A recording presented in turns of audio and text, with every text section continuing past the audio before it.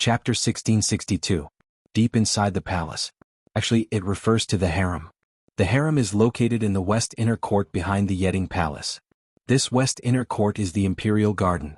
After that, it is the forbidden garden where the emperor, the empress, and the imperial concubines live. This is the most important place in the imperial palace.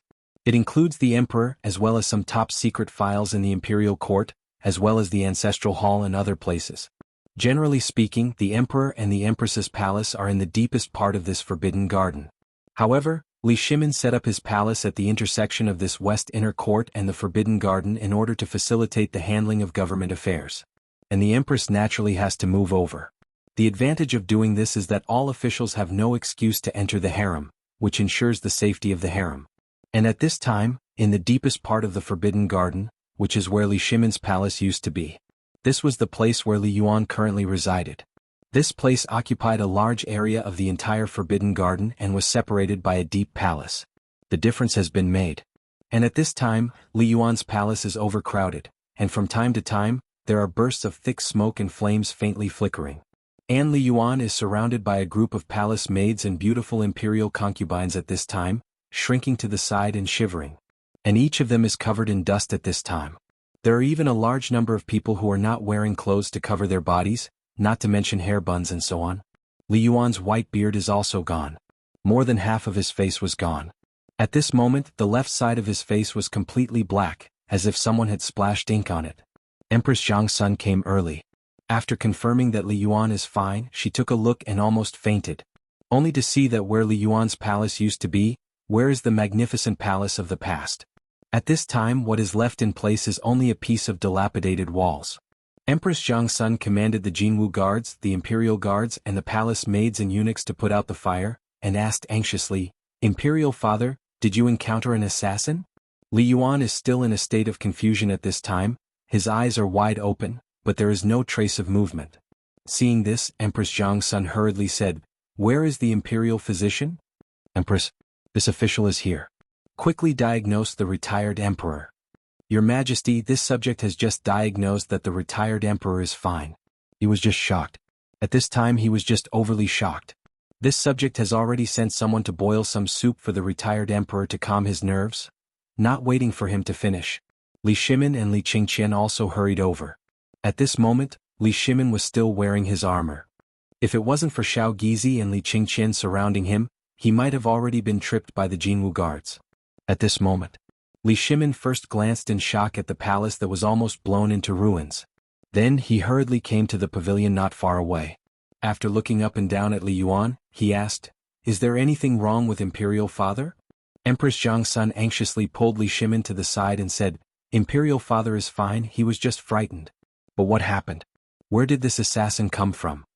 Li Shimin glared at Li Qingqian, then hurriedly comforted her, "Don't worry, Guanyin. This wasn't done by an assassin." "And?" When Empress Jianghu heard this, she was momentarily stunned. Then she looked at Li Shimin. She saw that he was wearing armor from head to toe. Li Qingqian also didn't know what he was wearing. He was wearing all sorts of strange things. Although the armor that Li Shimin was wearing right now was specially made, other than the color, its appearance was almost the same as the original Mingguang armor. Therefore, Empress Jianghu didn't see anything wrong. She asked in surprise, "Second brother, you're wearing this armor. You're still saying that there isn't an assassin?" Li Shimin was instantly speechless. He kicked Li Qingqian and said, "Unfilial son, quickly tell your imperial mother what exactly happened." At this moment, Jiangsun Wugo discovered that Li Qingqian was wearing a green color. Moreover, it was that kind of earthy green. Not to mention this attire, no matter how one looked at it, he looked like a barbarian. How could this not make her angry? "Qian, what are you wearing? Quickly change into this empress's clothes." Li Qingqian had never seen Empress Jiangsun Wu go so angry before. Seeing this, he was a little confused. He hurriedly said, "Imperial mother, don't be impatient. This son's clothes can wait. Why don't we deal with this first?" Li Shimin also mediated. "Qingqian is right. This matter can be discussed later. Tell me what the hell is going on." Li Shimin felt that there was no need to waste time on this matter. This would only attract more people's attention to the special things on Li Qingqian's body. Hearing Li Shimin say this, Jiangsun Wugo couldn't say anything. She could only say, "Tell me first what happened?" Hearing this, Li Qingqian stammered, Imperial Mother, this thing was actually created by a cannon. Tonight, this son originally wanted to let Imperial Father leave to take a look. However, this thing is rather precious and confidential. Furthermore, Imperial Father was in a meeting with the military at that time. Therefore, this son decided to temporarily leave this thing with the retired emperor. Cannon? Jianghu Sun Wugo had heard of it before. The crux of the problem at that time was how to explain this place. Thinking about this, Empress Jianghu Sun Wugo was furious. She pointed at the ruins that were still burning not far away and said, "So, you let the retired emperor play with fire?" Chapter 1663. Empress Jianghu Sun was so angry that she almost fainted. These days, because of the Tujue going south, the palace was in an uproar. She had just finished dealing with the matters of the imperial harem with great difficulty and eliminated the hidden dangers and suspicions. Before she could catch her breath, such a thing happened. How could this not make her angry? This was all money. This loss had to be repaired, right? Where did this money come from? Besides, how was she going to explain this to the people outside? In the middle of the night, there was a sudden accident in the palace. The retired emperor's bedroom was blown up by fire. How was she going to explain this to the people outside? Thinking of this, Empress Jianghu Sun was so angry that her whole body was shaking. Seeing this, Li Shimin hurriedly supported Jianghu Sun and said, "What are you still standing there for? Quickly go and deal with this mess." How could Li Qingqian not see Li Shimin's expression? He hurriedly accepted the order and ran out. After Li Shimin comforted Empress Jianghu Sun and let people send her, Li Yuan and the others away. Only then did she hurriedly follow Li Qingqian to the place where the cannon was placed. The cannon was very big. It was placed on the lawn outside Li Yuan's bedroom, Yangxin Palace Hall. Moreover, there was a large carriage beside the cannon. At this time, Li Shimin and Empress Jianghu Sun did not dare to raise the torch. They just looked at the cannon in the light of the burning fire. The cannon originally had 2 iron wheels, but at this time, one of the wheels had already sunk deep into the mud, and the other one was also broken. It looked a little strange. The material of the cannon was like a large iron rod. There was not a trace of decoration on it. At this time, the barrel of the cannon still had a trace of residual heat. The muzzle of the cannon still had the smell of gunpowder and wisps of smoke entwined around it. At the back of the cannon barrel, at the position of Li Shimin's armrest, there was a protruding place. There was a cover at this place. It was unknown what it was for, but when the cover was opened, a gust of gunpowder smoke instantly choked Li Shimin and forced him to retreat. Li Shimin covered his mouth and asked in a low voice, "This is that cannon?" "Yes, Imperial Father. This is it." Li Shimin pointed at the lid and asked, "Then what is this?" "Imperial Father, this is the place to fill the ammunition.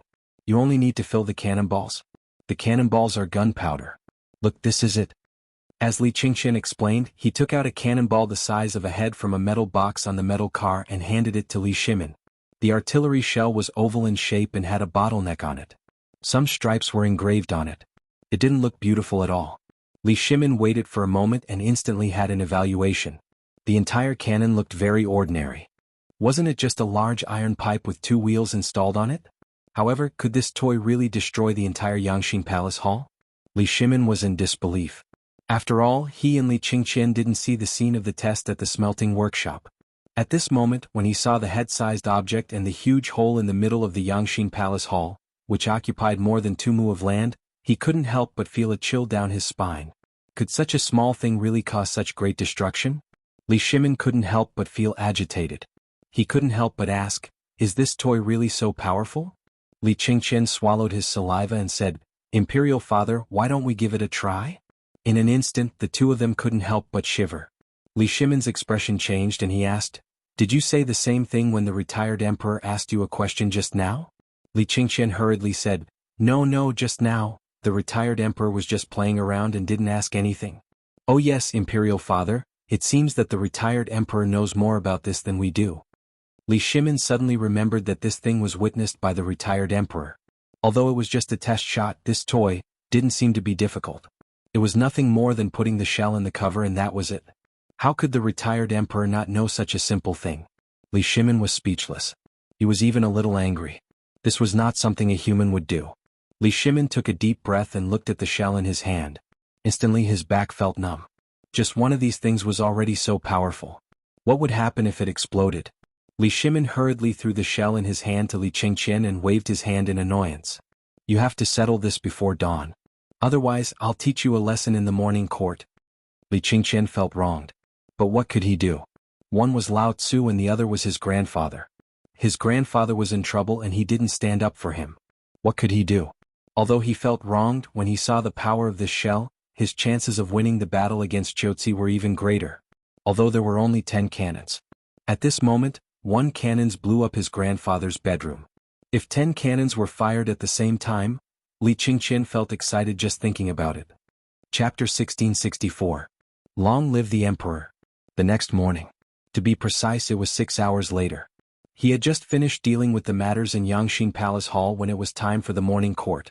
Li Qingqian hurried back to change into his court attire. As soon as he arrived at the political announcement hall, he heard Xiao Gizi singing. Li Shimin waved his hand tiredly. The morning court had officially begun. At first, Wei Zheng hurriedly reported, "Your Majesty, what happened in the palace last night at 1 o'clock in the morning? This morning, on my way to the court, I heard someone say that there was a thunderstorm. I'm afraid there's a change." The supervisor of the imperial astronomer also hurriedly complained, "Your Majesty, I've been observing the stars recently and I didn't find any signs of disaster. However, the sudden appearance of the thunderstorm last night was really strange. Everyone in the imperial astronomer has been busy since 1 o'clock in the morning. It's only now that we found out that it was a thunderstorm from the sky, which means there's a change." Your Majesty, Your Majesty." At this time, almost everyone in the court had different guesses. Almost every department seemed to be telling what they were doing after the incident last night, but in fact they were telling the emperor. They didn't sleep last night because they had been busy with this matter. However, at this time, only the people in the military department didn't say anything. After all, Yu Qigong, Qing Yaojin, and Qin Xiong from the military department didn't say anything. They were calm and composed. Even if they had something to say, they had to hold it in. This was the rule of the military department. If the boss didn't say anything, if they dared to say anything, they would be beaten up when they went back. No one could avoid it. This was the rule of the military department. At this time, Li Shimin also saw the problem. He ignored the crowd and looked at the military department. "My dear ministers, do you have anything to say?" Hearing this, Yu Qigong, Qing Yaojin, and Qin Xiong looked at each other and then said, "Your Majesty, we don't know what happened in the palace last night, so we can't make wild guesses. However, after the incident last night, we sent 5,000 elites to wait for your Majesty's orders. And the defense of the entire Chang and city has been strengthened several times. We didn't find anything unusual. We think that if we want to investigate this matter, we should go to the palace." "How dare you? Yu Qigong, how dare you? That's the Forbidden Garden. What are you thinking? How dare you barge into the Forbidden Garden? Your Majesty, Yu Qigong has been sentenced to death." At first, Li Shimin nodded repeatedly as he listened. However, the sudden voice of the civil officials made him extremely displeased. He waved his hand indifferently and said, "Then Lord Zhou, do you have any good ideas?" Hearing Li Shimin's words, the Minister of Rights, who had been making the most noise, was instantly silenced. His expression quickly changed as he said, "Your Majesty, this matter must be investigated from within the palace. However, this matter is of great importance. I feel that your Majesty should personally—" "Enough, shut up." At the end of the day, he just didn't want to care. Li Shimin looked indifferently at the Minister of Appointments and said, "As the Minister of Rights, you don't know what to do when something happens in the palace. Minister Yuqi only spoke his opinion and it was a capital offense. What do you think your punishment should be?" Instantly, the faces of the ministers who had just jumped up changed slightly. The Minister of Rights' face was as pale as paper. Seeing this, Li Xiaogong hurriedly said, "Your Majesty, this matter concerns the dignity of the Emperor. Therefore, I feel that this matter should be investigated thoroughly. It should be handed over to the Supreme Court to investigate."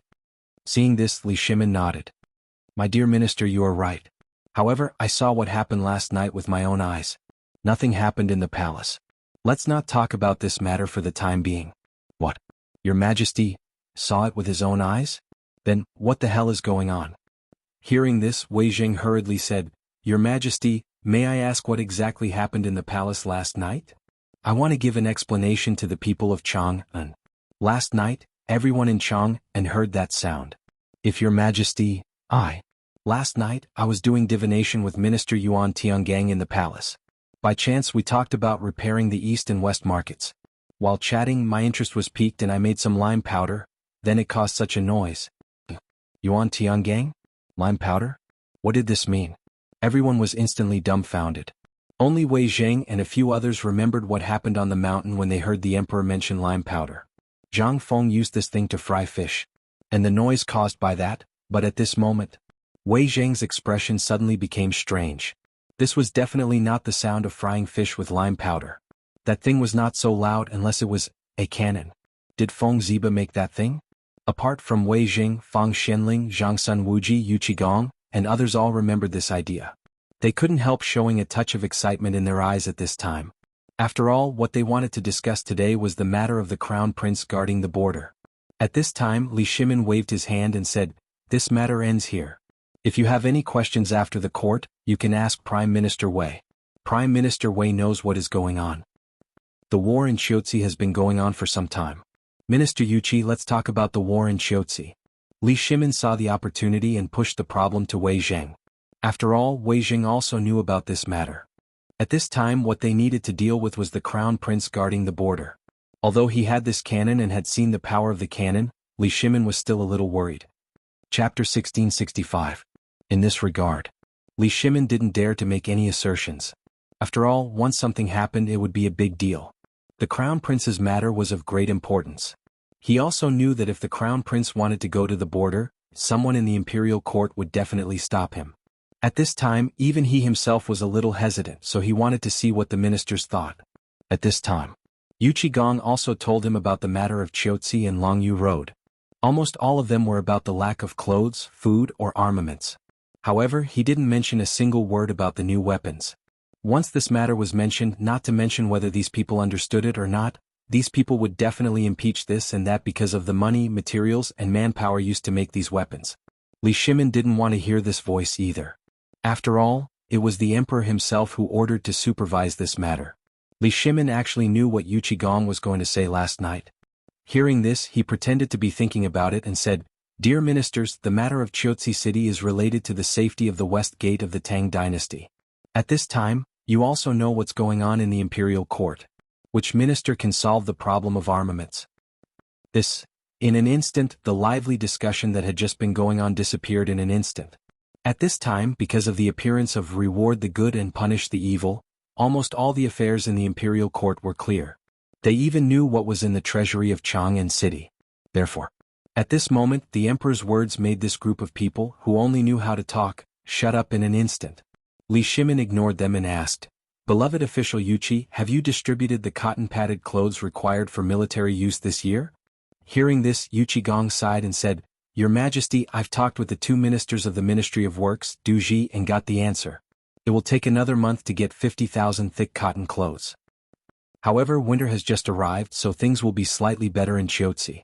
However, Liangzhou, Ganzhou, Shazhou, and other places are located at the foot of Mount Qilian.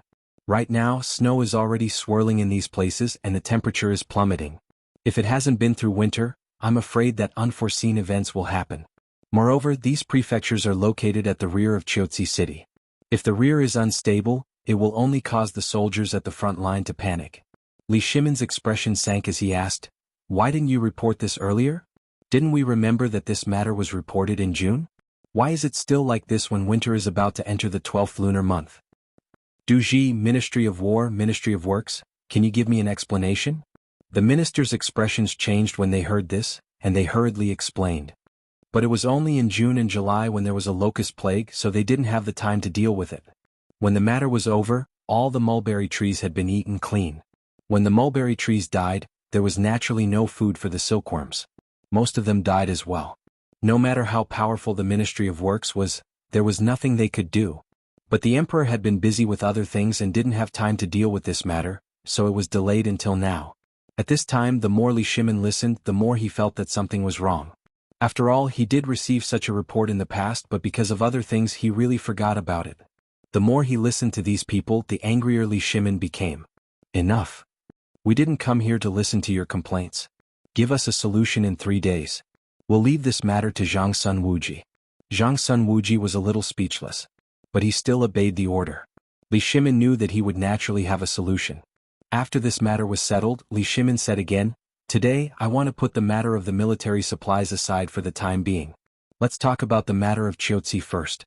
Qing Province, Feng Province, and Tili Khan, you all know about it, right? Then we won't say much. You've all seen this war. Right now, even Longyu Province and Qiuzi Province are in dire straits, let alone Feng Province and Qing Province. This is a matter of wealth. Thus, we have decided to send the Crown Prince to Qiuzi to guard the border. On the one hand, we will stabilize the morale of the army, and on the other, we will investigate how serious this matter is. What do you all think?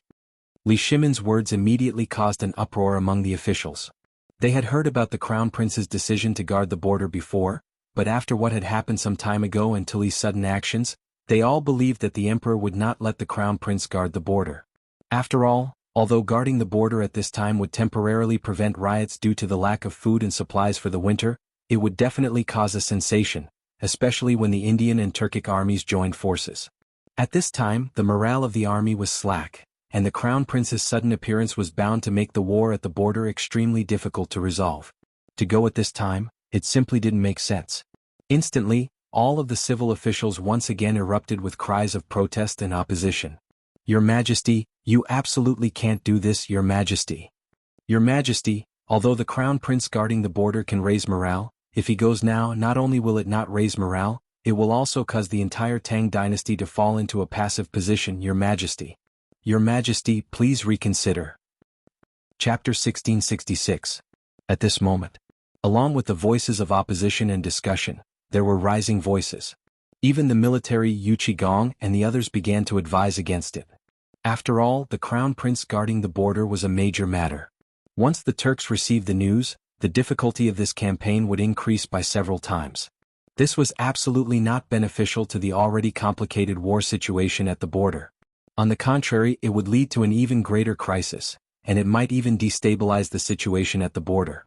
What would the court officials think? At this moment, Li Shimin was also in a difficult position. He had originally thought that the Crown Prince's decision to guard the border was a little hasty. But after seeing the armor last night, Li Shimin felt that it was feasible. But after seeing the cannon last night, he completely hesitated.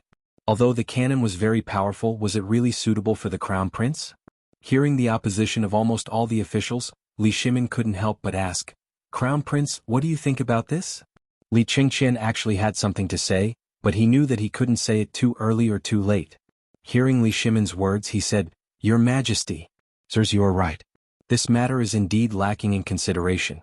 However, this son believes that if we go to the border, putting aside the war, even if this son is unable to resolve the crisis in the north, it is enough to stabilize the current situation in Longyu Dao. Hearing this, Li Shimin's eyes flashed with a hint of admiration.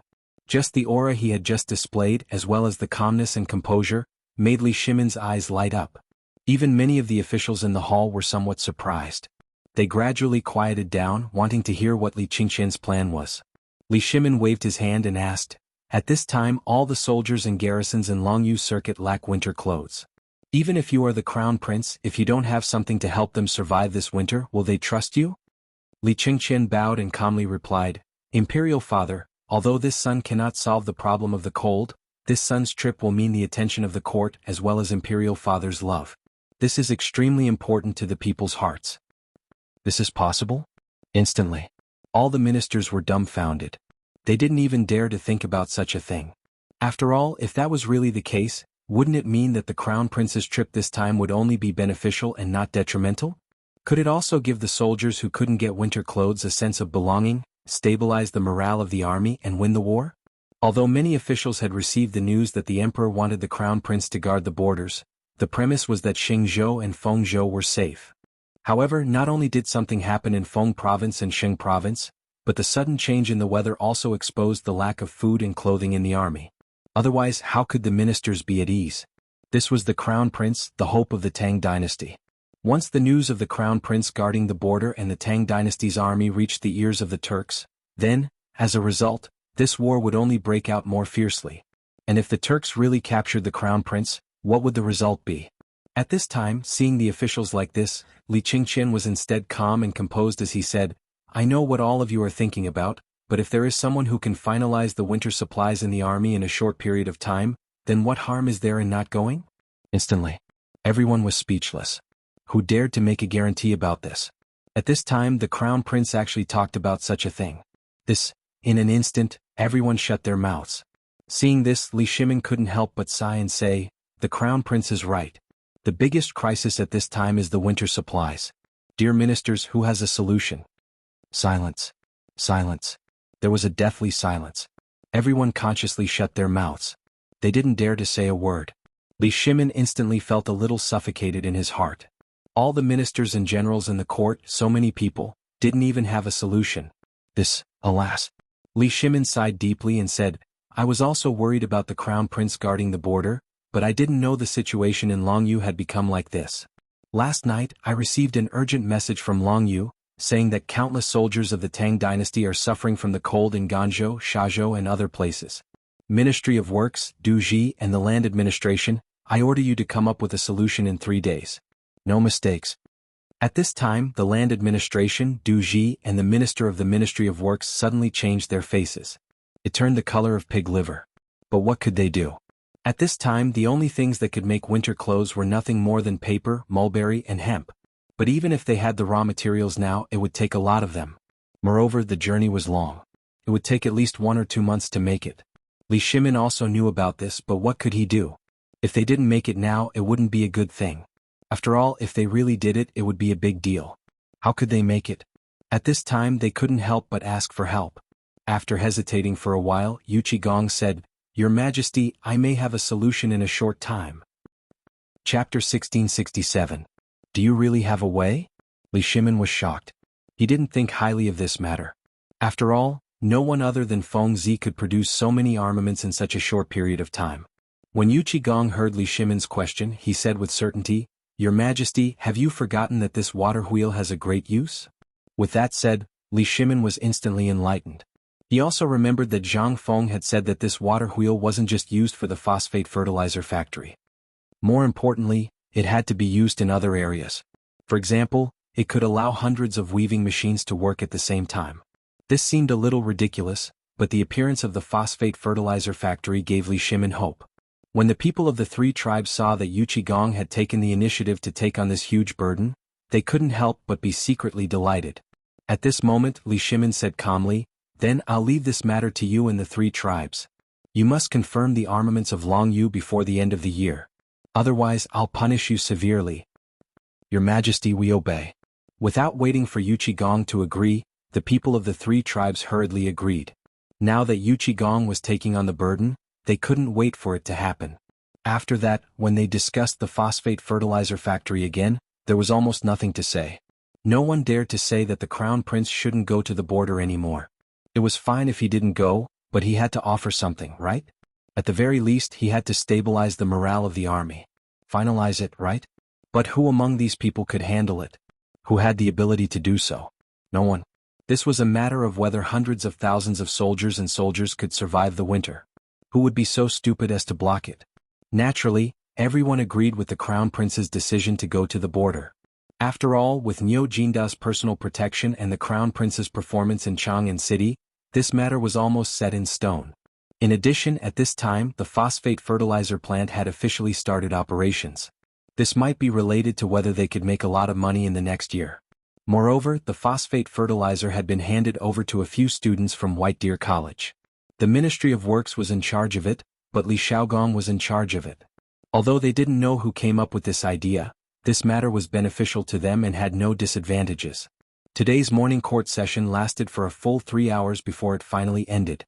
The Minister of Agriculture, the Minister of Works, and the Minister of Duji had been waiting outside for a long time as soon as the imperial court ended. As soon as Yu Qigong came out, the 3 of them hurried over to greet him. "Lord Yuqi. Lord Yuqi, wait." Originally, Yu Qigong, Qing Yaojin, Wei Zheng, and the others had been a bit puzzled by the muffled thunder in the palace last night and the emperor's vague attitude today. They had prepared to go to the emperor's place after morning court ended, but as soon as they left, they ran into these 3. Yu Qigong stopped in his tracks in surprise. A few of them hurriedly came forward and lit a cigarette for each of them. Only then did they say with a smile, "Lord Yuqi, I can't thank you enough for today's matter. Now that this matter is over, how about we invite all of you out for a drink?" Yu Qigong and the others knew about this matter, but the 3 of them didn't. They knew the whole story. Yu Qigong, Wei Zheng, and the others smiled and then waved their hands. "Forget about the drink. It won't be too late to talk about it after this matter is over, but since the three of you are so kind, why don't you go, old man Yuchi? Qing Yaojin took the opportunity to fan the flames. Although this matter wasn't a big deal to them, for the three of them, it was a matter that could cost them their lives. Moreover, it was a good thing to have the three ministries owe them a favor. At the very least, they would have to trouble them for many things in the future. For example, the Minister of Agriculture. And Duji. Yuchi Gong also understood Qing Yaojin's words. He smiled and cupped his fists. Everyone, I still have important matters to attend to. This matter is quite complicated. Let's not drink today. I have to quickly investigate this year's mulberry and hemp. When the three of them heard this, they knew the importance of this matter. They hurriedly cupped their fists and said, "Thank you very much, Lord Yuchi. We also have to go back and check the situation of the treasury." After saying that, Yuchi Gong and the others hurriedly left. After walking out of the Red Phoenix sect, they turned a corner and entered the East Palace through the Yenshi Gate. However, they didn't expect that the Emperor and the Crown Prince were sitting in the East Palace, waiting. When the three of them entered the East Palace, they invited little Gizi over. As soon as they entered, they saw a huge thing covered with red silk placed in the center of the East Palace's main hall. Li Shimin also went straight to the point. "Dear ministers, I know you all want to know what happened in the palace last night. Today I will tell you that last night the retired emperor blew up the Yangxin Palace Hall. In an instant, the few of them were completely stirred up. After all, this was a big matter. And the retired emperor actually blew up the Yangxin Palace Hall. What was going on? And he used the word, blow up. Could it be, you guessed right. This thing is the divine weapon that Feng Zi tinkered with, the cannon." Chapter 1668. At this time, when they heard this, they were completely dumbfounded. They knew about the cannon, but now they saw it was real. Didn't that mean? Furthermore, the sound of the cannon blast was enough to blow up the entire Yangxin Palace Hall. Although he didn't know what happened, he knew that the entire Yangxin Palace Hall must have been destroyed. Was this really the cannon that Zhang Feng said? They had heard Zhang Feng talk about this thing before, but now the key was that it seemed a little too incredible. If one cannon was so powerful, did it mean that the 10 cannons Zhang Feng prepared this time were enough to pacify the more than 300,000 allied troops? Therefore, at this time, the few of them were staring at the thing wrapped in red cloth with burning eyes. Li Shimin didn't want to talk in riddles anymore. He waved his hand and personally lifted the red cloth. In an instant, a steel cannon appeared in the East Palace, and it was facing the gate. It looked quite strange and solemn. The cannon was not very complicated. It was an iron pipe about 10 feet long and slightly bigger than a wash basin. There were 2 big iron wheels under it, and 4 big iron balls in front and back supported the cannon. At this time, Li Qingqian introduced the use of each part of the cannon, and then said, "Your Excellency, what do you think of this thing? What do you think? What do you think of this thing?" Was there a need to ask? It was simply beyond their imagination. Wei Jing said with a serious face, "Your Majesty, this thing is good, but when the Crown Prince leaves, won't it be too conspicuous if he takes it with him? And it will definitely attract the covetous eyes of many people. It will do no good to the war in Qiuzi." "Your Majesty, Prime Minister Wei is right. I think we should discuss this matter separately. After all, if this thing is leaked out, it will be disadvantageous to the war in the Tang dynasty. If the 300,000 allied troops attack together, Qiuzi will be in danger instantly. Moreover, the road in Longyu is long and narrow. People from the Turks often come to sell their sheepskin or goods. It's easy to hide spies among them. We can't do this. If something happens, we can't guard against it. Once they send a small group of elites to rob these armaments, the consequences, Your Majesty." Wei Jing bowed and said, "Your Majesty, please reconsider this matter." Li Shimin waved his hand and said, "I've already thought about this. Those armaments are probably about to reach Liangzhou." "Liangzhou? What's going on?" Li Qingqian said, "Your Excellencies, when Fengzi bought the long and narrow road from Lantian County to Shao Mountain, we didn't know what he was thinking at that time. Although there were many good fields on both sides of the only road from Shao Mountain to Lantian County, they were all dry land and useless to buy. However, a few days ago, Fengzi used this place and the foreign merchants at the foot of Shao Mountain to secretly transport something out. These people didn't even know what it was." Hiss. Not only Wei Zheng but also Yuchi Gong and Qing Yaojin were shocked. "Your Highness, do you mean that the cannon has been transported out of Chang'an?" Li Qingqian nodded and said, "Yes. Moreover, it was Arkanan who persuaded a few merchants who had been in close contact with Shao Shan and the Chang'an tobacco factory to give me these things. Therefore, even if some people were suspicious about this matter at this time because I was going to guard the border, they would give in. Everyone's attention won't be focused on this small caravan. Now that he put it that way, it made sense. But there was a problem. That was, what about the cannon? Although those cannons had been transported out, these people were foreigners after all. Therefore, they were the most likely people to betray them most of the time. After all, one could know a person for a long time without knowing his true intentions. Such a thing really happened, who could be sure? Li Qingqian didn't explain much. He just roughly explained the situation of the Yangxin palace being bombed. Then Li Shimin said, I've decided to leave this cannon in the palace in case of accidents. My dear ministers, do you have any questions? No. How could they dare to have any objections? However, if they were to blow up the palace again, then it would be really fun. After all, this matter concerned the safety of the palace. Although he did not know whether that brat could be recreated or not, it was necessary to secretly prepare one at this time. After all, Feng province and Xing province were right above his head. He did not even know what the old mixed-hair Tilly was thinking. If by any chance he made a ruthless move, then, this cannon could also produce unexpected results. Your Majesty is wise. Li Shimin stood up with a smile and said, this time, Fengzi can be considered to have created a great merit for our Tang Empire. Once we have this thing, Yuqi, do you have the confidence to fight your way to the grasslands? Chapter 1669. Li Shimin did not dare to forget about attacking the Turks for even a moment. Therefore, after Zhang Feng made these divine weapons this time, Li Shimin's ambition grew. This was actually not much of an ambition. After all, with the Wei River Alliance and the Turks plundering of the Tang dynasty for a long time, not to mention Li Shimin, every Tang wanted to slaughter these damn barbarians with their own hands. However, these barbarians came and went without a trace. The terrain of the grassland was extremely complicated. Anyone who went there would be trapped in the grassland to death. This was what Li Shimin had always wanted to do but did not dare to do. After that, he encountered Zhang Feng's obstruction. The appearance of food gave him hope, but he could not wait any longer. After all, Tuli and Sheli were attacking from the north and south at the same time. At this time he still did not know their purpose. If he did not act, how could he let the people and soldiers of the Tang dynasty be at ease? How could he let Li Shimin be at ease? However, the problem was that although there were divine weapons now, could they really break into the Turks? They did not doubt the ability of these weapons, but because of the number of people and the problems in the army at this time. However, Li Shimin did not give them a chance to explain. He waved his hand and suppressed the words that they wanted to say. Then he said, I know what you are thinking. You just want to persuade me to wait until after the spring harvest to talk about this. I'm just talking about this. When the time comes, it will be best if we can defeat or destroy them and break into the Turks at the same time. But, if we can't, then forget it. Hearing this, Yuqi Gong and others breathed a deep sigh of relief and said, Your Majesty is wise. Li Qingqian hurriedly said, Father, there is one thing that I don't understand about Qiuzi this time. Go ahead. Seeing Li Shimin agree, Li Qingqian said, Father, at this time there are military issues in Liangzhou, Ganzhou, Shazhou and other places, but there is no news about Qiuzi. Is this because it is not cold for the time being? Or is it because the news there is blocked at this time and there is no report? Speaking of which, Li Shimin couldn't help but look at Qing Yaojin. Regarding this matter, Qing Yaojin, who was in charge of the Longyu garrison, should have the most right to speak. However, Qing Yaojin acted as if he didn't know about this matter.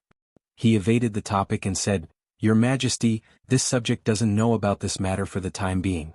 Qiuzi is located in an important trade area between the Tang dynasty and the western regions. This subject believes that there should be a large number of merchants' winter reserves there. Therefore, there shouldn't be a problem for the time being. As he spoke, Qing Yaojin hurriedly gave Yu Qigong a look. Yu Qigong was a little speechless, but he still said, Your Majesty, I think so too. At this moment, Li Qingqian said, Since that's the case, I have no more questions. Then go and prepare. Li Shimin said and left the East Palace in a hurry. After Li Shimin left, several old generals, Wei Zheng, and the others also left in a hurry. Although the matter of the crown prince guarding the border had been settled, they still needed to arrange how many soldiers to send, how many guards to send, and so on. Li Qingqian also had a lot of heavy work to do. For example, he needed to go to the ancestral temple to pay respects and bid farewell to the retired emperor and the empress. This delay took a total of 6 hours. After Li Qingqian arrived with a dozen large chests and a group of palace maids and guards, Li Qingqian had finished his preparations. Li Shimin personally read the declaration of war, and only then did Li Qingqian leave in a hurry. That scene seemed to want the entire Chang'an city to know. At this time, Chang'an city was already full of people. At this time, the people had already recovered from the joy of the phosphate fertilizer, and only then did they know about the war in Xiaozi. Although taxes and other things would increase once a war broke out, because of the previous example of the Wei River Alliance, not only did the people not object, but almost all of them came to see the crown prince off when they heard that he was guarding the border. However, there was only one person who was basking in the sun and drinking wine on the small balcony of White Deer College. Wasn't he carefree and unfettered? Who else could it be other than Zhang Feng? Last night, Zhang Feng had not slept since the explosion of the cannon. He had been waiting for news of the mansion's soldiers coming to his doorstep. At daybreak, the government soldiers still didn't come. Zhang Feng couldn't sit still anymore. He directly hired a sedan chair and wandered around Chang'an city. He even went to Niu Pai Huang's rubber factory for 2 hours. Although the rubber factory had moved to the mountains, the rubber workshop in Tonghuifang still existed. Now, not only were they making rugby balls and basketballs, but they were also making compact rubber products such as rubber pipes, which range from the size of chopsticks to the size of a wash basin. To put it bluntly, this was his ancestral skill of making cowhide, and he couldn't bear to pass it on to outsiders. In addition, Zhang Feng had taught him some skills of making rubber, so he didn't dare to easily pass it on to outsiders. Although he was in charge of the rubber factory on the mountain, his disciples and his wife were all competent, so he had more time to come here and study this thing. What was this? This was all money. And most importantly, in Chang'an city, his wife and children were now on the mountain, and even his children had entered the academy because of Zhang Feng. Now that he had money, if he didn't drink, wouldn't he feel sorry for himself? Chapter 1670. Zhang Feng also came to his senses after being reminded by Niu Pai Huang. He repeatedly claimed that Niu Pai Huang had inherited the old ancestors' teachings. Perhaps this was the laziness of the people in Guangzhou. Once they had money, their pockets would swell. They would be able to walk their dogs, play with birds, and drink with girls. Moreover, there were basketball, rugby, and even poker cards that Zhang Feng had created. With so many entertainment activities, how could the people of Chang'an let go of them during the autumn planting period? Not to mention Niu Pai Huang. Just as Zhang Feng's imagination was running wild, wondering when he would be able to be like them and truly let go of everything and wander around without any restraints, a voice suddenly rang out. Jing Shu and Zhang Yuyao, who were sitting at the side and chatting idly, seemed to be attracted by something. They looked downstairs not far away. At this moment, a shout came from downstairs. "Madams, Old Wei and the others are here. They say they want to visit Old Master." As they spoke, they saw Wei Zheng and the other 4 slowly walking over from the water wheel in the middle of the villa area not far away. The 2 women looked at Zhang Feng with a strange expression. Didn't he just come back? Why did he come back as soon as he stepped foot in? What was going on? But at this time it was useless to think about it. The 2 women could only shake Zhang Feng awake and ask Xiao Cui, to invite the others up. Then they left. As soon as they came up, they saw Zhang Feng in a daze. They were instantly angry and amused. "I say, you ran really fast. Last night you were still in the courtyard. Why did you come back to the mountain in the blink of an eye?" Zhang Feng rolled his eyes and said, "How can I not run? You all know what happened last night, right? If I don't run, am I going to wait for Li Gan to trap me and send me to jail?" They looked at Zhang Feng speechlessly. Fang Xianling stroked his beard and interrupted Zhang Feng with a smile. "You worry too much about this matter. If it was really a big mess, the emperor would have already issued an edict. But after all, this concerns the reputation of the imperial family. Under normal circumstances, the emperor would not intervene. But I heard that the retired emperor blew up his own Yangxing Palace Hall last night." When Zhang Feng heard this, his eyes almost popped out of their sockets. "You said that the retired emperor blew up his own house last night?" Fang Xianling nodded gloomily and said, "Isn't that so? Today I heard that during the court session some ministers asked about this matter, but His Majesty covered it up and buried it. I also heard that His Majesty is preparing to leave a cannon in the palace." At first, Zhang Feng was very happy to hear that. It was good that he could block it. But the more he listened, the more he felt that something was wrong. Why would he leave such a thing in the palace? Although the emperor did this for the sake of the safety of the palace, it was not safe for him to leave such a thing. What if some idiot decided to fire such a cannon at some time? Thinking of this, Zhang Feng hurriedly asked, "Nothing happened in the palace last night, right? To be precise, no one died, right?" As long as no one died, then it was not a big problem. but once someone died it would be a big problem. Although the emperor had suppressed this matter, it still had to be solved. At this moment, Zhang Feng felt that there was a secret behind this matter. Especially after seeing Feng Xuanling's expression, Zhang Feng sat up from the recliner and asked, "Old Feng, what's the matter? Tell me." Feng Xuanling's expression was not good, which made Zhang Feng's heart tighten. If something happened to the retired emperor, it would not be so bad. After all, this fool played with the cannon himself. But Zhang Feng was not sure. If this iron fool lit the cannon and stood at the muzzle, then this was what Zhang Feng was most worried about. Feng Xuanling stammered for a long time before he said, "The retired emperor's 3 concubines are gone, but the rest are fine." Hearing this, Zhang Feng breathed a sigh of relief. As long as the retired emperor was fine, it was not a big problem. Is the retired emperor okay? He's fine. Seeing this, Zhang Feng lay down, lit a cigarette, and stretched lazily as if he was ready to go back to sleep. They looked at him and said, "Fengzi, now what do you think about the matter in the north?" Zhang Feng knew that these people must have come for something, and it must be something big. Sure enough, this thing came. Zhang Feng did not know about the war in the north. However, it was known from history that it was precisely because of this fuse that Li Shimin had the intention to kill, thus starting a war that lasted for several years. As for Qiuzi, as the most marginalized place in the Tang dynasty, it also suffered from war all year round. But most importantly, Zhang Feng dared to guarantee that this war in Qiuzi had never happened in history. But history did record that in the winter of the second year of Jingguan, the Turks robbed Longyu, and the Tang army went out to fight, but they were defeated. There were only 25 words. So Zhang Feng did not know whether this was true or not. Therefore, Zhang Feng was more concerned about Qiuzi than Fengzhou and Xingzhou. At this time he saw that these people were still asking about this matter. Zhang Feng was also interested and said, "It's time to educate you people about the meaning of the national war." Chapter 1671. War of Nations. This was a new term.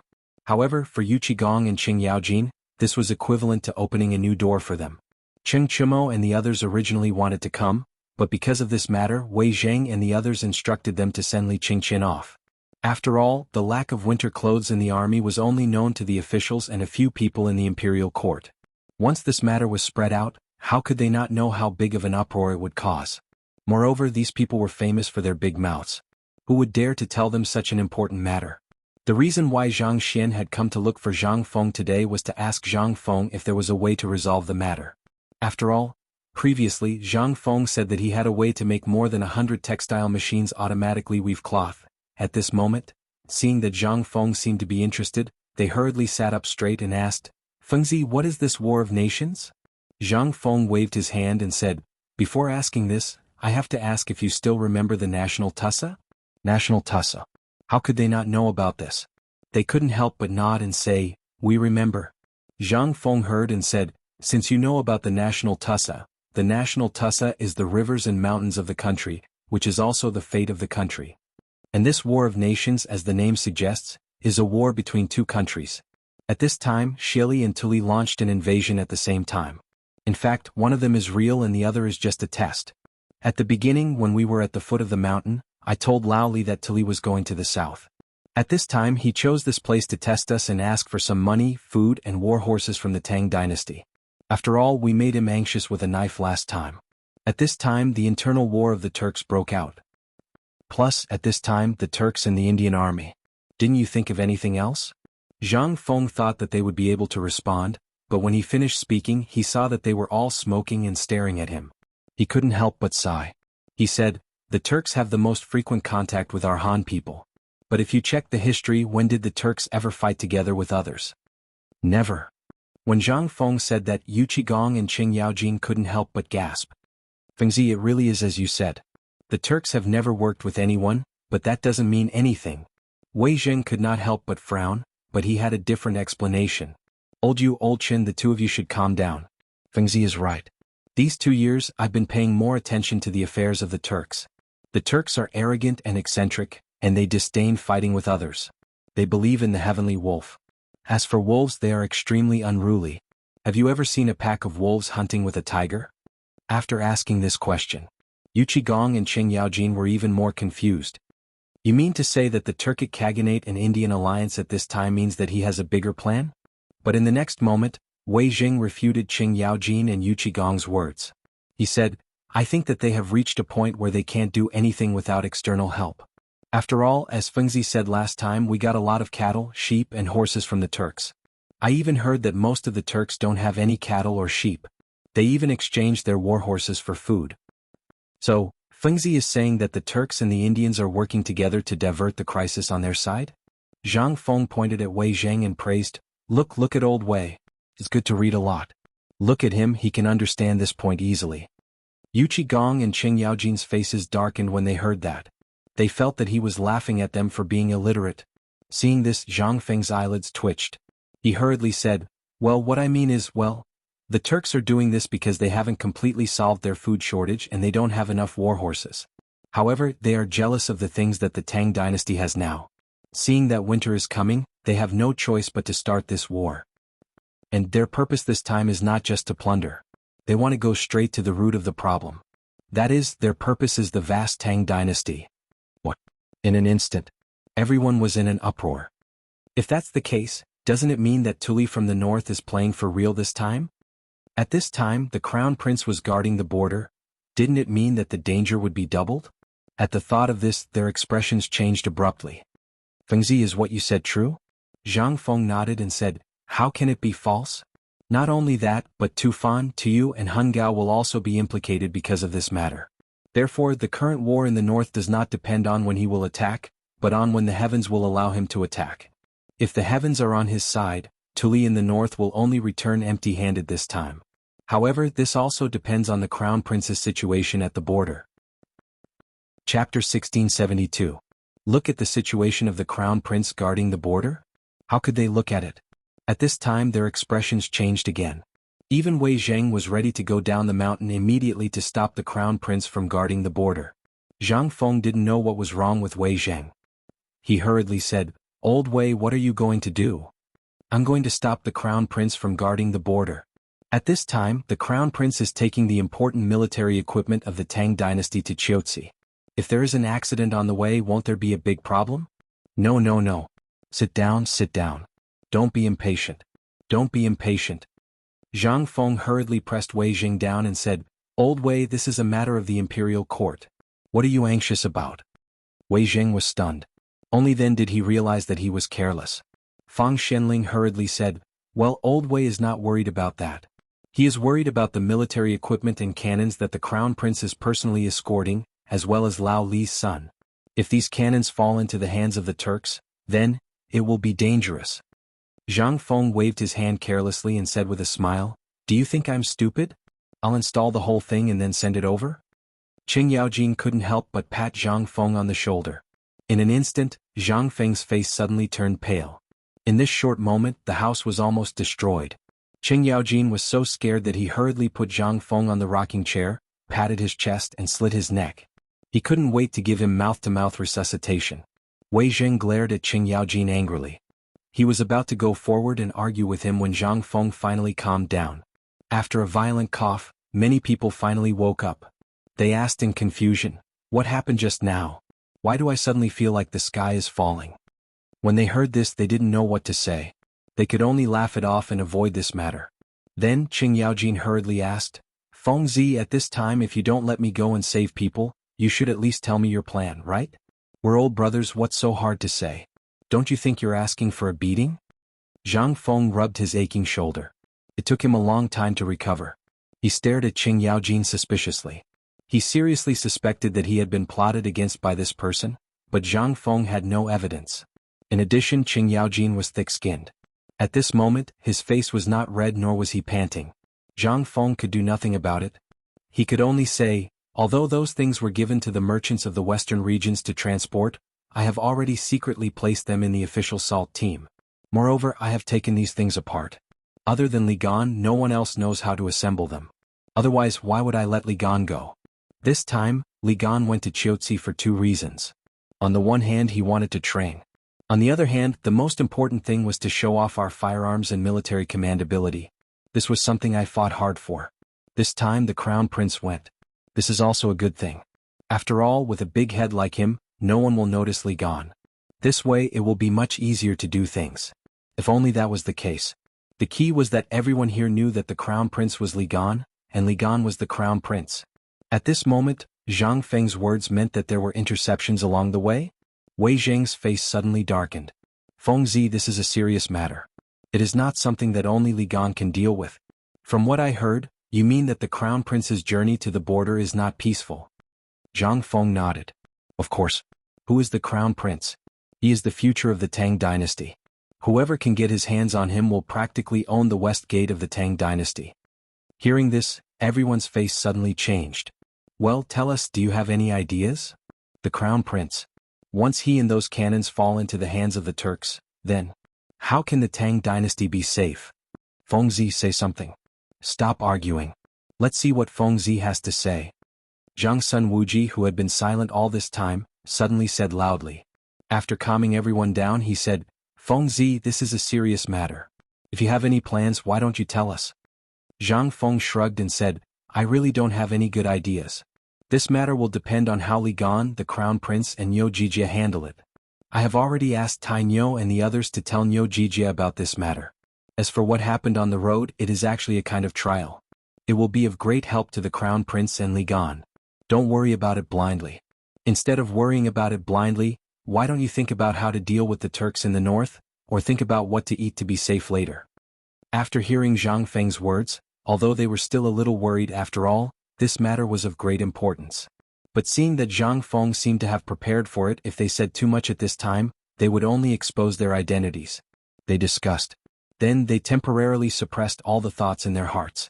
After all, the 5,000 elites accompanying them and Niu Jinda were not to be trifled with.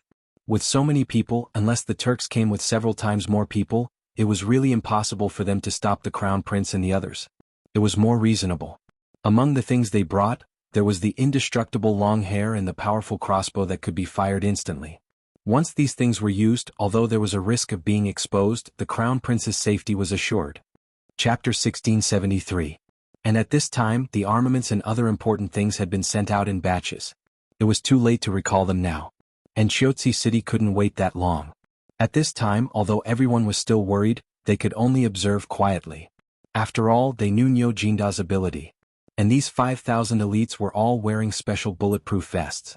As long as these people were there, the crown prince's comfort would not be a problem. Moreover, this was the Longyu Dao of the Tang dynasty. Once the Turks entered the Tang dynasty, he would immediately send the message to all provinces and prefectures. In this case, what's wrong with the crown prince's comfort? Although they didn't know Zhang Feng had dismantled those armaments, if Zhang Feng said it was fine, then it should be fine. By the way, Old Wei, you just said Feng province. What's the situation in Feng province and Sheng province now? Zhang Feng asked curiously. Wei Jing took a deep breath and said, at this time the weather in Feng province and Sheng province is really cold, as you said. And I heard from Lord Zhang Sun that Master Yuan Tiangang did divination in person, and it was confirmed that there will be snow in Feng province and Sheng province soon. Perhaps this snow is the reason for their retreat? Hearing this, Zhang Feng's eyes flashed with a touch of shock. Yuan Tiangang. This awesome person in the Tang dynasty was really awesome. Zhang Feng remembered that the legendary pushback diagram was a book that was banned from being circulated to foreign countries until he transmigrated in the future. And before his time travel, Zhang Feng remembered that this book was called a divine book in the Chinese department. It was not because of how gorgeous his writing was or how awesome his drawing was, but because of the things predicted in the pushback diagram. Of these matters, less than 7 had been analyzed. However, these 7 people had already been clearly arranged. What did this mean? This was a divine book that spanned thousands of years. This was the first year of the Tang dynasty. Not only did Yuan Tiangang predict Wu Ziqian's ascension to the throne, but he also predicted Yang Guifei's rebellion and Ma Weipa's death. Just this alone was enough to shake the entire world, not to mention those unknown things. Previously, Zhang Feng had really forgotten about this person. However, after hearing Wei Zheng's words, the pushback painting and Li Chunfeng instantly occupied his mind. He hurriedly hooked his arm around Wei Zheng's neck and asked, Old Wei, I have a favor to ask. When can you arrange for me to meet Master Yuan? Wei Zheng felt a little strange. However, he was also looking forward to the meeting between the two. One was the most famous master of strange arts in the Tang dynasty, and the other was the most famous swindler in the Tang dynasty. What kind of sparks would erupt when these two people interacted? Although Wei Zheng was looking forward to it. However, this was not the time to talk about this. He said, If there is a chance in the future, I will tell the Lord Zhang's son about this. As for whether Master Yuan will meet you or not, it's hard to say. Seeing that there was hope, Zhang Feng rubbed his hands and said, "Tell me, how did Master Yuan predict it?"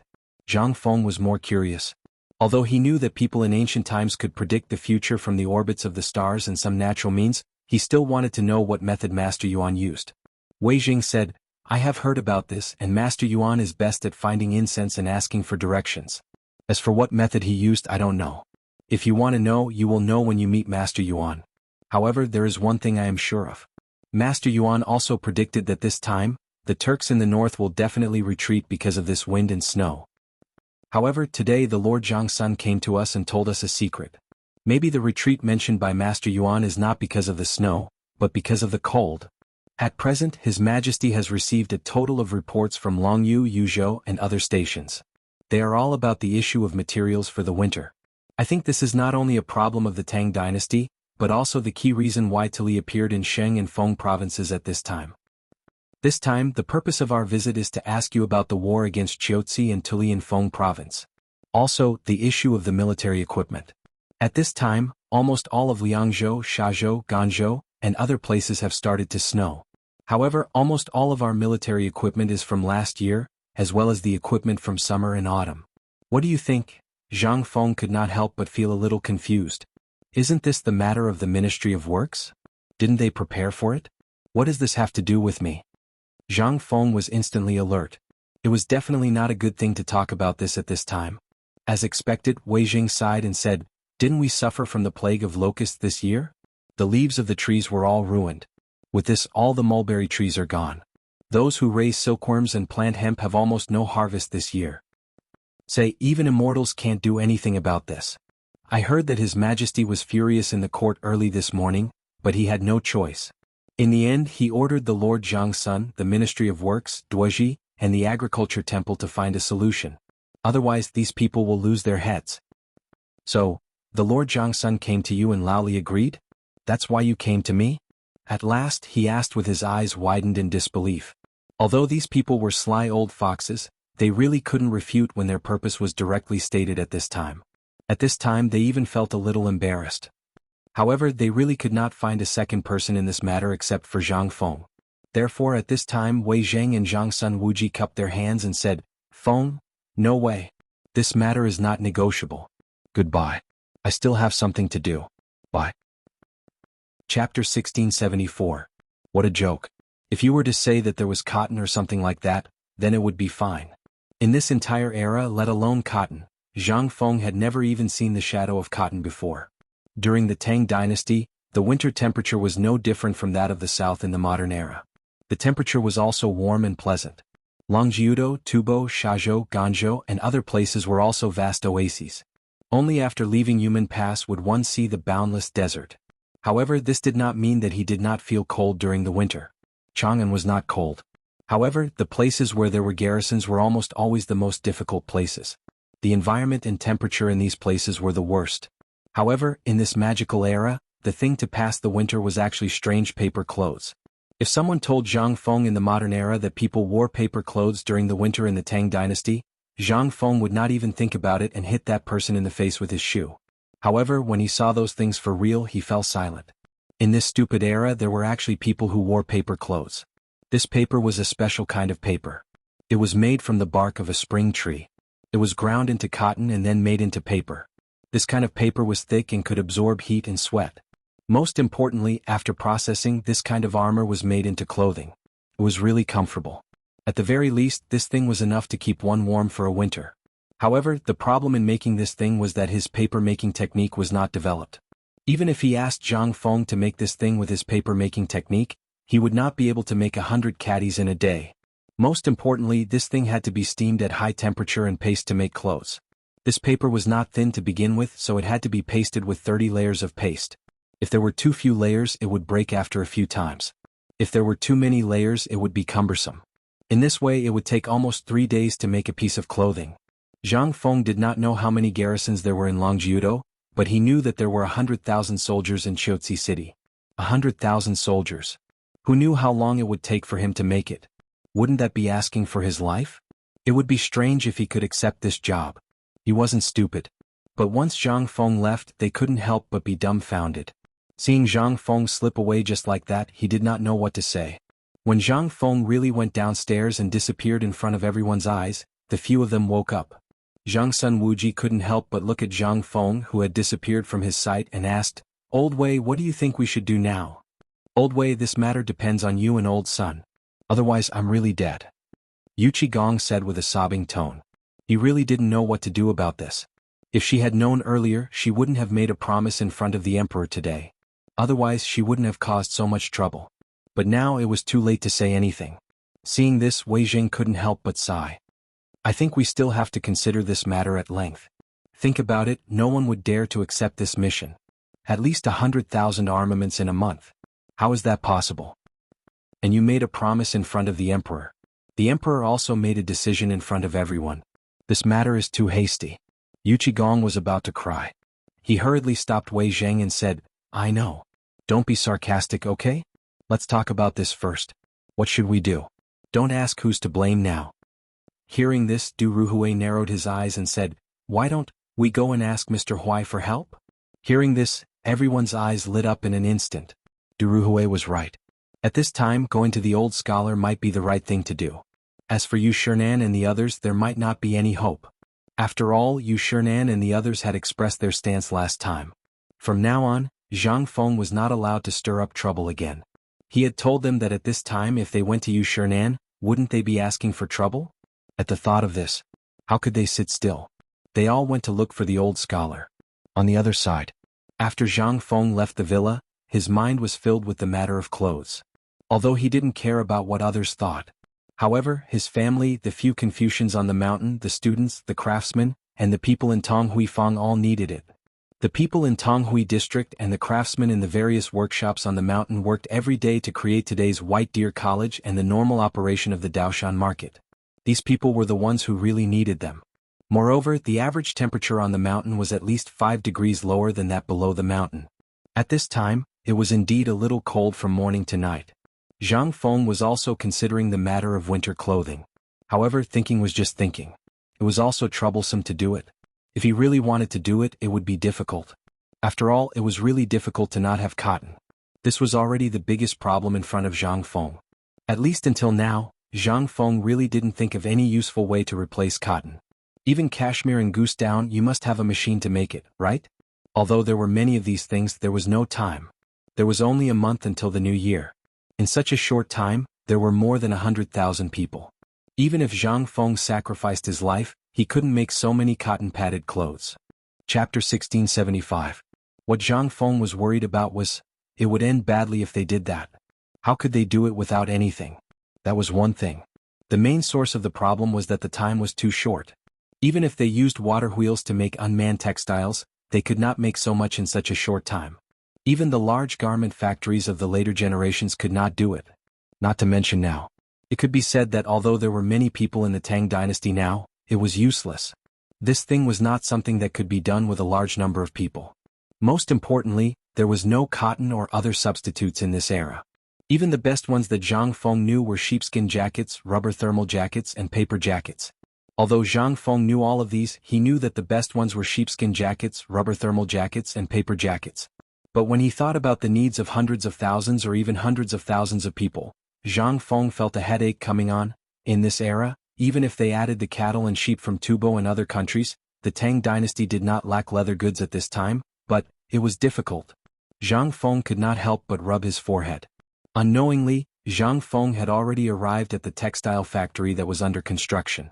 Once the textile factory was completed, the 3 major projects that Zhang Feng had mentioned were almost completed. The steel mill, the rubber factory, and the textile factory. But at this time, the textile factory was only a prototype. It was being built halfway up another mountain. Shao Mountain was divided into 2 mountains, and the whole Shao Mountain was like a gold ingot sandwiched between the 2 mountains. On the mountain in the west, the forging workshop had been expanding all the way to the top of the mountain. And on the other side, it was the source of the water of the whole Shao Mountain, which was connected to the East Peak waterfall of Shao Mountain. It had almost become the main living area of Shao Mountain. The whole academy was built on the flat plain between the 2 mountains.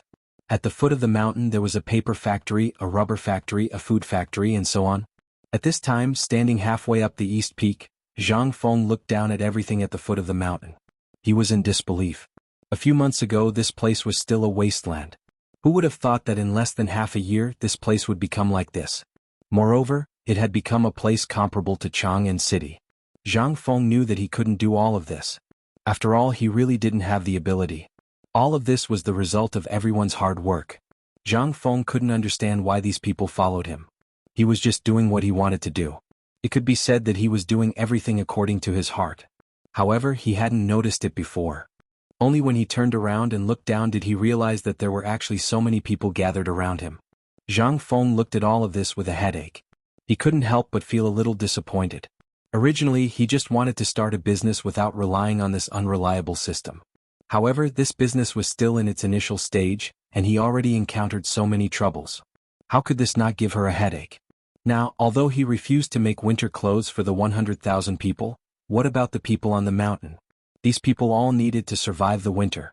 Moreover, the temperature on Mount Kuei was much lower than that of Chang'an City at the foot of the mountain because of its altitude. Although the temperature of Chang'an in this era was very pleasant, it was still very cold in this winter. The clothes for these thousands of people became his biggest headache at this time. After all, more than 3,000 students, more than 50 Confucian scholars, more than 300 people in charge of logistics in Tonghui Fang, more than 1,000 craftsmen and Lao He. These people were all his old subordinates. However, at this time, a series of shouts pulled Zhang Feng back to reality from his thousands of thoughts. He saw that not far away, several craftsmen were cutting trees on the mountain. When a big tree not far from Zhang Feng fell down with a loud bang. Everyone also saw Zhang Feng, who was in a snow-white robe. Everyone was stunned at first and then couldn't help but roar excitedly. "Dean? The Dean is here." Along with the exclamation, Gan Ziyuan also hurried over with a stick in his hand. When he saw that it was really Zhang Feng, he was immediately wild with joy. "Dean, why are you here alone? You should have told me in advance." Gan Ziyuan. Zhang Feng was surprised. He hadn't seen him for a long time. At this time, Zhang Feng really didn't recognize him. After all, this time Gan Ziyuan was dressed a little shabby. Zhang Feng looked at Gan Ziyuan with some surprise, pointed at the wooden stick in his hand and asked, "Old Gan, what's wrong with you?" Gan Ziyuan heard, waved his hand and said with a smile, "Hey, you're talking about this. Isn't this for work? The weather is cold, so I came up the mountain to work and warm up. Let's go, I'll take you to the textile factory. Now the textile factory is amazing." While speaking, Gan Ziyuan pulled Zhang Feng in the direction of the textile factory. After Zhang Feng left, the people who went up the mountain were peeling the bark and arranging the wood. Zhang Feng looked at the red tree deeply, then looked at the thin clothes on Gan Ziyuan's body, and couldn't help but ask, "Old Gan, do the people who go up the mountain now wear such clothes?" Chapter 1676. Clothes again. This was the topic that Zhang Feng heard the most today. At this time, Zhang Feng was silent. Gan Ziyuan seemed to have noticed Zhang Feng's silence at this time and could not help but ask in surprise, "Dean, what's wrong with you?" Zhang Feng did not leave. Looking at the construction site that was bustling with activity not far away, he said, "Old Gan, tell me the truth. Are you all wearing unlined clothes?" Gan Ziyuan was stunned. He said indifferently, "We're the ones who put in the effort, so we can't wear thick clothes. Once we wear them, we won't be able to see anyone in less than 3 days." "Then you were peeling the bark just now to make clothes?" Zhang Feng interrupted Gan Ziyuan and said, "Old Gan, what are these people peeling the bark for?" In an instant, Gan Ziyuan was silent. Looking at Zhang Feng's strange expression, he began to falter. "Well, it's going to be Chinese New Year soon, and the construction site needs wood. We're thinking of getting some bark while we're cutting down trees and hiring people to make some clothes. After all, thanks to the Dean, we've made a lot of money this year. So, my brothers wanted to buy some new clothes. I was worried, so I followed them. I didn't expect to run into the Dean. But we definitely didn't delay the construction. I can guarantee this with my head." Zhang Feng's breathing could not help but become a little rapid. Looking at the craftsmen who were peeling the bark and the craftsmen who were curled up in the corner, Zhang Feng suddenly felt that he seemed to have failed.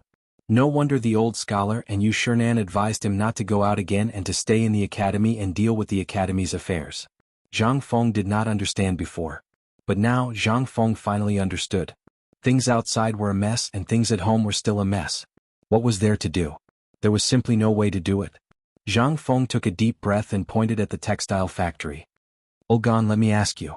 Do you know what this place is used for?" Gan Ziyuan saw Zhang Feng's dignified look and didn't dare to be careless. He hurriedly said, "I don't know, but I heard that it is a textile factory. It should be a weaving workshop. We have no right to ask the dean's decision. We only know how to do what we should do." Over the course of a few months, Zhang Ruochen had been in a daze. Gan Ziyuan could clearly feel the changes on the mountain. Among the people he brought here as well as the people he called here before, almost every craftsman was paid 10 copper coins a day. No matter where they were, they would receive such a high salary. The most important thing was that every 3 to 5 days, they could go to the cafeteria and have a free meal when the students were teaching. There was plenty of wine and meat. Furthermore, he would pay his salary on time every month and he would never be late. These were enough for a stone golem to fuse, right? They were the lowest of the low, but in this place they received the same treatment as the students. Sometimes, the students even had to come here to work and work together with them. It was just like that. In this world, perhaps only White Deer College was like this. Zhang Feng's heart was slowly changing without him knowing. After a moment of silence, Zhang Feng said, "This is indeed a textile factory. In the future, it will be one of the largest textile factories in the Tang dynasty. Every day there will be white cloth produced here, and thousands of clothes will be distributed from here. This is my purpose for setting up this textile factory." Gan Ziyuan didn't know whether Zhang Feng could do it or not.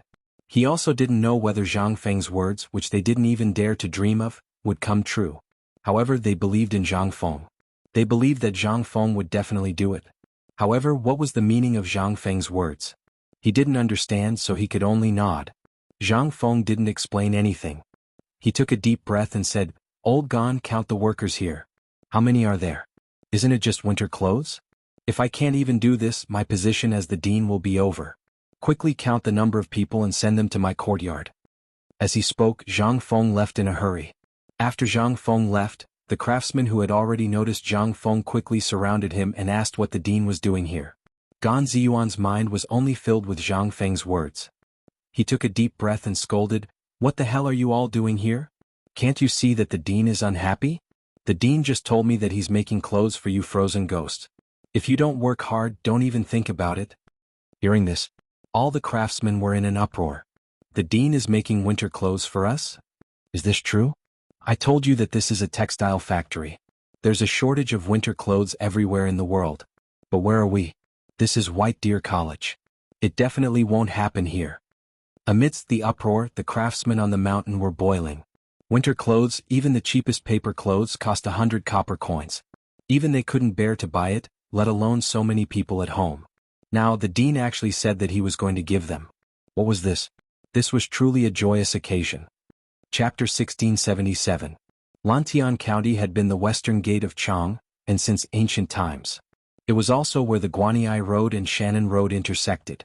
At this moment, a group of youths were waiting in boredom at the foot of an ancient tree that was at least 100 years old.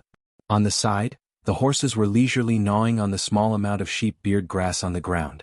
At this moment, all of a sudden the horses seemed to be startled. They snorted in a panic, pricked up their ears and spun around in circles. When the youths saw this, they were shocked and sat up straight. These youths were wearing the uniform of White Deer College. They were Ching Chumo and the others.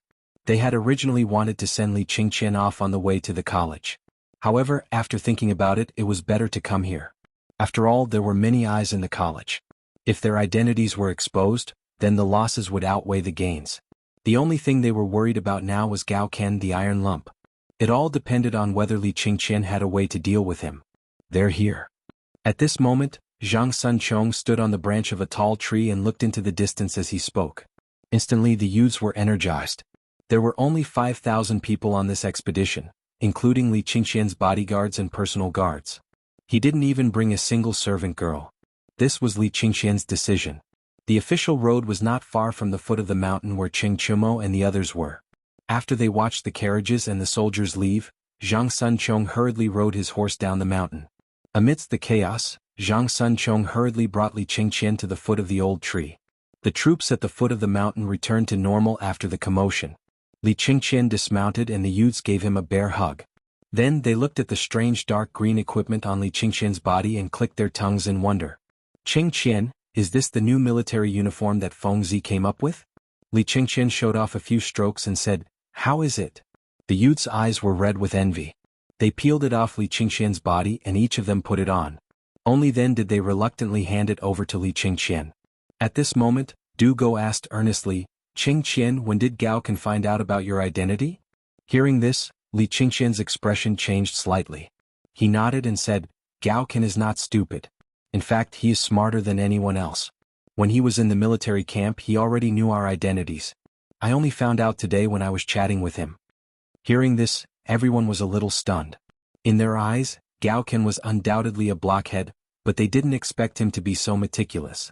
Li Qingqian shook his head and said, "I think Fengzi sent him to Qiuzi City with me because he values his meticulous thinking. Do you think any of the people Fengzi accepted are stupid?" Now that he said that, only then did everyone come to a realization. Since he said so, then he must be clear about our relationship with Fengzi, right? Li Qingqian nodded and said, "He said today that as long as we don't have any bad intentions towards Fengzi, he will pretend not to know.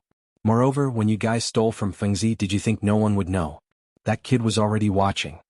At this moment they couldn't help but look at each other. This guy was an existence that could even beat up the Yuchi brothers.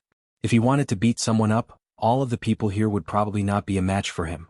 And this time Fengzi sent him to Qiuzi. This also had a profound meaning. However, at this moment they couldn't figure out what Zhang Feng was planning. Li Qingqian looked at the Yuchi brothers and Fang Yai and said, "That guy is waiting for you at the foot of the mountain. After all, you guys have a good relationship after fighting. Aren't you going to send him off? That guy has been waiting for you all the way."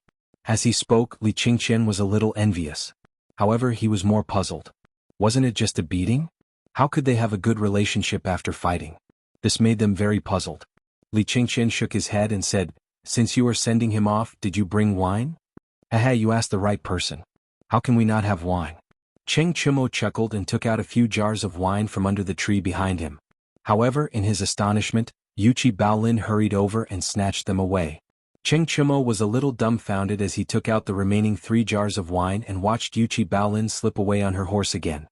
He could only speechlessly say, "Fine, I was just saying that we could drink to our heart's content today. This kid really dared to take 4 jars of wine in one go.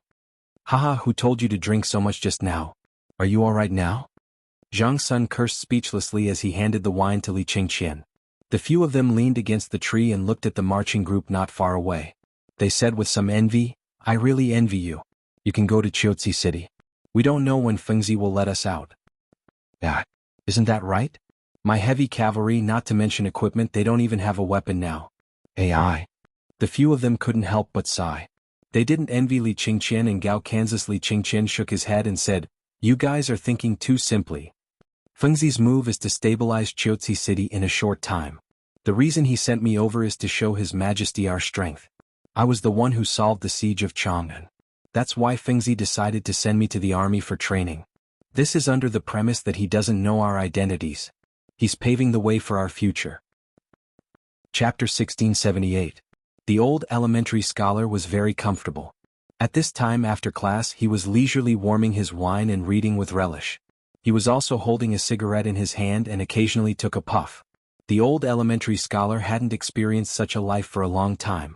In his memory he hadn't experienced such a feeling for at least 10 years. Only after attending White Deer College and thanks to Zhang Feng, did he have everything he had today. Although there were some shortcomings, it didn't affect the overall situation. Especially at this time, with such a magical book to study every day and teach with so many students every day. Such a life was a real paradise for the old elementary scholar. However, the only thing that worried him was Zhang Feng, the silly boy. He knew about what happened today and knew about the identity of Li Shimin and the others. But after seeing that they posed no threat to Zhang Feng, he didn't say anything. But from the beginning of the incident in Chang, and until now, everything had changed silently. The old elementary scholar couldn't recognize it anymore. Especially after the phosphate fertilizer factory and the rubber factory were set up. All of this made the old elementary scholar a little fearful. This was not the most important thing. The most important thing was that the old elementary scholar was really uneasy after seeing those murderous weapons in the workshop last time. In addition, there was a loud noise from Chang and City last night. Although no one on the mountain heard it, after all, it was so far away, but someone talked about it. Every day people came and went from the academy and the market at the foot of the mountain. In less than 2 hours the news had spread on the mountain. The noise from the palace in the middle of the night was not simple.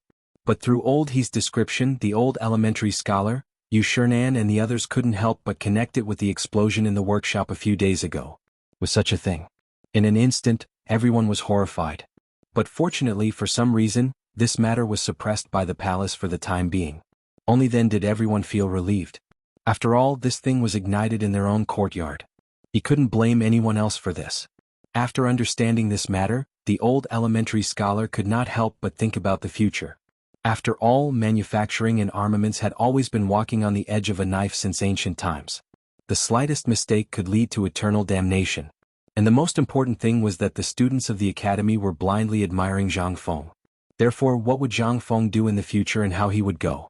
That was the most important thing. After all, at this time, not only was it not very peaceful outside, there were also countless people waiting and watching Zhang Feng. If Zhang Feng were to come up with this at this time, wouldn't it mean that Zhang Feng was completely on the side of the military ministry? This would be fatal to Zhang Feng and the future of the academy.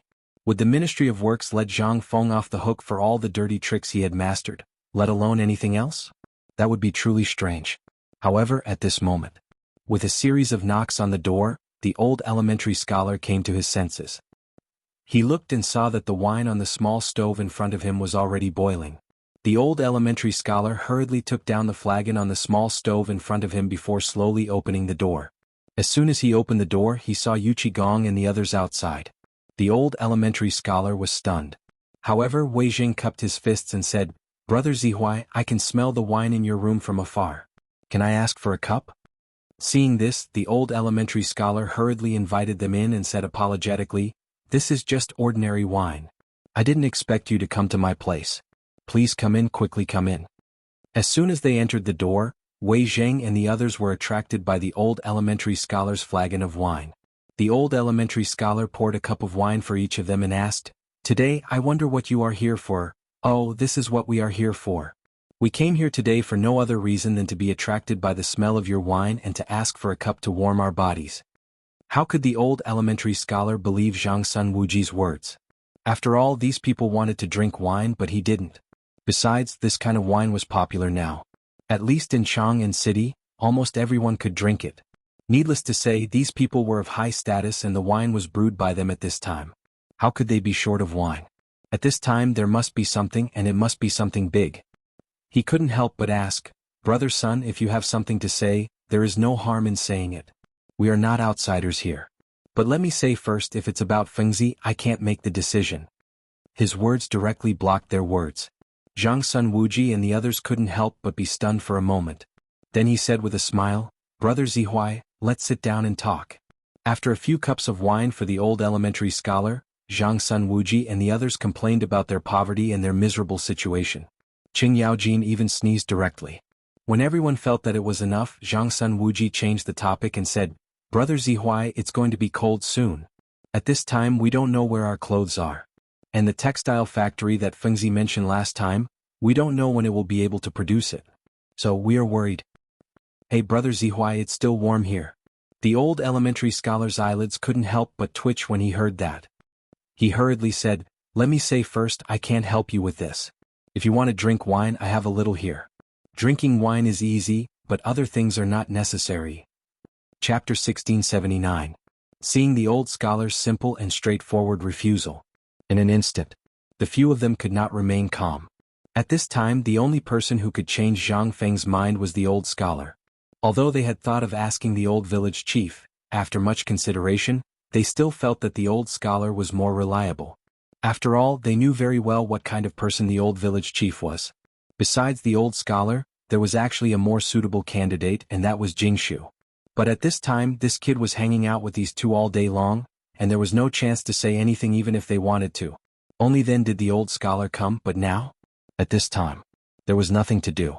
Once the old scholar refused, it meant that there was almost no possibility of these great scholars agreeing. After all, these people were all of the same breadth and branch as the old scholar. At this time, the wine that they were drinking was no longer as sweet as before, especially Yu Qigong. At this time, when he saw the old scholar, his face changed instantly. He hurriedly begged, Brother Zihuai, please be magnanimous and help me. Last time, Fengzi said that he would leave the textile factory to me and you all heard it. But today I don't know what wrong medicine Fengzi took, he actually said. If he does this, even old man can't do anything about it. And this is a big matter that benefits the country and the people.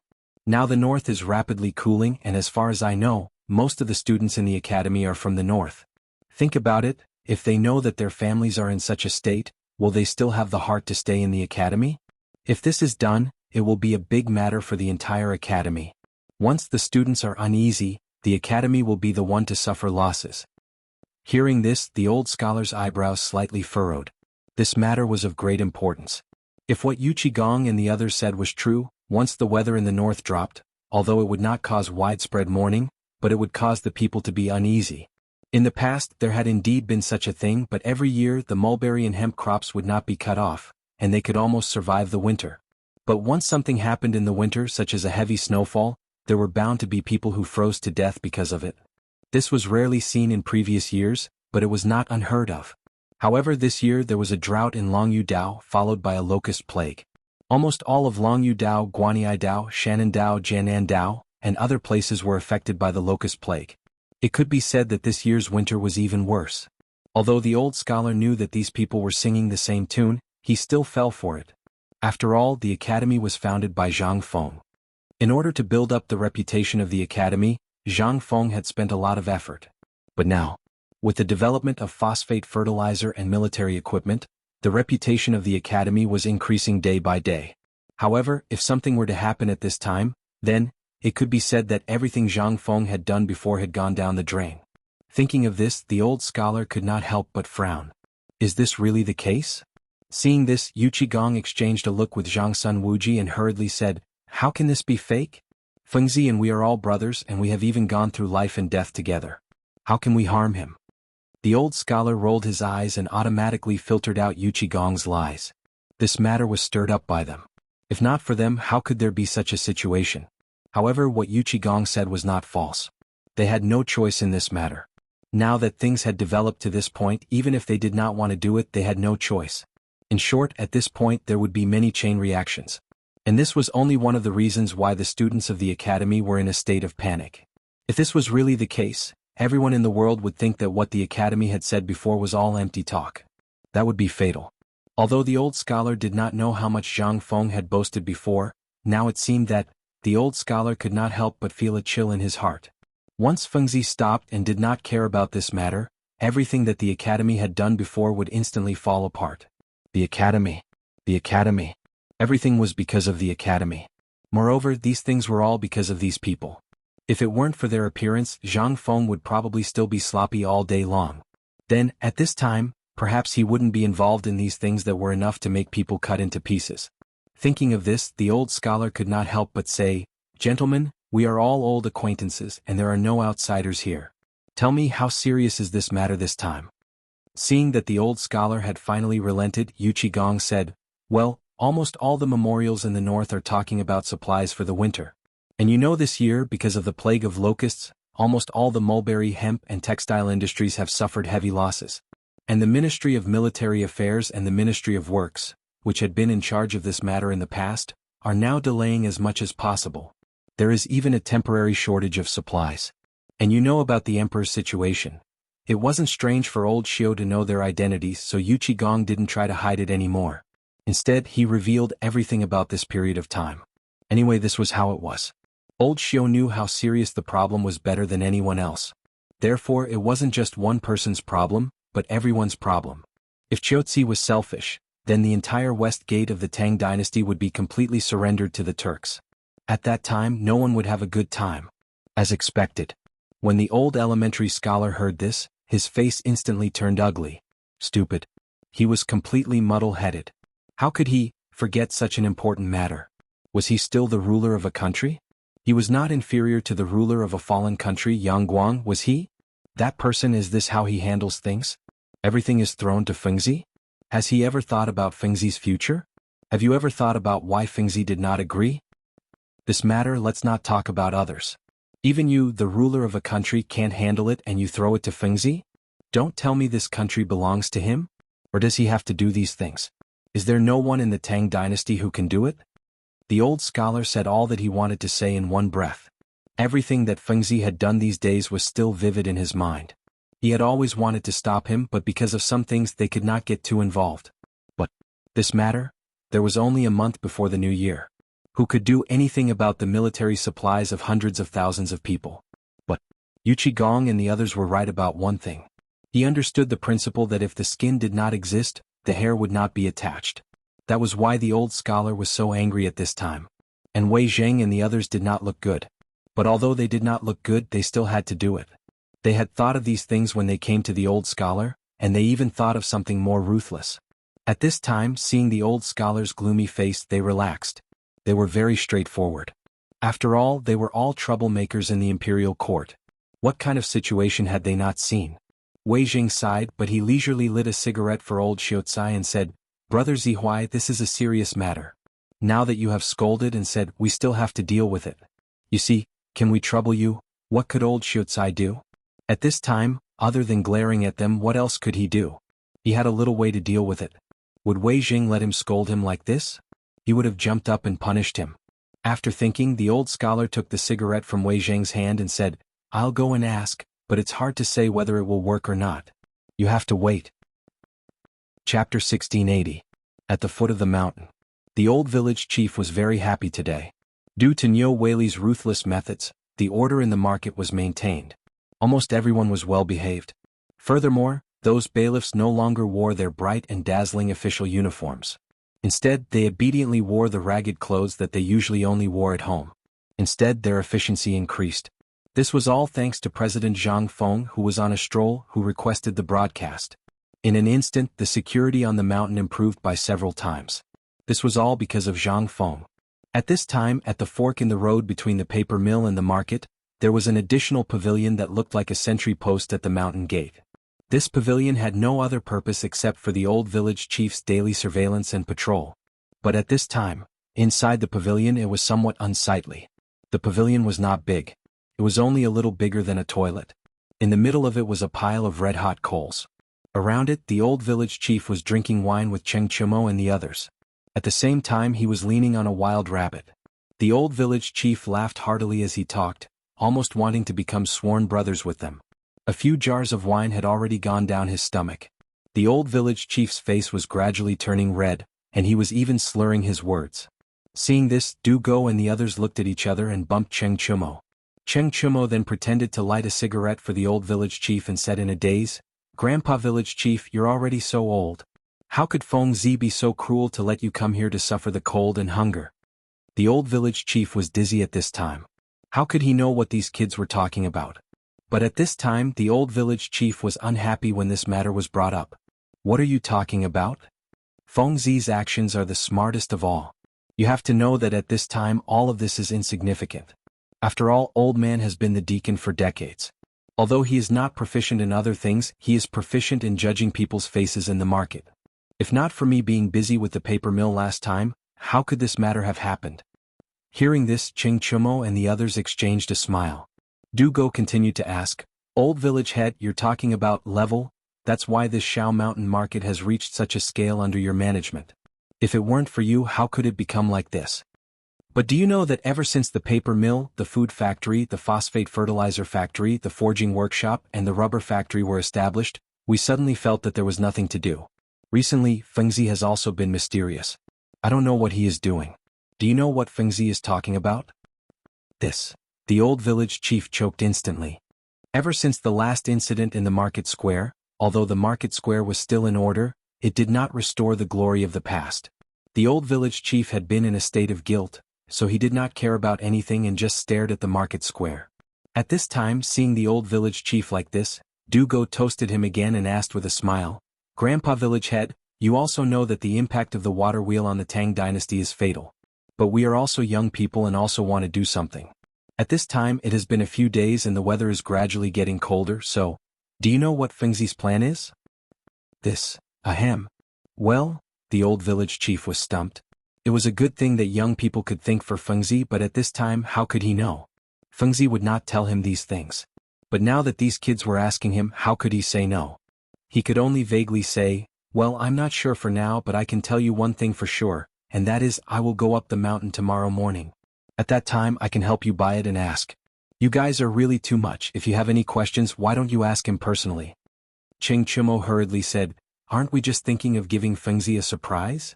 Previously, we heard that Fengzi wanted to build a textile factory, the kind that can produce hundreds of bolts of cloth a day, so we were thinking of asking you to help us ask if you can give it to us. The old village chief was naturally aware of this matter. At this time, when he heard them say this, the old village chief instantly understood. No wonder these brats came to drink with him today. They wanted to attract business. When he thought of the money from the paper mill being divided among them, the old village chief's heart was bleeding. If it were not for Fengzi's desire to be a hands-off shopkeeper and there was really no one on the mountain that he could use, the old village chief would not have tolerated Zhang Feng's squandering. At this time, seeing that the few of them were thinking of this textile factory, instantly the old village chief's expression changed and he asked, what did you say? You said that it can spin hundreds of bolts of cloth a day? Seeing this, the few of them nodded. They said, that's right. Fengzi has said it more than once. So you see. Without waiting for Cheng Chumo and the rest to finish, the old village chief hurriedly opened the door. As he walked, he hurriedly muttered, wait, I'll go and ask this prodigal. Why didn't he discuss such a big matter with us? Chapter 1681. At this time, the temperature in Chang and city was very pleasant. Although it was early winter, there was almost no coldness at this time. Only in the morning and at night could one feel a trace of coldness. The autumn planting had just ended. The popularity of the phosphate fertilizer matter had not dissipated yet. Although the authority of the phosphate fertilizer agent and the manufacturing authority were slowly transferred to the Ministry of Works. However, with so many people and so many demands, the Ministry of Works Agriculture Temple was almost overwhelmed. Therefore, some merchants saw the momentum and plunged into the market. Although there was no written rule that phosphate fertilizer could not be sold privately at this time, it had just been popularized. The Ministry of Works itself had not figured out all the manpower and procedures. If they figured it out, who would know what twists and turns were involved in this? Therefore, under the instigation of Cheng Chumo, Du Go, and the others, Lao Li and the other consortiums came into being. Although this Lao Li was not a despicable Lao Li, he was hired by Li Shimin to replace him. This could be considered as an explanation to everyone. There was nothing wrong with doing this. This was also the decision made by Li Shimin after thinking hard. After all, Chang and city was only so big. If the news was leaked or if one day Zhang Feng was out of his mind and went to their house for a visit, then there would be big trouble. And this Lao Li, Lao Wei and the others, although they were strictly selected from the palace, these people were almost all part of it. Almost everything was handled by Cheng Chumo, Du Go and the others.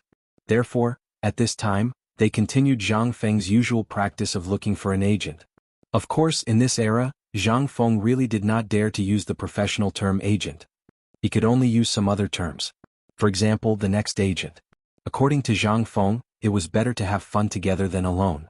Therefore, Cheng Chumo and the others also became hands-off managers.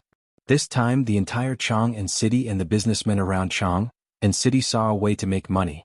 Although the price of phosphate fertilizer was only 10 copper coins for 2 caddies, it was still a burden for the commoners. After all, no matter how little it was, every household had at least 3 to 5 mu of land. Even if it was just 1 mu of land, according to the Ministry of Works, using 5 caddies per mu of land was still an astronomical figure. But there was no other way. In order to fill their stomachs, everyone was throwing money into it. This allowed Zhang Feng and Li Shimin to earn a lot of money. At this moment, Chang and was experiencing an unprecedented prosperity. There was no other way. He had already finished drawing, so he had to earn some money, right? Moreover, it was almost the end of the year. It was time to prepare some things for the new year. Therefore, the number of peddlers doing business in Chang and city suddenly increased by dozens of times. At this time, walking on the streets of Chang and city, Zhang Feng swayed and ate snacks while looking left and right. He really took a fancy to a few good things. Today, after saying goodbye to Wei Zheng and the others, Zhang Feng ran away with Zhang Yuyao and Jingshu's children. It was rare to have peace and quiet. Zhang Feng was not a god. Naturally, he also wanted to enjoy his free and unfettered life. Moreover, it was wishful thinking to make 100,000 sets of winter clothes in a month's time. Besides, there was no cotton, not to mention eider down or goose down. In this era, Zhang Feng was puzzled. Why was there not even cotton? However, when Zhang Feng was hit by the warm wind, he instantly understood. This might be because the temperature in this era was really as warm as spring. Although Zhang Feng had not been to Sanya and Chang, and at this time, in comparison, the temperature here was not inferior to Sanya in the future. Only then did he realize what had happened. However, at this time, Zhang Feng stopped at the stall of a woman in a pink dress that had been starched until it was white. It was mainly the things in the woman's stall that attracted the last bit. The stall was very small. It was almost a piece of linen on the ground. On the linen, there were stacks and bundles of delicate dried flowers neatly arranged. Zhang Feng squatted down and looked at the various types of dried flowers. He smiled and asked, "Madam, are these dried flowers for sale?" Zhang Yuyao and Jingshu were also attracted by the dried flowers in front of them. After all, it was not easy to preserve fresh flowers, and it was even more difficult to make them into dried flowers. As for this woman, although she was dressed very plainly, not a single hair was out of place. Especially her hair, it was even neatly combed. Seeing that Zhang Feng and the other two's actions were not ordinary, she smiled and bowed. She said, "Mister, may I ask why you're buying these flowers?" Zhang Feng was a little confused. He asked, "Don't you buy flowers because you like them? Then this old woman will not sell them."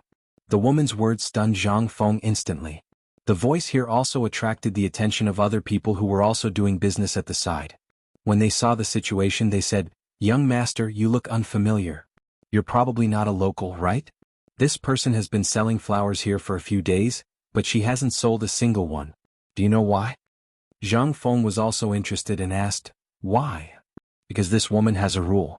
She said that only those who cherish flowers are qualified to buy them. Other than that, no one can buy from her." "Oh my God. He is Zhang Feng. He is President Zhang." In an instant, among the onlookers, someone suddenly recognized Zhang Feng. He exclaimed. As for the woman, although she was also a little surprised, she just looked at Zhang Feng a few more times. That was all. Zhang Feng gestured to the crowd and then asked, "May I ask, what is this flower? What is cherishing flowers? What is loving flowers?" Hearing that, in an instant all the onlookers could not help but gasp. A moment later, someone in the crowd shouted, "Young Master Zhang, you're awesome." Chapter 1682. In fact, Zhang Feng was also a little angry, but he understood a little bit of this person's idea. After all, for a person who was obsessed with a certain Tao, this thing was his lifeblood. For example, the thing that a scholar couldn't bear the most was others destroying some words, no matter whether these things were good or bad. Another example was a person who left a deep impression on Zhang Feng. Kong Yiji. This person also represented the hearts of countless people. And what he said just now was also a question to this person. The woman was also silent for a while. She squatted down and caressed the dried flowers on the ground. She said, "Young Master Zhang, I don't understand the principles you speak of, but I do know that these flowers are alive. If you really feel sorry for them, then just like how you feel sorry for the books in your academy, I feel the same way for these flowers." Jingshu's and Zhang Yuyao's eyes couldn't help but twinkle. They couldn't help but pull Zhang Feng's lapel behind his back. After giving his children a reassuring look, Zhang Feng said, "Madam, I understand what you said, but these things will only show their value in the hands of those who really need them. If you blindly appreciate their beauty, then why do you care about them? The meaning of life lies in the moment when it blooms. This is a matter of time. Just like a person, he is indeed alive, but a person's beauty doesn't lie in his moment, but in his journey of life.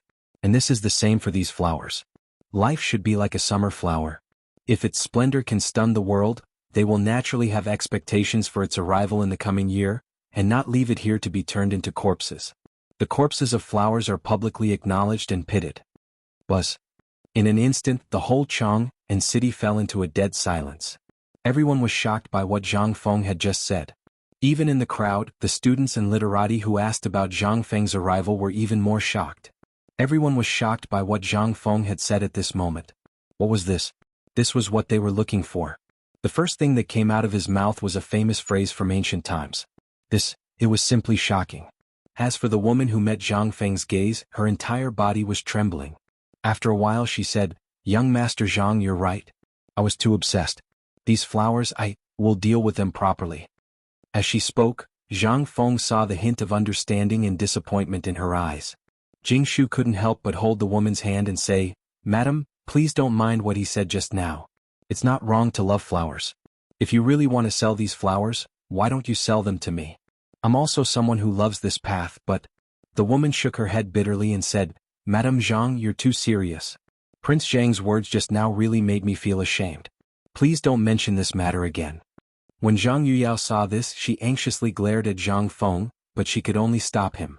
Zhang Feng was also helpless under the glare. He could only stop the woman and say, "Madam, don't be anxious.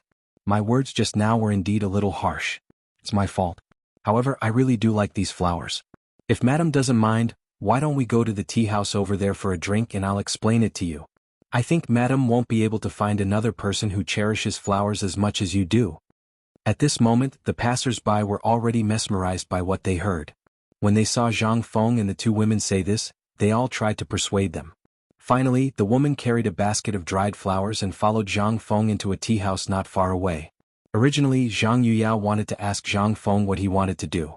One moment he was the one who talked about others and the next moment he was the one who invited others. She couldn't help but feel a little confused. However, she was stopped by Jingshu in the end. As soon as they entered the tea house, the owner hurriedly asked everyone to make room for Zhang Feng. There was no other way. Zhang Feng's reputation was too big. Moreover, at this time Zhang Feng called people over. There must be something important to discuss. This was a living signboard. Who dared to offend Zhang Feng? They simply didn't want to live anymore. Other than leaving a few waiters to serve them, the rest of the people were all driven to the hall on the first floor. Zhang Feng and the others were invited to a private room on the second floor. Even those high-ranking officials as well as those second-generation rich people didn't dare to let out a fart. Who was Zhang Feng? He was king god of slaughter. Zhang Feng was also a little depressed. However, he had no choice. He was too lazy to waste his breath on these people. Moreover, he also wanted to have some peace and quiet. After all, when he saw the dried flowers just now, he instantly thought of another way to make money. This thing was not simple. Originally, he wanted to take the two girls to Jiangnan. After parting with you, last time, the people who were sent by Zhang Feng to protect you, also sent some news. However, they heard that Yuer's family and that so-called young master seemed to be crazily pursuing Yuer. Zhang Feng couldn't help but feel angry. However, he didn't dare to say it. Old Li and the others, once he told them, they would definitely cause a huge commotion. He was the one who was in the wrong in this matter. He was the one who ate the other party. This matter was still covered up until now. If they caused a commotion, he was afraid that, however, after seeing the dried flowers, Zhang Feng had an idea. Therefore he had an idea. As soon as he entered the door, Zhang Feng directly asked, "May I ask if Madam's family has declined?" Chapter 1683. Zhang Feng's words had undoubtedly hit the woman's sore spot. However, Zhang Feng's eyes were sharp. Although the woman was dressed very plainly, her dress was very exquisite and she loved flowers. This was not something an ordinary family would do. That was why Zhang Feng asked this question. However, at this moment, the woman's expression suddenly changed, but she forced herself to be calm and said, "Why are you asking this? Does the young master have other matters? If not, then don't tease me." Seeing this, Zhang Feng was even more certain of his guess. He said indifferently, "Madam, don't be anxious. The matter of the flowers is easy to deal with. It was inconvenient to check in that filthy place outside, so I hope Madam won't blame me. I saw that there were many peonies among Madam's flowers. These flowers are not something an ordinary family can have. That's why I asked. If I have offended you, I hope Madam won't take offense." Zhang Feng stared indifferently at the woman.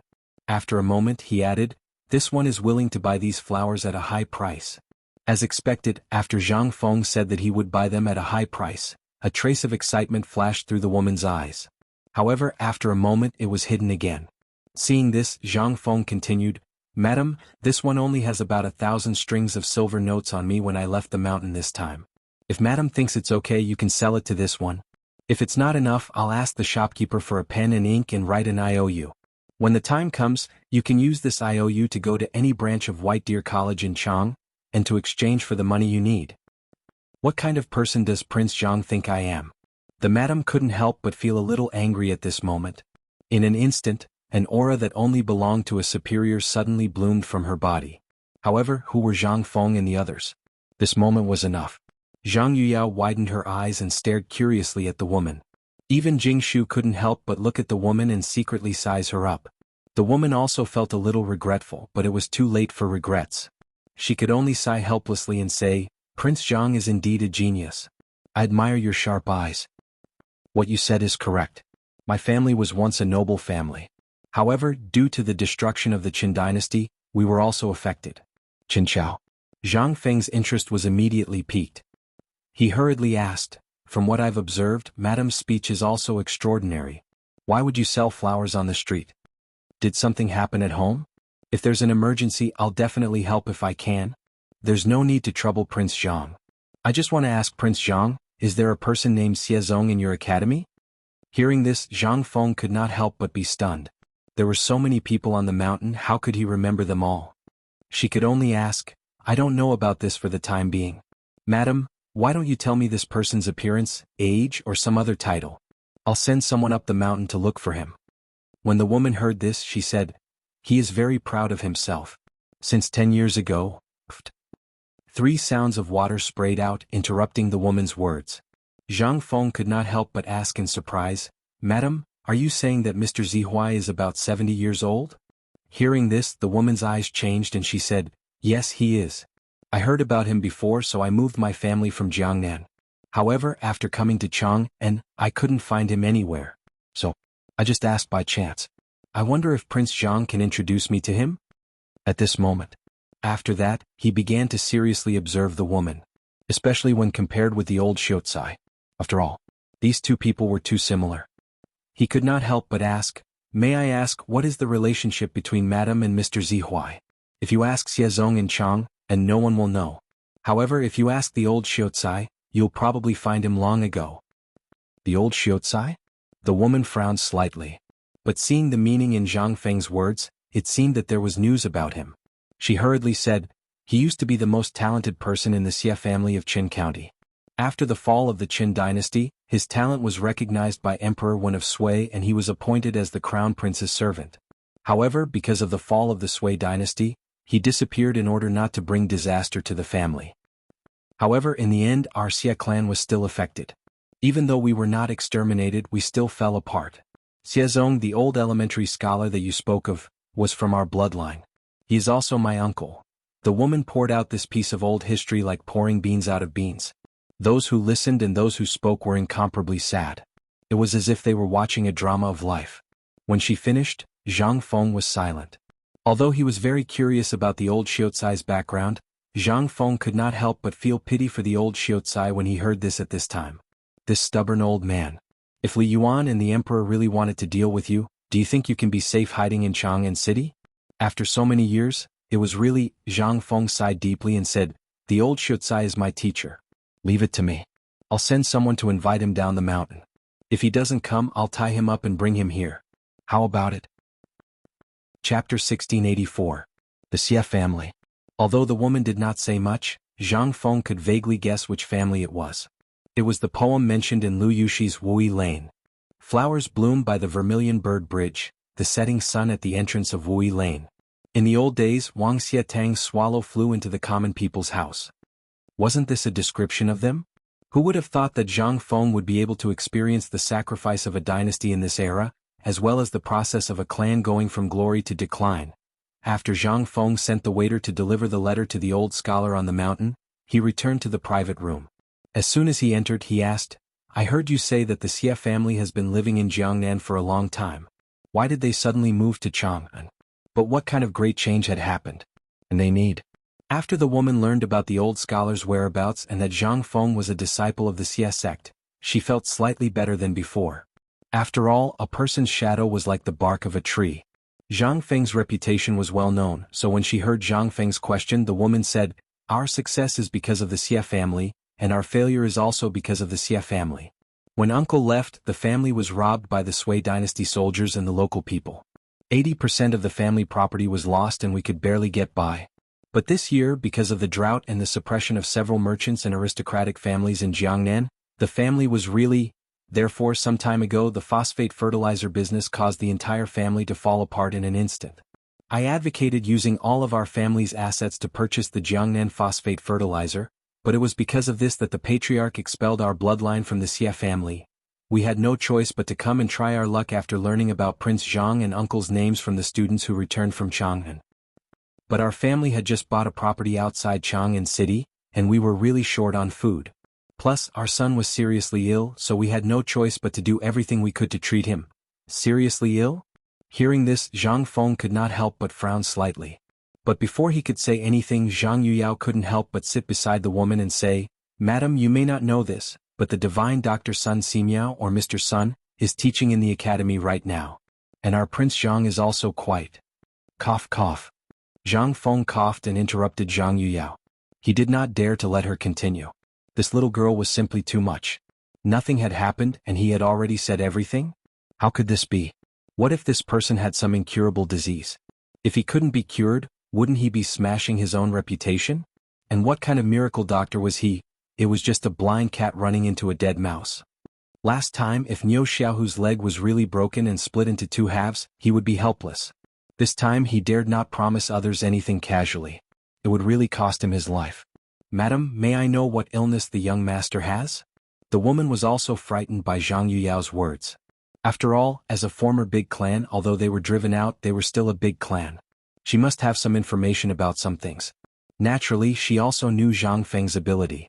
At this time, seeing this, she hurriedly explained the illness. Zhang Feng couldn't help but frown and said, according to the illness you said, it should be lung disease, but has this lung disease been diagnosed before? I found out, but the doctors told my son to avoid meat and fish, and not to be exposed to the wind. However, it has been several years and there hasn't been any improvement. There is only one male in the family, and my son is known in the family as a talent who has the potential to surpass uncle. However, his fate is full of misfortune and I have no other choice. Moreover, my son's monthly medical expenses are simply astronomical, so the woman said it with tears in her eyes. Jingshu and Zhang Yuyao were also in tears. Seeing this, Zhang Feng felt a headache. Fu*K, if Zhang Feng saw that quack doctor, he would definitely cut him into pieces. Fu*K, is there anyone who treats patients like you? Fu*K, you can't just care about money and ignore people's lives, right? Lung disease was mainly to clear the lungs and stop coughing. What was needed was fresh air. Moreover, this disease did not have any other requirements regarding diet. As long as one avoided spicy and stimulating food, there was no need to king abstain from eating meat. Wasn't this killing people? Zhang Feng felt a sense of cynicism and sighed, this illness isn't a big problem. I'll get Divine Dr. Sun to take a look at it later. Furthermore, I'll write something for you to change your living environment. Hearing this, the woman said with some doubts, Prince Zhang, what you said is true? Zhang Feng couldn't help but spread out his hands. The woman smiled apologetically, and then hurriedly pushed the dried flowers in her hand to Zhang Feng respectfully and said, to be honest, there are some at home. But as for the consultation fee, I will send the full amount later. Since Prince Zhang likes this flower, I have nothing else. Just take it as a gift for Prince Zhang to play with. Chapter 1685. A family that used to be glorious. Since when did they do this for a disease? Zhang Feng couldn't help but sigh with emotion. Looking at the flowers in front of him, Zhang Feng asked again, how many of these things do you have in your house? If you have, I'll take them all. How much should they cost? I won't give you a penny. Prince Zhang, are you humiliating me? Before Zhang Feng could finish, the woman flatly refused Zhang Feng and said, these things are valuable, but compared to my son's life, they are nothing. This is just an ordinary perfume sachet. If you want it, there are a lot of it in the south of the Yangtze River. You can buy half a kilogram of it for 1 penny.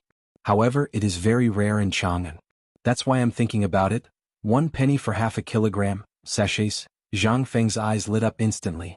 The woman couldn't help but turn pale. Although the woman looked a little down, she couldn't hide her beauty. She was not as beautiful as Jingshu Yuyao or Yuhe. However, the charm of a mature woman had long been coveted by lechers in Jiangnan. Moreover, the woman was only in her 30s. At this moment, Zhang Feng's eyes made the woman feel a little disgusted. Since her husband passed away, she could often see this kind of greedy eyes from the servants, the clan members and the passers-by. But now, the woman couldn't help but want to cry. In the past she would have turned around and left. However, only Zhang Feng could save her son now. How could she dare to leave? Madam, you said that this kind of dried flower is everywhere in Jiangnan? The woman patiently nodded her head in response. When Zhang Feng heard this, he immediately burst out laughing. We're rich, we're rich. Ha ha ha, Jingshu Yuyao, we're going to be rich. Hearing the question marks on the three women's heads, the woman came to her senses at this time. Zhang Feng was not that kind of lecher.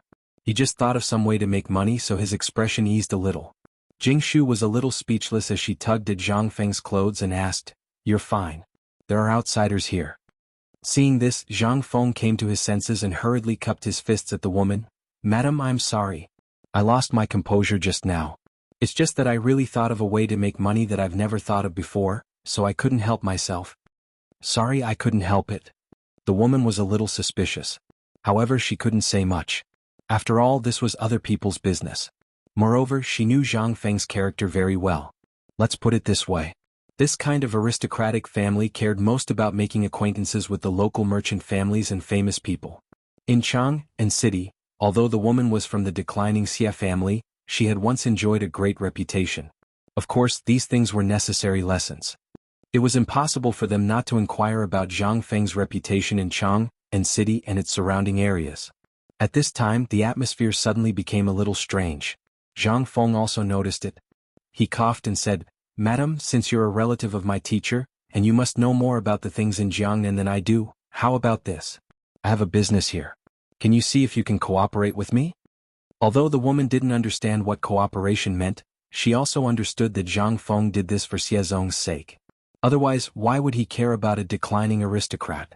However, this was also the woman's expectation. How many years had it been? The Xie family tried everything to climb up the social ladder, but no one dared to provoke the remnants of the previous dynasty. Even if they used up all the remaining financial resources of the family in the end because of her husband's mistake, the Xie family suffered a great disaster. At this time, she didn't expect to meet Zhang Feng by chance because of buying flowers. Not only did he solve her son's illness, but he also solved the Xie family's urgent problem. At this time, because the Xie family had moved here, they only had enough money left to plant this autumn after purchasing the land title deed. If they didn't have a chance to survive, they would probably have a difficult new year. At this time, the woman couldn't help but ask, "Prince Zhang, if you have something to say, just say it.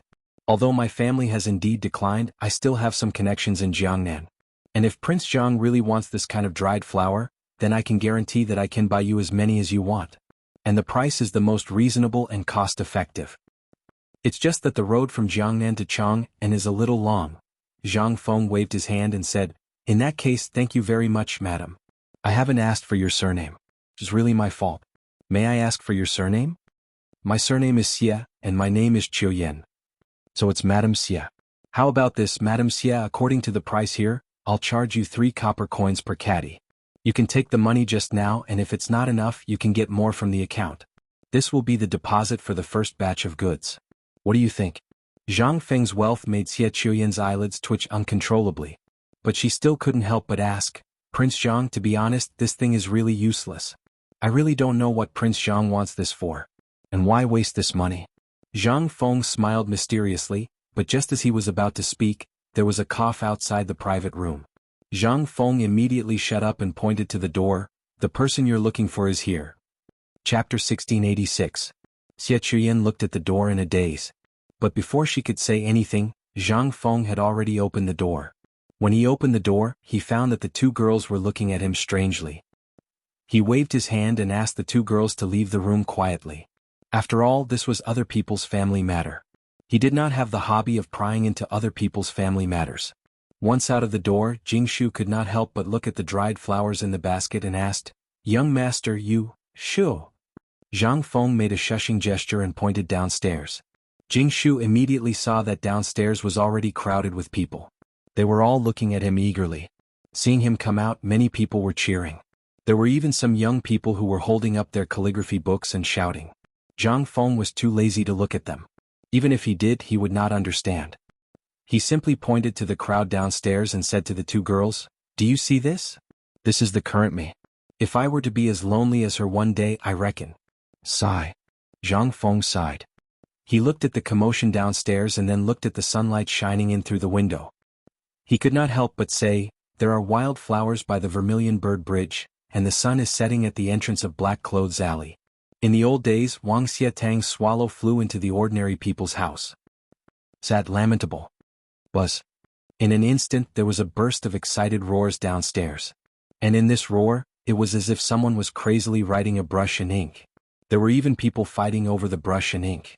Seeing all this, Zhang Feng felt even more upset. Looking at a female servant who was trembling with excitement, Zhang Feng shook his head and said, "Are there any more private rooms?" "Yes, yes, yes." The female servant was so excited that she could not complete her sentence. She just nodded her head like a chicken eating rice. Under Zhang Feng's signal, she finally reacted and hurriedly led Zhang Feng into another private room, some distance away from the old scholar and the old scholar's private room. As soon as they entered the door, Jingshu lit a cigarette for Zhang Feng and then looked at the dried flowers in a daze. After a while, Zhang Feng said cautiously, "Don't feel bad about this little bit of money. I can only say that this money is really worth it." "What do you mean?" the two girls asked in confusion. Zhang Feng smiled mysteriously and said, "Don't ask about this. In short, you will understand everything when you go to Jiangnan with me. I want to make something that only women can use and give it to you." Jingshu couldn't help asking, "What is it?" "Perfume. This thing is good stuff. It extracts the fragrance from the flowers and then smears it on the body. The fragrance will stay on the body for a few hours. So, do you like this thing? Also, the perfume made from different flowers will have different scents, and the effects will naturally be different as well. In short, we are destined to be rich." Almost all the women in this era didn't wear any makeup. And in this era, the thing that Zhang Feng couldn't stand the most was not taking a bath. They rarely took a bath. This was the thing that drove Zhang Feng crazy the most. Zhang Feng wanted to open a sauna or something in Chang'an City. This was simply too much for him, especially every time he sat in the house with Chentinyu and his father. It was simply too much. But this perfume was different. This thing could not only block the smell on the body, but also make people feel relaxed and happy. Once this thing was made, it would definitely be popular in the entire Tang dynasty. And the most important thing was, Zhang Feng was too embarrassed to say it. After all, the two girls were strong women. How could he say it out loud? Besides, Zhang Feng also wanted to go to Jiangnan to see Yu and experience the Jiangnan of this era. The most important thing was that he wanted to hide 100,000 military uniforms a month. Damn it. Even if he was a god, it would be difficult, right? And Jingshu and Zhang Yuyao were not stupid. At this time, at Zhang Feng's words, the two girls instantly realized that all this was prepared for Yu. "You said that all this was prepared for Yu? We still want to go to Jiangnan?" Zhang Feng was instantly speechless and said vaguely, "Well, Jiangnan has the most of this thing and you heard it just now. So I was thinking that if I leave this matter to you, it will be twice the result with half the effort.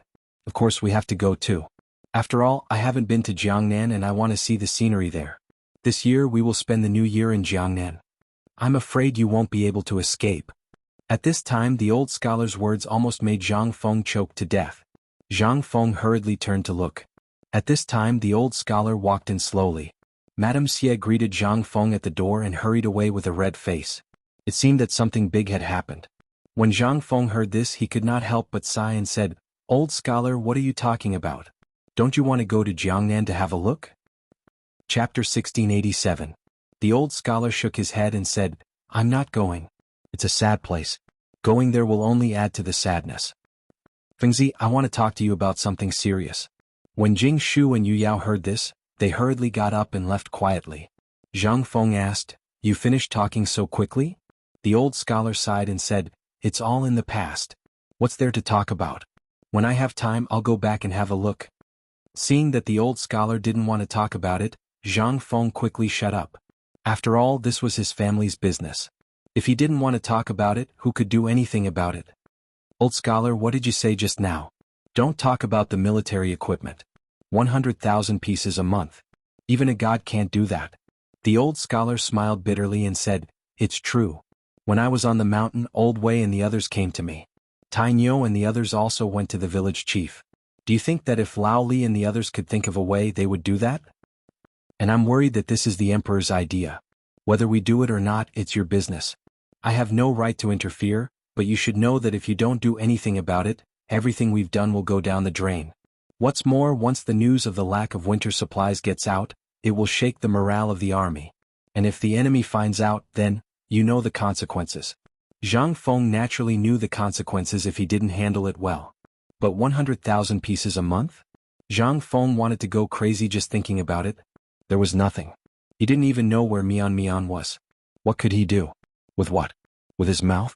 Therefore, Zhang Feng decisively slipped away. But he didn't expect these people to be so persistent. They directly went to find the old scholar. This was going to be troublesome. Zhang Feng coughed and said, "Old scholar, although I know about this, what should I do? What should I do? Although I know how to make this textile machine produce 500 bolts of cloth in a day, this thing is not the same as weaving. If you were to do something else, I would be able to pay you 100,000 yuan a month. But at this time I can't do anything about this. I can't possibly make some paper clothes to fool others, right? Speaking of which, the old scholar didn't say anything. He just undid his belt and waved his hand. Come and see what I'm passing on. Zhang Feng had been wondering if the old elementary scholar had gone senile, but now he understood. He hurriedly went forward to take a look. He saw the old elementary scholar pull at the inner shirt and then pull at the seam, revealing something underneath. Zhang Feng took a look. Good lord, this guy is really wearing paper clothes. This kind of paper was a bit like Shen paper, but the material was different. It was very soft, as if it was made from the bark of a tree and then pasted together with the technique of paper making. It also had a kind of elasticity to the touch, but the traces of sweat and grease had to be removed. Zhang Feng was a little surprised and asked, "Old scholar, your clothes are really made of paper. Can this thing be worn?" The old scholar rolled his eyes. "Then what do you think people of this era wear? What do you wear in winter?" Zhang Feng immediately shut his mouth. This question really made him speechless. When he first crossed over, he really didn't pay attention to what he was wearing. But at that time, it was early spring and he didn't feel that cold. Although the clothes he was wearing were a little thin, he was wearing at least 4 or 5 pieces of clothing, so he didn't feel that cold. He didn't know what people of this era wore. At this time, when he saw what the old scholar was wearing, Zhang Feng suddenly couldn't help but ask, could it be that they really wear clothes? The old scholar was a little speechless. He seriously doubted how Zhang Feng had survived the winter before. He could only blame it on Zhang Feng being young, so he didn't wear these things in winter. He just patiently explained to Zhang Feng, ordinary people basically have to endure the winter or use linen or the bark of this kind of tree to make clothes.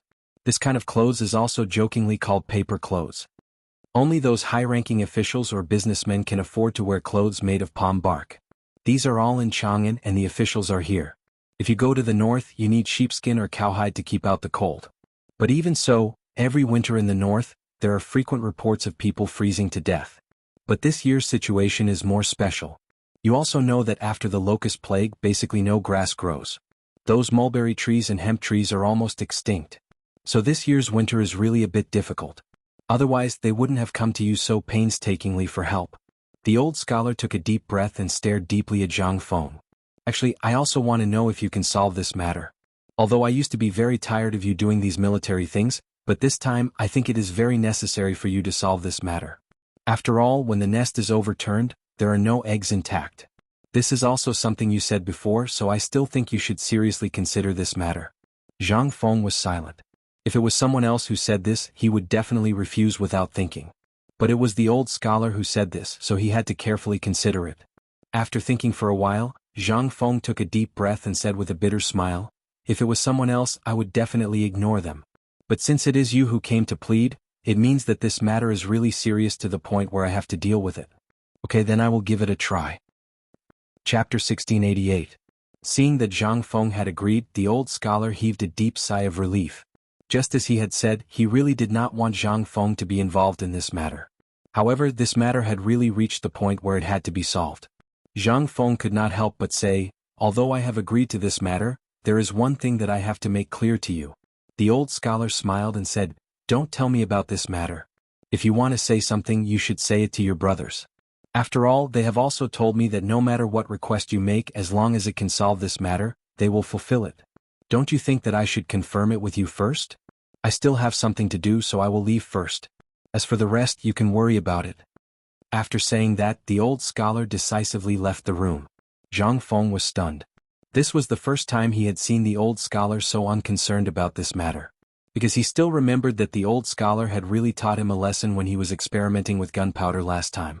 "I gave him a good lecture, and at that time he kept telling me not to do it. But now." Previously, the old scholar had told him not to get involved in this matter. But now. However, Zhang Feng could also understand this matter. If it was the first step that could be solved, the old scholar would not have been so anxious to persuade him. Zhang Feng was sure that if he still did not agree to today's matter, there would be countless people who would be persuaded to persuade him. Zhang Feng did not dare to try being brainwashed again. Furthermore, it was the horrifying scene of the 4 great Confucian scholars surrounding and brainwashing him. At this time, Zhang Feng fell into his own thoughts again. These things were for him to do. The first thing that came to Zhang Feng's mind was cotton. As soon as he thought of cotton, Zhang Feng could not sit still. He hurriedly followed the crowd downstairs. Although the downstairs was already blocked at this time, seeing that Zhang Feng was coming down, no one dared to stop him. They all opened up a path for Zhang Feng to escape from the scene. As soon as he got out of the door, Zhang Feng hurriedly hired a carriage and rushed towards his courtyard. Moments later, Zhang Feng appeared in the mansion.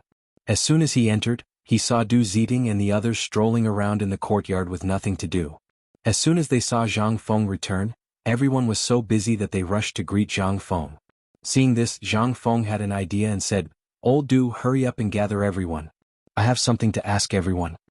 Everyone couldn't help but feel a little confused when they heard this. This was especially so when she saw Zhang Feng rushing back anxiously and gathering everyone as soon as he returned. She thought that something big had happened. Zhang Feng hurriedly asked, "I have something to ask you today. What kind of clothes do you wear during winter?" Everyone was stunned at first. Then, everyone's expression became a little strange. Seeing this, Zhang Feng was speechless. He had to beckon Du Ziting to his side and asked, "Old Du, let me ask you. This is not a joke. Tell me, how do you spend the winter?" Du Ziting was completely confused. "Master, why do you ask this?" But seeing Zhang Feng's serious face, Du Ziting did not dare to be careless. She hurriedly said, "In winter we basically wear paper clothes." Paper clothes again. These were the words he heard the most today. After taking a deep breath, Zhang Feng said, "Hurry up and get me a piece of paper clothing. Let me take a look." Du Ziting was a little confused. However, he didn't dare to say anything. He still followed Zhang Feng's instructions and hurriedly went to get a clean paper shirt and handed it to Zhang Feng. Zhang Feng held the clothes and looked at it carefully for a moment. The clothes were basically made of crushed bark of the red holly tree and mixed with wood and grass ash. Although it was quite soft, Zhang Feng could feel that it was definitely not sturdy. Zhang Feng didn't know if it could keep warm, but once it rained or snowed, it would definitely not be able to be worn. This was definitely not possible. If this item was in the past where there was less rain and snow, then it would still be okay. If it was in the north, then this item would basically have to be changed after wearing it once or after 2 or 3 days. At this moment, Zhang Feng suddenly thought of something. Why did the army lack this item every year? This was King paper clothes. How could it not cost? That would be like seeing a ghost. But at this time, if he used something else to replace it, the best thing was cotton. But in this era at this time, where was he going to find cotton? Zhang Feng held the clothes in the courtyard and thought hard. But at this time, he was suddenly attracted by the clusters of small white flowers in the garden. He couldn't help but walk over and take a closer look. He couldn't help but exclaim, "Who King planted cotton in the flower bed?" Chapter 1689. Cotton? Everyone was dumbfounded. What was that? Wasn't that white folded cotton? Since when was this thing called cotton? "Old master, isn't this a kind of flower unique to Longyu? What's so strange about it?" Du Ziting asked, a little confused. At the same time, he wanted to tell Zhang Feng that this thing was really not that useful. It was just a kind of flower that bloomed like snow in winter. Moreover, this kind of flower wasn't beautiful. If it wasn't for the high officials and dignitaries adding some winter flowers to their flower beds, who would use this kind of thing? It was extremely difficult to clean it up. Zhang Feng was also a little confused. Even his heart was bleeding. It was such a good thing. Mother what kind of prodigal was this? Such a top-notch thing to keep out the cold, but it could only stay in the flower beds? What the hell? It was really unreasonable. However, Zhang Feng also saw the hope of 100,000 armaments in an instant. He hurriedly asked, "Old Du, let me ask you, is there a lot of this thing in Chang and in Longyu?" Du Ziting was a little confused. However, when he saw Zhang Feng's serious expression, he hurriedly said, "Old master, we have a lot of this thing. At least, almost every family in Chang and city has some in the flower beds. Because this thing bloomed too quickly, coupled with the cleaning of these flower beds every year, in the end, almost all the banks of the Longsho Canal outside the city, next to Zhongnan Mountain, are connected." Damn it. Zhang Feng could not help but swear. This undoubtedly gave him a shot of confidence. He hurriedly asked, "Then let me ask you, if I want it now, how long will it take to collect more than 10,000 caddies?" Du Ziting could not help but be dumbfounded. Although there was a lot of this thing. However, this thing was not so easy to collect. After all, this thing could only stay in the flower beds other than being made into tinder. What was wrong with old master? Zhang Feng pondered for a while. Seeing that old Du did not understand, he hurriedly waved and said, "Jia Daoren. Jia Daoren, where are you?" Master, didn't Jia Daoring go to Jiangnan? Du Ziding reminded him with good intentions. Zhang Feng immediately understood and hurriedly said, quickly go and find Chen Tiniu, Lao Li and the others. Also, go to the Zhang residence, the Chen residence and Niu Weili. If they ask, tell them that there is a great opportunity to make a fortune. What did you say? In the palace. Li Shimin was leisurely playing with Empress Zhang's son and Li Tai in the imperial garden. She had just found out that the old elementary scholar was in contact with Leng Yu, and that the old elementary scholar was actually going against Zhang Feng. Zhang Feng had also agreed to help with this batch of armaments. Therefore Li Shimin also put aside the matter of the Xie family. After all, they were just a lonely noble family. If he wanted to, it would depend on whether he had eyes or not. This matter was insignificant to him. However, he was somewhat concerned about Zhang Feng's purchase of the dried flowers. This kid would give him a big gift from time to time, so he had to pay attention to it. But at this moment he suddenly heard an urgent report from Yu Qigong, saying that Zhang Feng had gathered all his connections in Chang'an City. This was what shocked Li Shimin. He hurriedly asked, did Yu Qigong say anything else? Your Majesty, this servant heard that Prince Zhang was worried about the armaments for the winter. As soon as he returned home, he gathered all the servants and asked about the paper clothes.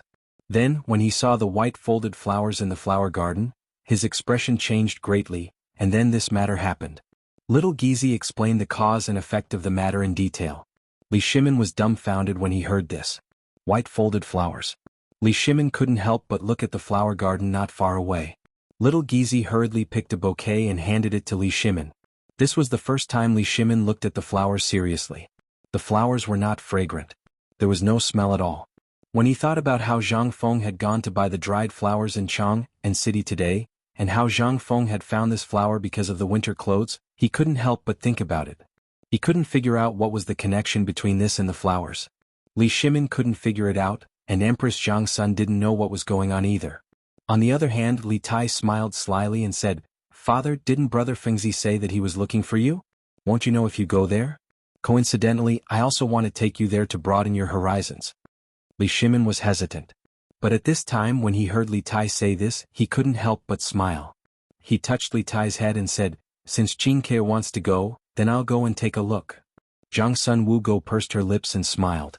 She said, do you want to call father? This morning when I went to pay my respects, retired emperor kept talking about it. I'll go. Go now. I haven't seen that little bastard for a long time. What good things is he doing now? At this time, Li Yuan's voice sounded urgently not far away, and it was accompanied by a burst of scolding. Obviously, when Li Shimin received the news, Li Yuan also received the news. Chapter 1690. On the other side. Qian Mansion. Although the loss of Qian Wanli had a great impact on Qian Tong, after seeing Qian Shener's terrifying achievements on the mountain and his talent in business arithmetic, Qian Tong was amazed. Qian Tong could only sigh that God was kind to him. And that was not all.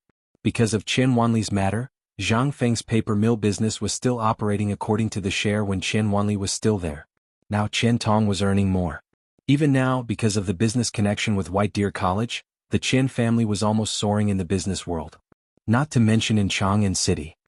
Could be said that because of Qian Wanli, they even had a connection with Niu Weili.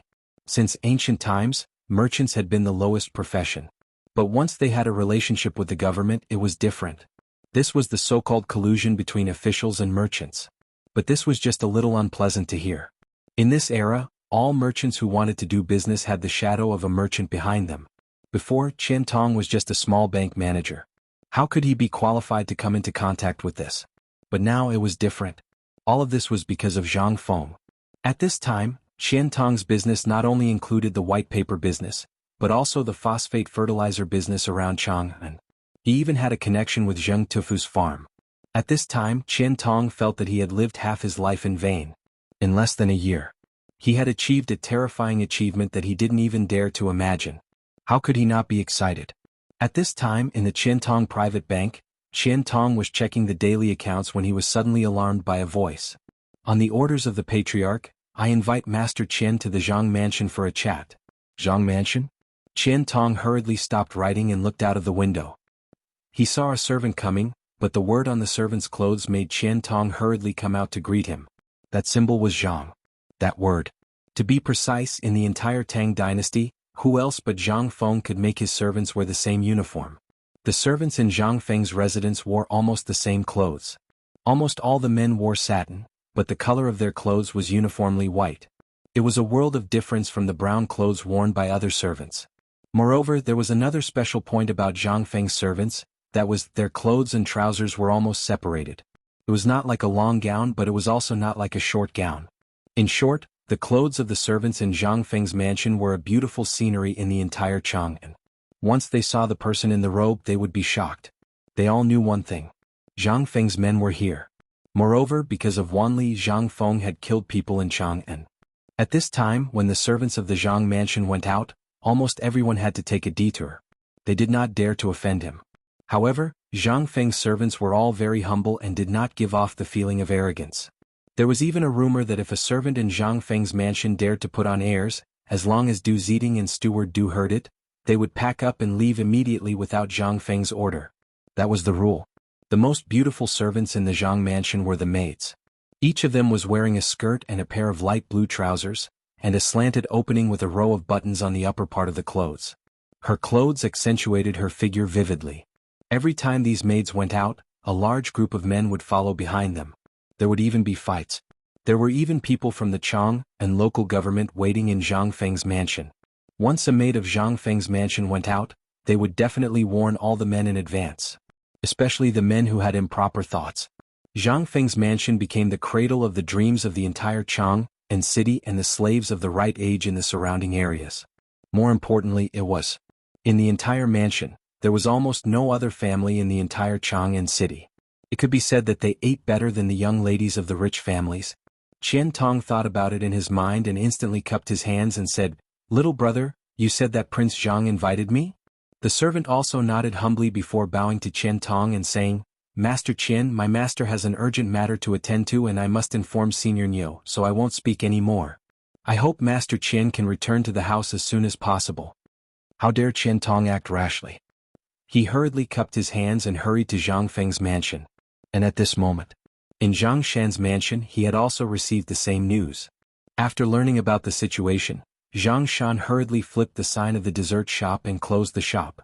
Those who were waiting to buy desserts, as well as the little beggars who were waiting for Zhang Shan's desserts every day, were instantly in an uproar. This was the first time in more than 10 years that Yisan dessert shop closed in such a hurry. Everyone looked at the man in white servant clothes and thought about what he had just said. They instantly understood what was going on. Zhang Feng was Zhang Feng. And from the meaning of his words, it seemed that something big had happened. Everyone's face couldn't help but change suddenly. Something big was going to happen. Chapter 1691. As people who knew Zhang Feng received the invitation one by one, they were all shocked. Then they were all shocked. Then, everyone rushed to Zhang Feng's mansion, although they didn't know what Zhang Feng wanted to do. But the matter of Zhang Feng meeting the people of the Xie family in the tea house was known by everyone. They even knew the true identity of the old scholar. However, this was no longer important. What was important was what Zhang Feng wanted to do. This was the key point. After a little inquiry, everyone understood that Zhang Feng agreed to the 100,000 sets of military equipment in the army. This was the key point. In less than 2 hours, everyone hurried to Zhang Feng's mansion. But at this time, everyone looked at Zhang Feng, who was sitting in the flower garden with his butt sticking out. They were a little confused. Even Li Shimin couldn't help but want to ask, but he closed his mouth several times. "Grandpa, what is Uncle Zhang doing? Why don't he use the servants but do it himself?" Hearing this, everyone couldn't help but twitch the corners of their mouths. The person who spoke was Li Tai. This man was amazing. Not only was he deeply liked by the emperor and empress, but he was also deeply liked by the retired emperor. So only he dared to say so at this time. Wei Zheng and others had already arrived. But, with the retired emperor and empress here, they didn't dare to say anything. They could only keep their heads down and stare at Zhang Feng. "Grandson, you have to watch carefully. This kid is a crafty person. Anything he can get must be a treasure. Just wait and see. Today will definitely be fun again." Li Yuan smiled and hugged Li Tai. He wanted to carry him up, but after a few hugs he didn't lift him up. He was so tired that he was panting. Seeing this, Li Tai rolled his eyes and said, "Grandpa, you said it would be fun? But this uncle, why does he look like the flower thief that the maids in the house said?" Puff. Hearing this, there were already people who couldn't hold themselves back anymore. Zhang Feng also staggered. He stared at Li Tai and said, "Little guy, who taught you this?" Tai, don't talk nonsense. Zhang Sun Wugo's expression also changed slightly as he scolded. Li Shimin and the others didn't care. Instead they looked at Zhang Feng with a smile. This brat had called them over. Now, they had been here for almost half an hour, and this brat was actually playing with flowers in the flower bed. No matter who it was, they would not be able to stand it. Furthermore, this prodigal was stepping on precious flowers and plants. Moreover, this was originally a gift from Li Shimin to Li Yuan. How could anything planted in this flower bed be ordinary? However, to Zhang Feng they were like weeds. At this time, Li Shimin and the others felt that Zhang Feng was not stepping on his own things, but on their faces. It hurts. His heart ached. This prodigal, it simply, even Zhang Shan and Chen Tong couldn't help but have a toothache when they saw the flowers and plants under Zhang Feng's feet. Seeing Zhang Feng leave the flower bed, everyone breathed a sigh of relief. Zhang Feng was also excited. Seeing that Li Tai seemed to be declaring his sovereignty, Zhang Feng glared at him and said, "Little brat, you don't learn good things. If this was my academy, do you believe that I wouldn't let Tai Nyo and the others beat you? They wouldn't dare." Li Tai also pouted and put his hands on his hips. "Enough, you're already so old, why are you acting like a child?" Li Shimin felt a headache coming on and hurriedly covered Li Tai's mouth, pointing to the pile of white stacks behind Zhang Feng. "If you want white stacks, I'll find someone to get them for you. In less than an hour, your courtyard will be filled to the brim. More importantly, what are you doing with these things? Also, brat, you should know that any of these flowers under your feet can be bought for at least 1,000 stacks of white stacks. You really are a prodigal son." Zhang Feng was stunned. He couldn't help but turn around to look at the flower bed he had ruined, then at the pained expressions on everyone's faces. Speechless, he asked, "What you said is true?" Li Shimin shrugged and said, "Of course this is not worth mentioning to you. Brat, your money can be said to be the richest outside of the imperial treasury." Zhang Feng did not refute, washing his hands and sitting next to Li Shimin, looking at the mountain of white stacks in front of him and said, "Today, I invited everyone here for this." No. Li Shimin coughed and said, "Today, did you go to see the people of the Xie family? And you even wrote a poem on the street and bought dried flowers?" Zhang Feng was a little surprised. Zhang Sun Wugo said with a smile, "Second brother is right. Almost the whole of Chang'an knows about this. They said that for the two madams, you were generous and bought dried flowers. We didn't believe it before, but now." Zhang Sun Wugo smiled and did not say anything. How could Zhang Feng not know what she wanted to say? Zhang Feng also pretended not to hear, coughed and said, "These flowers are important to solve the problem of 100,000 sets of winter clothes." In Chapter 1692. In an instant, everyone's face couldn't help but change. Although they all knew that Zhang Feng was fiddling with this thing at this time should be related to this matter, they really couldn't figure out how this thing was directly related to the 100,000 winter clothes. More importantly, at this time it seemed that they had no other way. Li Shimin slowly put away the smile on his face and said seriously, "Fengzi, this matter is of great importance. Lord Zhangsun may have passed on what you promised to His Majesty at this time. At this time it's a done deal. You don't believe me?" Zhang Feng narrowed his eyes and looked at Li Shimin. He patted him on the shoulder and said, "Lao Li, you still can't do it." In an instant, Wei Zheng and Empress Jiangxuan's faces suddenly changed. Daring to say that His Majesty couldn't do it, and in front of His Majesty really, only Zhang Feng alone. Who dared to say this? Ahem. Little Gizi and Du Ziding stood aside and coughed anxiously. Wei Jing also hurriedly winked at Zhang Feng. Seeing this, Zhang Feng was stunned. Looking at everyone's face one by one, Zhang Feng asked, "Lao Li, this? Okay boy, let's not talk about this first. Tell me, how are you going to play? Or how are you going to turn these flowers into clothes? As far as old man knows, the crown prince is guarding the border at this time. If this causes unrest at the border because of this, do you know what kind of crime you will bear?" Li Yuan was no longer in the mood to play. After all, he also knew that this matter was of great importance, and he had to face it seriously. Moreover, this matter is of great importance. Once the temperature in the north plummets, Tuli Khan will go south, and this matter will be serious. Moreover, it's only a day's journey from Feng province to Chang'an, so don't joke about this. That's right, Fengzi. Because of this, your brother Li can't sleep at night. He's worried about this. You see, now that Chinner has gone to Chiotzi, what if something happens? Madam, don't worry. I didn't say there was no way. Zhang Feng was also anxious. Seeing Zhang Sun Wugo's distressed appearance, he couldn't help but feel numb. Zhang Sun Wugo's appearance was already peerless, and now that she was crying, Zhang Feng couldn't bear it anymore. Madam Li, sister-in-law, don't worry, I have my ways. How was Zhang Sun Wugo crying? It was just a method. She knew that this kid was amenable to coaxing but not coercion. But at this time, when he called her sister-in-law, she couldn't help but look at Zhang Feng with some interest. You called me sister-in-law? Ah. Zhang Feng was a little confused, but he still said, well, let's talk about serious matters. This thing is actually called cotton. I didn't know about it before, but I saw this thing in a book called Record of the World by my respected teacher. It said that this thing is unique to the Longyu Dao. But now the Western Turks also have it, but that's not the main point. The main point is that this thing, after some simple processing, can be made into clothes. No matter how cold the winter weather is, it can make people feel as warm as spring. Moreover, you can see that this thing is very soft and elastic. Zhang Feng fiercely boasted about the cotton. For a moment, everyone was a little confused. However, what Zhang Feng said was true. This white cotton, which Zhang Feng called cotton, was really very soft. It was even softer than the ferret's fur. Coupled with the fact that Zhang Feng was excitedly introducing this thing, everyone subconsciously became excited as well. Fengzi, this thing is so miraculous and it can be made into a mess. It's as comfortable as being stuck in wool. If this is really so miraculous, why didn't it exist before? Really, Fengzi, if you really have a way, why did you refuse to do it at the start? Faced with this series of questions, Zhang Feng felt a headache coming on. Is it because I didn't notice this thing before? At that time, if I had known that such a good treasure would be wasted like this, I would have taken it out long ago. However, it's not too late now. Right now, I have an important task for you guys to do, and that is, buy this thing in bulk for me. Zhang Feng's words were for Zhang Shan, Qian Tong and Yo Weili.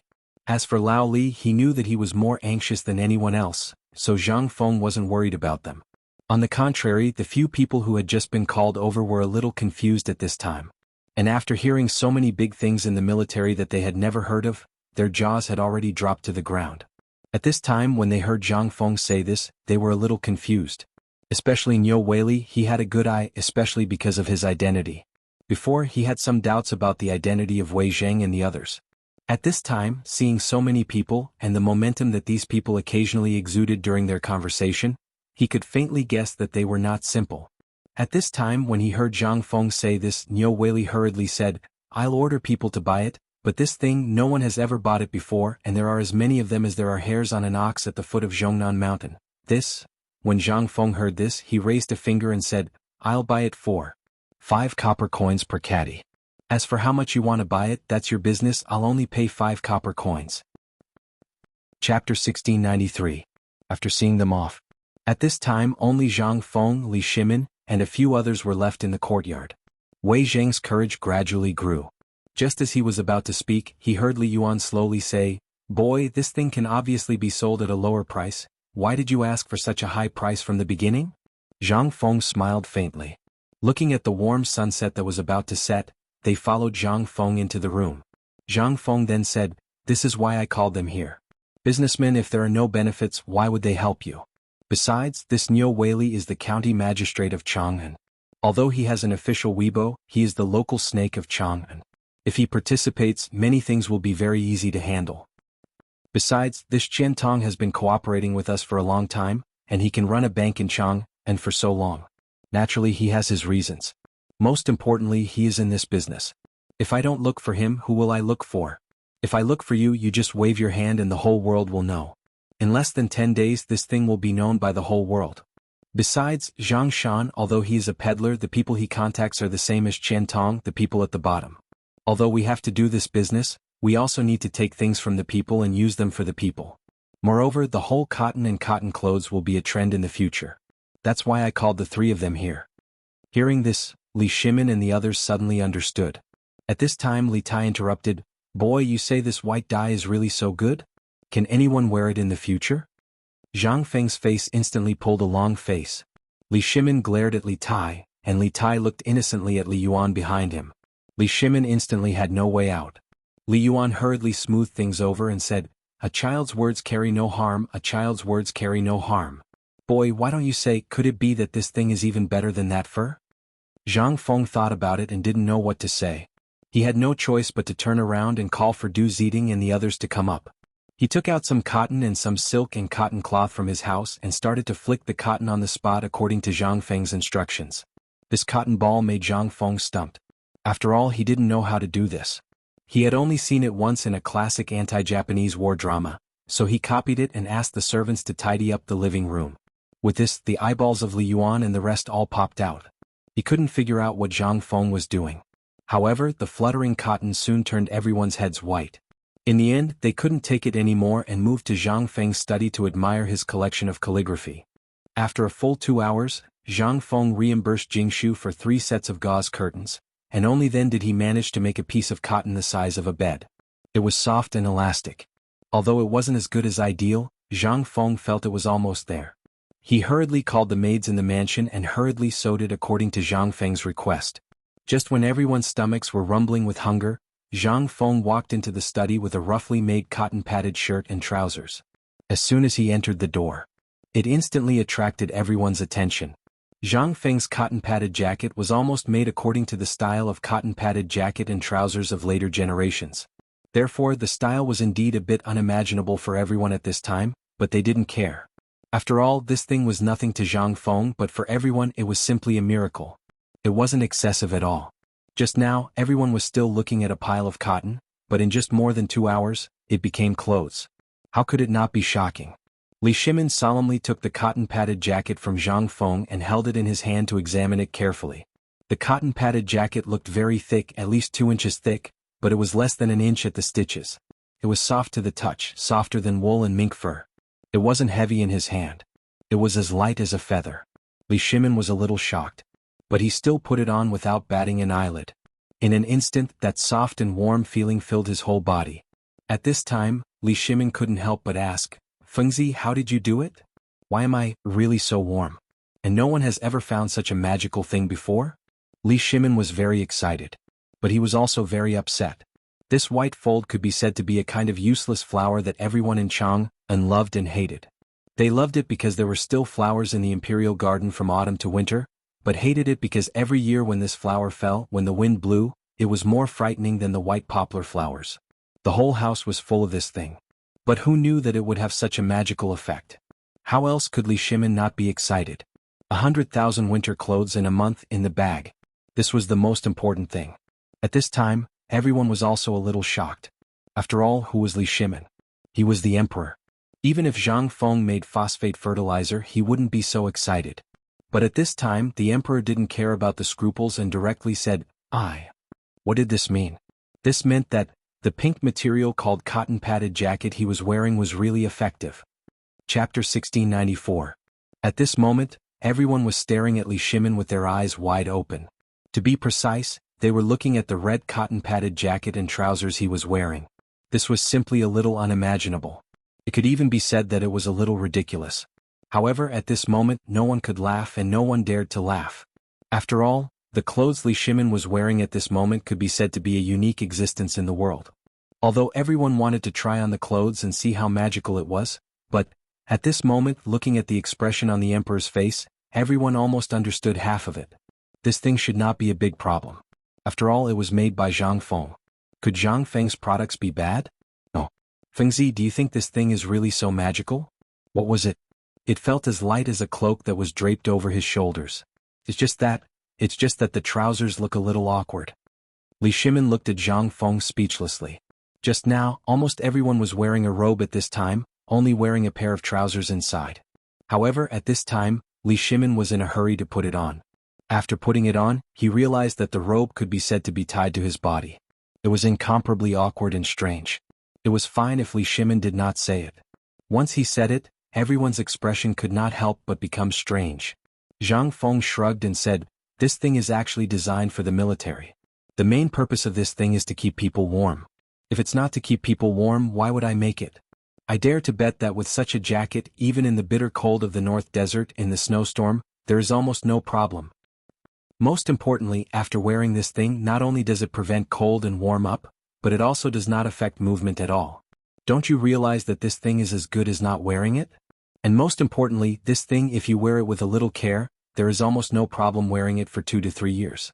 Yu Qigong and Qing Yaojin's faces lit up at his words. This kid was really thinking for them. Didn't this thing come out for them? If this was placed in the military 3 years, how much money would they save in 3 years? Putting everything else aside, if what Zhang Feng said was true, then no one in the army would ever die from the cold. Thinking of this, Yu Qigong hurriedly said, Feng Zi, is what you said true or false? If it's true then. Seeing this, Li Shimin hurriedly interrupted Yu Qigong and said, I have my own decision on this matter, and this matter must be reported immediately. Old Yu, quickly report this matter to the Lord Zhang Sun. As for the following matters, I will discuss it with Feng Zi. As he spoke, Li Shimin turned to look at Zhang Sun Wugo and said, Why don't you take Tai and Lord Father for a walk in the courtyard? How could Zhang Sun Wugo not know that Li Shimin had something important to discuss with Zhang Feng? He quietly left with Li Tai. This kid had been impatient for a long time. Now that he could finally go out to play, he was extremely excited. Li Yuan naturally knew the importance of this matter and did not say anything. With his hands behind his back, he called out to Li Tai and walked outside. Although the sky had already darkened, who was Zhang Feng? At this time, the entire residence was hung with lanterns. Even the trees were full of lanterns, and the entire courtyard was as bright as day. Even Li Shimin could not bear to be so ostentatious. At this time, after everyone had left, Li Shimin reluctantly took off the cotton-padded clothes on his body. He smacked his lips and asked, Feng Zi, do you have any other use for this thing? Or rather, what other purpose do you have for creating this thing? I don't believe that you created this thing just for the army. As he spoke, Li Shimin's eyes stared straight into Zhang Feng's eyes, wanting to see everything about Zhang Feng. Zhang Feng did not decline and shrugged, saying, That's right, this thing is a good thing. If it is only used for the army, then it is indeed a bit of a waste. As a merchant, Lao Li, could it be that you have not thought of other ways? For example, like fine salt or other Eastern things, to sell to the common people? Li Shimin was shocked.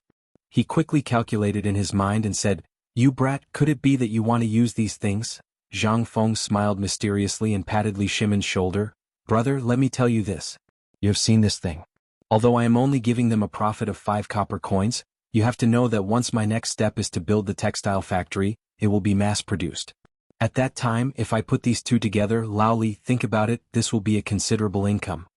Li Shimin actually knew about the textile factory, but at this time, when it came from Zhang Feng's mouth, Li Shimin still felt a little shocked. After all, a textile factory that could produce a few hundred bolts of cloth a day without many people was an existence that had never been heard of before. At this time, if this thing was put together and produced together, then Li Shimin suddenly felt that it was really possible to solve the military supplies problem in a month's time. Moreover, what Zhang Feng said was not unreasonable. In this way, not only would the problem of the common people be solved, those great scholars and the pedantic officials in the court would also have mysterious things to say. But at this time, Zhang Feng said again, in fact, this business is nothing more than production around people. Eating, drinking, defecating, and sleeping is a necessity for people. Now we have solved the problem of clothing and eating and drinking, but now there is only one gap, Lao Li. When Li Shimin heard this, he could not help but mutter, Don't tell me you want to open a brothel? Zhang Feng's expression froze. He hurriedly said, No, what are you thinking all day long? What I mean is, these cotton-padded clothes and trousers are one thing. The real use of the cotton is to make quilts, cotton-padded clothes, cotton-padded trousers and quilts. This is the next big thing I want to do. Once this thing is completed, it will be difficult for us not to become rich. Cotton-padded clothes, trousers, and quilts are the 3 most important things in life. Chapter 1695. Li Shimin didn't know what the 3 major items were. He didn't know anything else either. There was only one thing in his mind at this moment, and that was the quilt that Zhang Feng mentioned. He had never heard of this thing before. It was used for sleeping. Now the only thing he could think of was the bedding on the bed. At this moment, when he thought of what Zhang Feng said, he instantly understood Zhang Feng's intention.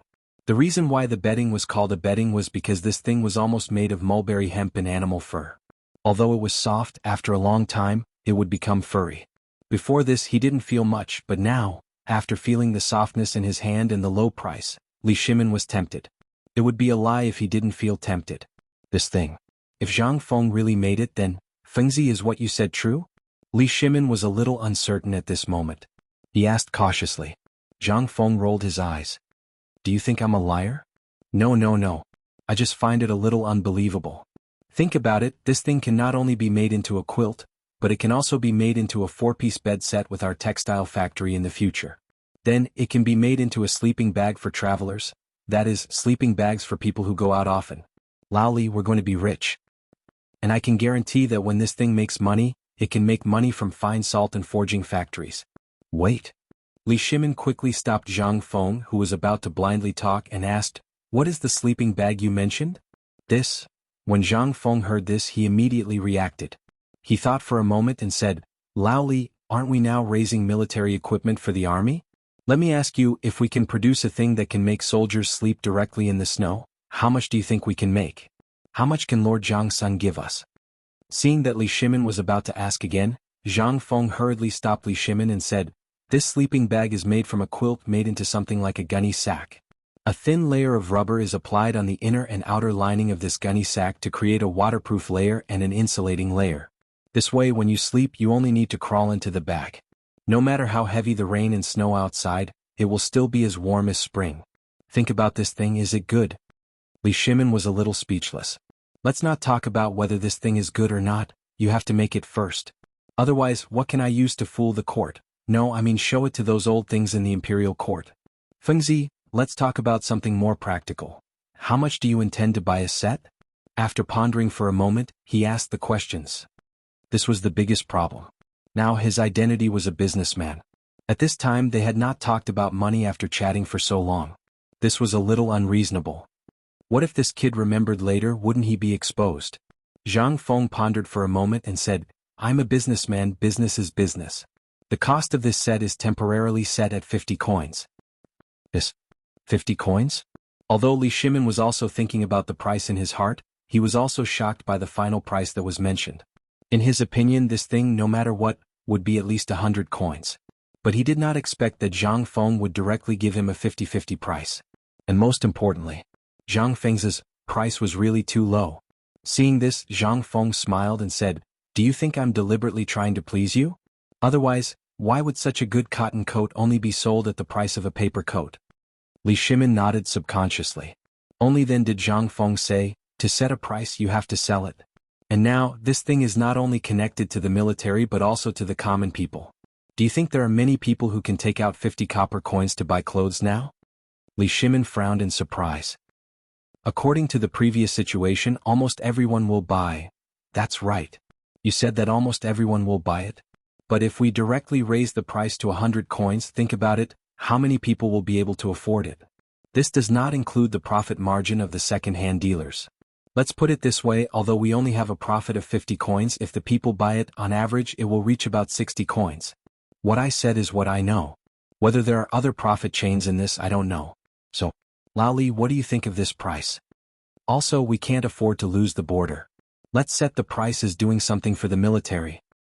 After all, if the border is lost, the first to suffer will be us merchants." Li Shimin was a little enlightened. But at this time, he also understood why this guy was not so stingy when they were talking about the production of armaments. This was all because this guy thought further than anyone else. After all, Zhang Feng was right. Once Chocha was lost, once the Turks came in, the first to suffer would be them merchants. There was no escape. Chapter 1696. Zhang Feng's plan was good. It could be said that she had thought of it since the first time she told Zhang Feng about making weapons. But why didn't this kid say anything? Thinking of this, Li Shimin couldn't help but smile bitterly. "You had this plan from the beginning, didn't you?" Zhang Feng shrugged and threw a cigarette to Li Shimin. "I didn't, but..." As he spoke, Zhang Feng lit the cigarette from the oil lamp on the table. He took a deep breath and said, "My idea at that time was very simple. That was to take over the trade city of Chiotsi. Once we took over the trade city of Chiotsi, we would have an escape route in the future." Li Shimin asked in surprise, "What escape route?" Zhang Feng looked at Li Shimin for a long time and said doubtfully, "Laoli, sometimes I feel that your talent in business is extremely terrifying. If you learn from me for a month or so, it won't be a problem for you to become the richest person in the world in the future. But you are a busy man." Li Shimin's expression stiffened.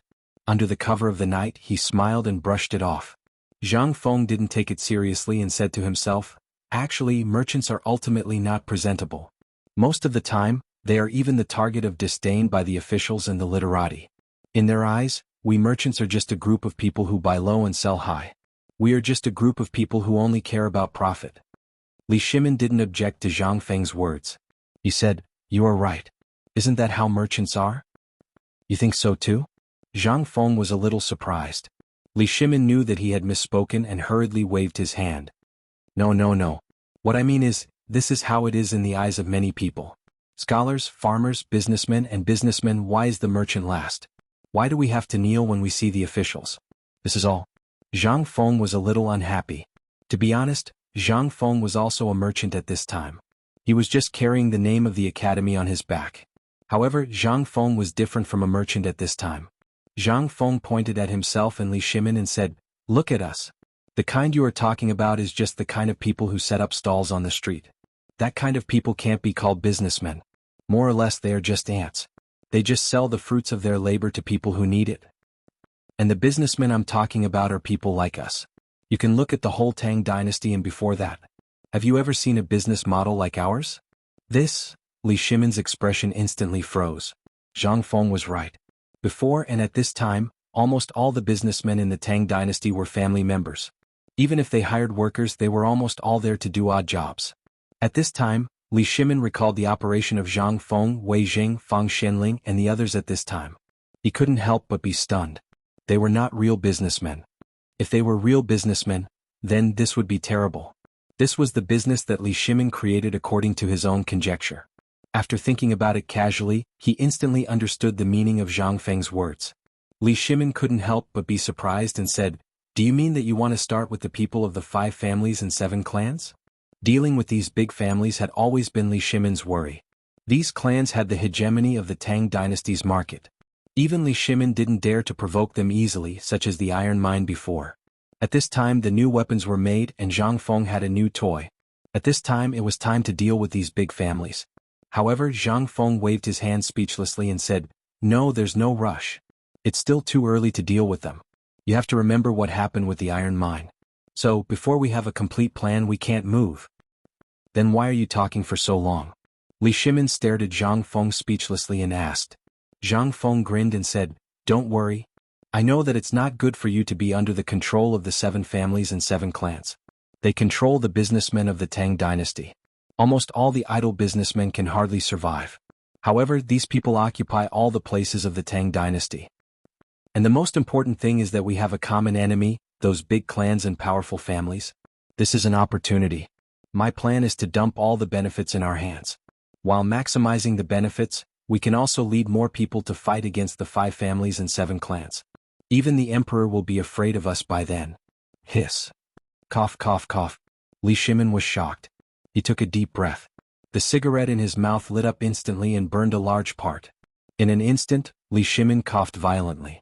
He said, "You are really crazy. Let's not talk about whether the people of the 5 families and 7 clans will know about it. Even if they don't know, you should know that many things we have now are inseparable interests with someone in the palace. Even many ministers in the imperial court have interests with us. Won't this share of interests offend all those people in the imperial court in an instant? At that time, not to mention other things, the people in the imperial court will bite us in the blink of an eye. Think twice, you must think twice before you act." Chapter 1697. Li Shimin was really afraid of Zhang Feng's craziness. This matter involved too many things.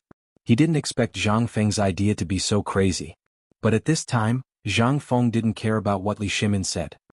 He waved his hand and said, "Lao Li, this is the general trend. Think about it. Come, try this." While talking, Zhang Feng brought Li Shimin to the flower bed outside the study. While he was at it, he broke some sticks from the branches and handed one to Li Shimin, saying, "Why don't you try breaking it?" Li Shimin was a little confused. He didn't understand what Zhang Feng wanted to do, but he still followed Zhang Feng's instructions.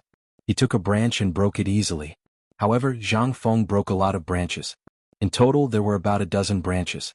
He handed them to Li Shimin. "Lao Li, try and see if you can break it."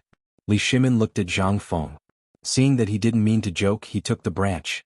This time, Li Shimin couldn't break it no matter what. This time, Li Shimin was even more confused. "This is..." Zhang Feng smiled but didn't say anything. He signaled Li Shimin to return to the study again. Then he said, "Lao Li, the stick from before was us, or it could be said that it was our group. But we are facing the 5 surnames and 7 clans as well as the Guanlong group. Do you think we can break them?" "But don't we have a new weapon?" Li Shimin said, somewhat unconvinced. After all, he was very clear about the terror of the 5 surnames and 7 clans, as well as the Guanlong group. They were able to establish the Tang dynasty and destroy the Sui dynasty. It was inseparable from the Guanlong group. At this time, if they took them by surprise and directly mobilized troops, although it would cause the economy of the Tang dynasty to decline a little, as long as they controlled these 2 clans, they could recover in a short time. Most importantly, he was the emperor. If he couldn't control everything in the world, then what was the use? Zhang Feng also saw Li Shimin's anxiety. He couldn't help but feel that Li Shimin was able to develop his industry in the gap between the Guanlong group and the 5 surnames and 7 clans. At this time, it was not surprising that he had such an ugly expression and strong killing intent. Seeing Li Shimin's gloomy face, Zhang Feng patted Li Shimin's shoulder and said, "Lao Li, don't worry. You want to hear me out. It's not that we don't want to deal with the 5 surnames and 7 clans and the Guanlong group, but it's not the right time yet. You saw that wooden stick too. That thing is equivalent to what I said just now. Joining forces with those weak families and merchants, it seems that our profits have shrunk, but do you know what we can do with just the few of us? You should know that there are still countless businessmen under our control who can still find profitable business, such as second-hand dealers. Then we should just open our arms. Although it seems that we are earning less now, think about it. The streets of Chang and city are full of businessmen. These people, if they all buy goods from us and then pull them to other places such as other villages and towns, then, you should know that this is the maximization of profits. At that time, no matter what those people in the court do, they will make more than twice as much as they do now in less than a month. Aren't you worried about the court? Don't worry, nothing will happen. Also, even if the Guanlong group and the 5 surnames and 7 clans make a move at this time, it will be too late. As long as our actions are fast enough, we can settle this matter before they find out the clues. By then, even if they want to stop us, it will be too late. After all, they won't be able to stop the public from gossiping. There's also Chiotzi City. At present, although water transportation has been developed, it still needs to be rerouted in Luo State. It's not used by ordinary merchants, so the land route has become their main transportation hub. And Chiotzi City is a place they have to pass through. When the time comes, even if the 5 surnames and 7 clans, Guanlong group and even the emperor are dissatisfied with us, we will have our own place to push them. Half of the Tang dynasty's industries are connected to each other, and it will be our natural barrier. This is my current business model, and it is also the safest and most reliable business model. What do you think? Zhang Feng told him everything he knew and wanted to say in one breath. For a moment, Li Shimin's mouth was wide open, and he looked at Zhang Feng in shock, not knowing what to say. Zhang Feng was right. This was based on the fact that he was the real Lao Li. However, Li Shimin thought more about his relationship with Zhang Feng. This kid wanted to pave the way for them. In the past, which businessman who worked closely with the court had a good ending? Zhang Feng was not afraid. At this time he was a viscount, a great scholar, and the chancellor of Chang and University in White Deer College. Even if he were to be in the court in the future, it would not be a big deal. But what about the others? For a moment, Li Shimin was silent. He could not help but feel guilty. However, he still asked curiously, "Fengzi, you said, this is a new business model?" "Yes. Distribution business." Chapter 1698. In the past few days, Zhang Feng had spent most of his time in the villa. Jing Shu and Yu Yao had also gone to Zhang Feng's mansion. In the past few days, Zhang Feng's mansion had not been idle at all. The most eye-catching thing was the mountain of white cotton. No matter how much they tried to persuade Zhang Feng, he would not listen. Instead, he called it cotton. There were also all kinds of fabrics bought from Chang'an. There was also a large group of craftsmen coming in and out. The huge mansion, which was usually very quiet, had suddenly become as lively as the new year. In the backyard of Zhang Feng's mansion, all the women in the mansion, including those from Tonghui Lane, had been recruited. The entire backyard was now a vast expanse of white. If one looked down from above, they would think that it was snowing. The main job of these women was to use a gigantic bow-like object to flick away the cotton that was piled up like a mountain. Then they would press it down and sew a layer of gauze with large holes on it. Then they would cover it with another layer. And so on. Until the thickness of the gauze reached the standard of 2 inches. Although Zhang Feng's mansion was very big, it still felt a little cramped when more than 300 people were working at the same time. Among the 4 courtyards in the east, west, south and north, except for the east courtyard which had always been closed to the public, the other 3 courtyards including the front yard, the backyard and the courtyard, were all piled up with a mountain of cotton. In the hundreds of empty rooms, the finished cotton was almost bursting out of the windows. At this time, the servants and guards in the mansion were dumbfounded when they saw the people coming in and out, and then looked at the snow-white things on top of their heads. No one knew what Jiang Feng was going to do. But the only thing was that the money in the mansion had been emptied of 10 big wooden chests. It should be known that one chest was worth 1,000 strings of cash.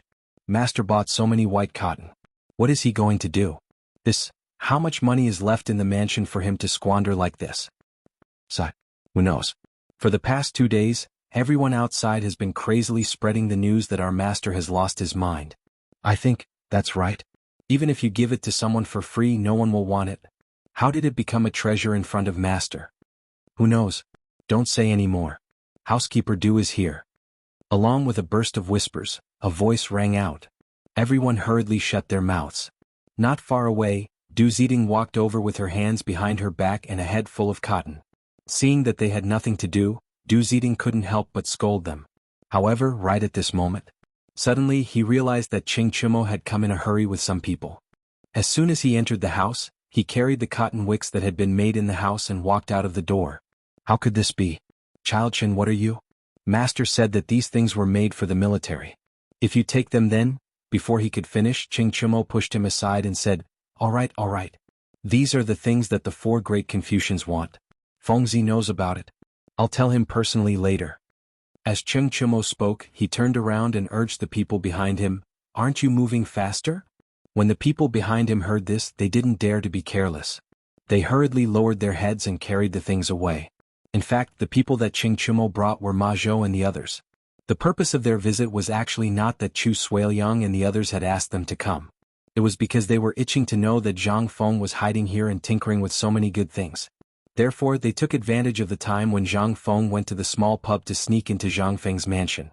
Otherwise, even if they were given 10 guts, they wouldn't dare to come and rob openly. It should be known that the guards and servants in Jiang Feng's mansion were all top experts. In addition, although there were many people in the mansion at this time, they were all close to Jiang Feng. Therefore, they had to take it easy. The most important thing was, they were following orders. They didn't want to do this. However, the retired emperor was burning the fire. Who dared not to come? A few nights ago, after Li Yuan saw Jiang Feng's cotton-padded clothes, he simply forgot to eat and sleep. However, he also knew that Jiang Feng was too busy these days. Therefore, he thought of such a clever idea. He thought that he would hide comfortably on Shao Mountain and drink with the 4 great Confucians. Instead, he let Ching Chimo and the others be the thieves. However, Ching Chimo and the others were also afraid of Jiang Feng, this abnormal person. The most important thing was that Jiang Feng had the magical weapon that they longed for. They didn't dare to offend Jiang Feng at this time. They could only look for an opportunity to do this. After everyone hugged slowly, Ching Chimo also pretended as if nothing had happened. Under the eyes of Du Ziding and the others who were staring at him with blood-red eyes, he calmly walked away. As he walked, Ching Chimo also said, well, old Du, didn't Feng Zi just go out? I know where he went. I'll go find him now. You do your thing. After all, this thing is very important. I don't dare to delay it. However, at this time, Cheng Chimo heard a voice that he didn't want to hear the most. Who's looking for me? Chapter 1699. Actually, Jiang Feng was very busy. And in these 3 days, Jiang Feng was extremely busy. First, he had to settle the cotton flapping equipment, then he had to settle the cotton gelling as well as the cotton shaping and so on. He had to teach these people step by step. He was busy for 3 days. At this time, Jiang Feng was discussing with Niu Pai Huang on how to pour rubber on cloth. When Niu Pai Huang was about to join in this bustling and mysterious matter, he realized that Ching Chimo and the rest were actually stealing things. This time, the entire courtyard was extremely quiet. Everyone looked at Jiang Feng, then looked at Ching Chimo, Ma Zhou and the rest. Their expressions were strange. At this time, Ching Chimo also slowly realized that everyone was strange as well as Jiang Feng's malicious expression. His expression couldn't help but change. What a coincidence, Feng Zi. Jiang Feng also didn't expect that Chen Tiniu and the rest would steal into his house. But the moment he saw him, Jiang Feng understood many things. The first thing he thought of was the old master as well as the few people who were present that night. If not for these few masters, how would he, Du Dabing, dare to let Chen Tiniu be so crazy? What's more, he even dragged Ma Zhou and the rest along. This was simply comparable to a rebellion. I say, do you have to go to this extent? Jiang Feng was a little speechless. He wanted to beat them up but he couldn't. If he didn't beat them up, if they all learned like this, what would happen in the future? Thus, Zhang Feng couldn't be bothered to beat them up. He waved his hand and said, "The few of you, that's enough. Just now the old master told me. Otherwise, the guards in the courtyard would have already broken your legs. Let's go, Tiniu, the few of you enter the house. Majo, after getting the things away, the few of you quickly come back. I have something important for you to do."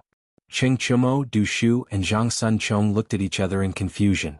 They really didn't expect Zhang Feng to cover for them, but this also meant that Zhang Feng and the others had something big to announce. After all, this was the first time Niu Pai Huang had come to the mansion with Zhang Feng. Without saying a word, they followed Zhang Feng into the study. As soon as they entered the room, Zhang Feng asked them to quiet down. Only Niu Pai Huang was in the middle of the study, fiddling with a big iron pot. Inside the pot was a pot of rubber that had already solidified. Everyone was dumbfounded. He didn't know why Zhang Feng let Niu Pai Huang boil rubber here, but how could it be an ordinary thing if Zhang Feng valued it so much? Zhang Feng patted Cheng Chumo's shoulder and said, "Tiniu, it was the old master who asked you to come, right?" Hearing that, Cheng Chumo shrunk his neck and said, "How did you know? If I didn't even know this, I wouldn't be called Zhang Feng." Zhang Feng was a little speechless and spread his hands. Then he continued, "Tell me what's going on?" Cheng Chumo saw that there was nowhere to hide, so he had to brace himself and make up a story. He forcibly turned Li Yuan's curiosity into the people of the Tang dynasty and so on. Of course, Du Go, Zhang Sun, and the others couldn't be left out of this. In the continuous smooth lies of these people, Zhang Feng was fooled into a daze. However, he didn't have a trace of doubt. Instead, he was a little excited and reached out his hand and said, "Since the old master said it so arrogantly, then according to his character, he must have prepared the money for me, right? Come, quickly take it out. I'm also worried about where to get the money now." This time it was Cheng Chumo and the others' turn to be dumbfounded. Cheng Chumo glanced at them and saw that they were very confused. He hurriedly asked, "What money?" Zhang Feng was also dumbfounded.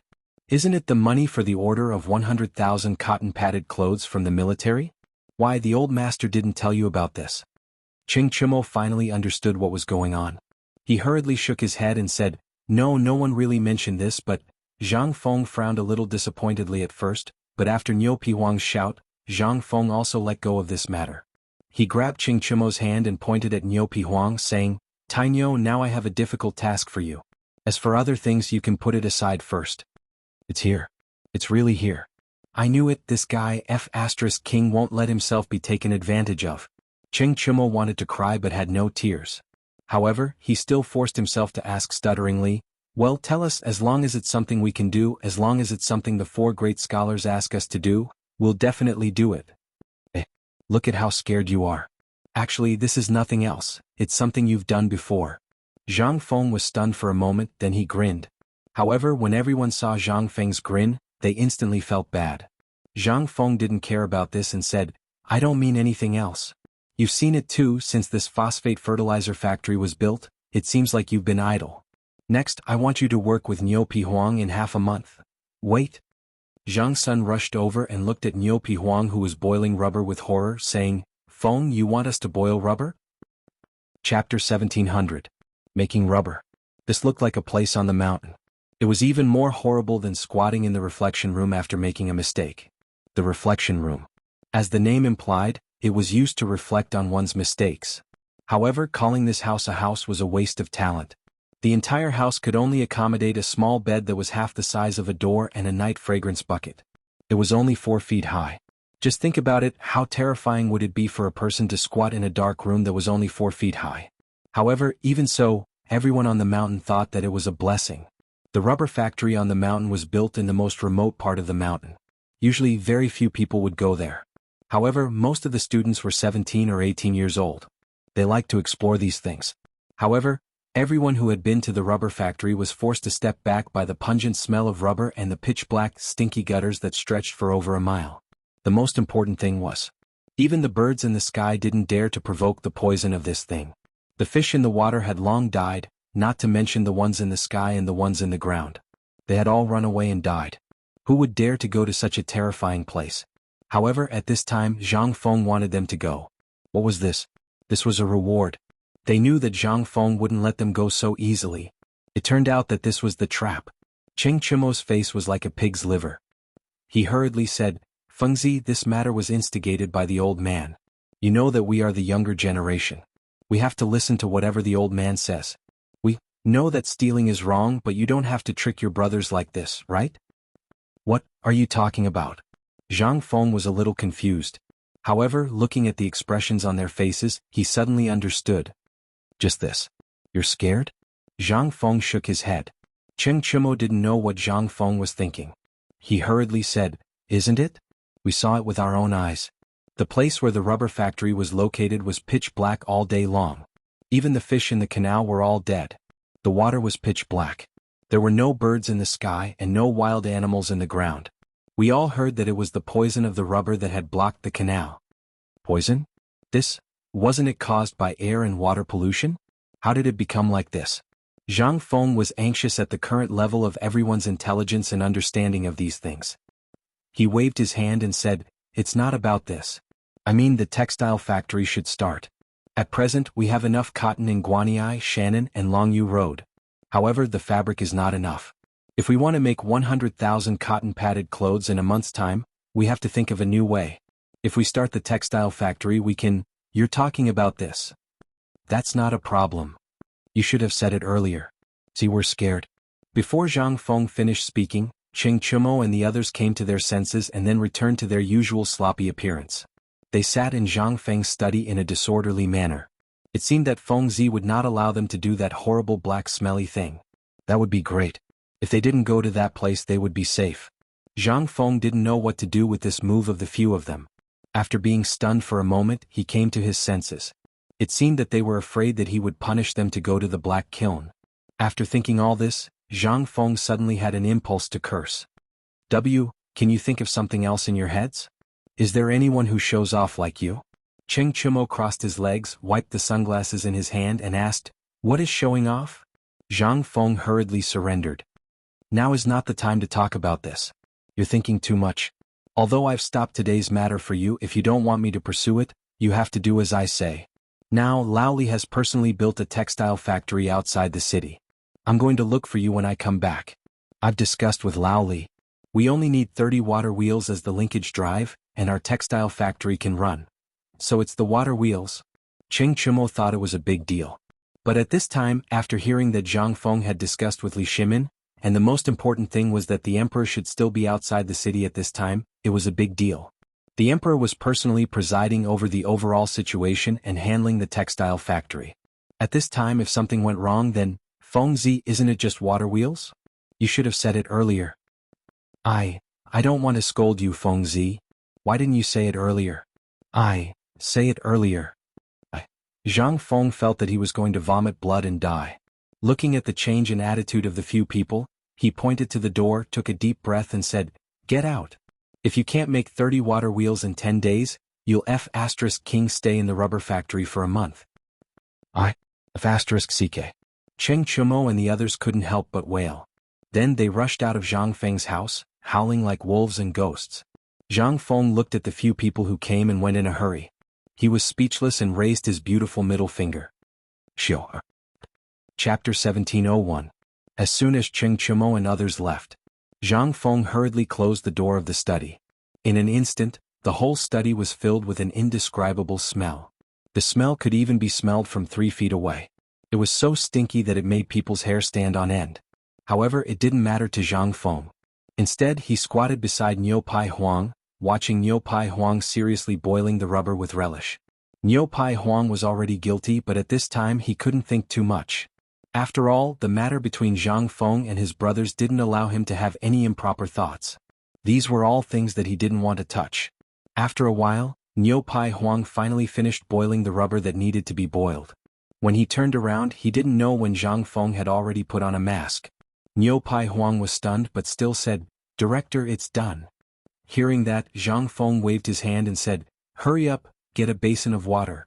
Niu Pai Huang was stunned. What was he going to do? However, according to Zhang Feng's request, he hurriedly went outside the study to find a basin of water. When he came in, he found that Zhang Feng had picked up a piece of cloth.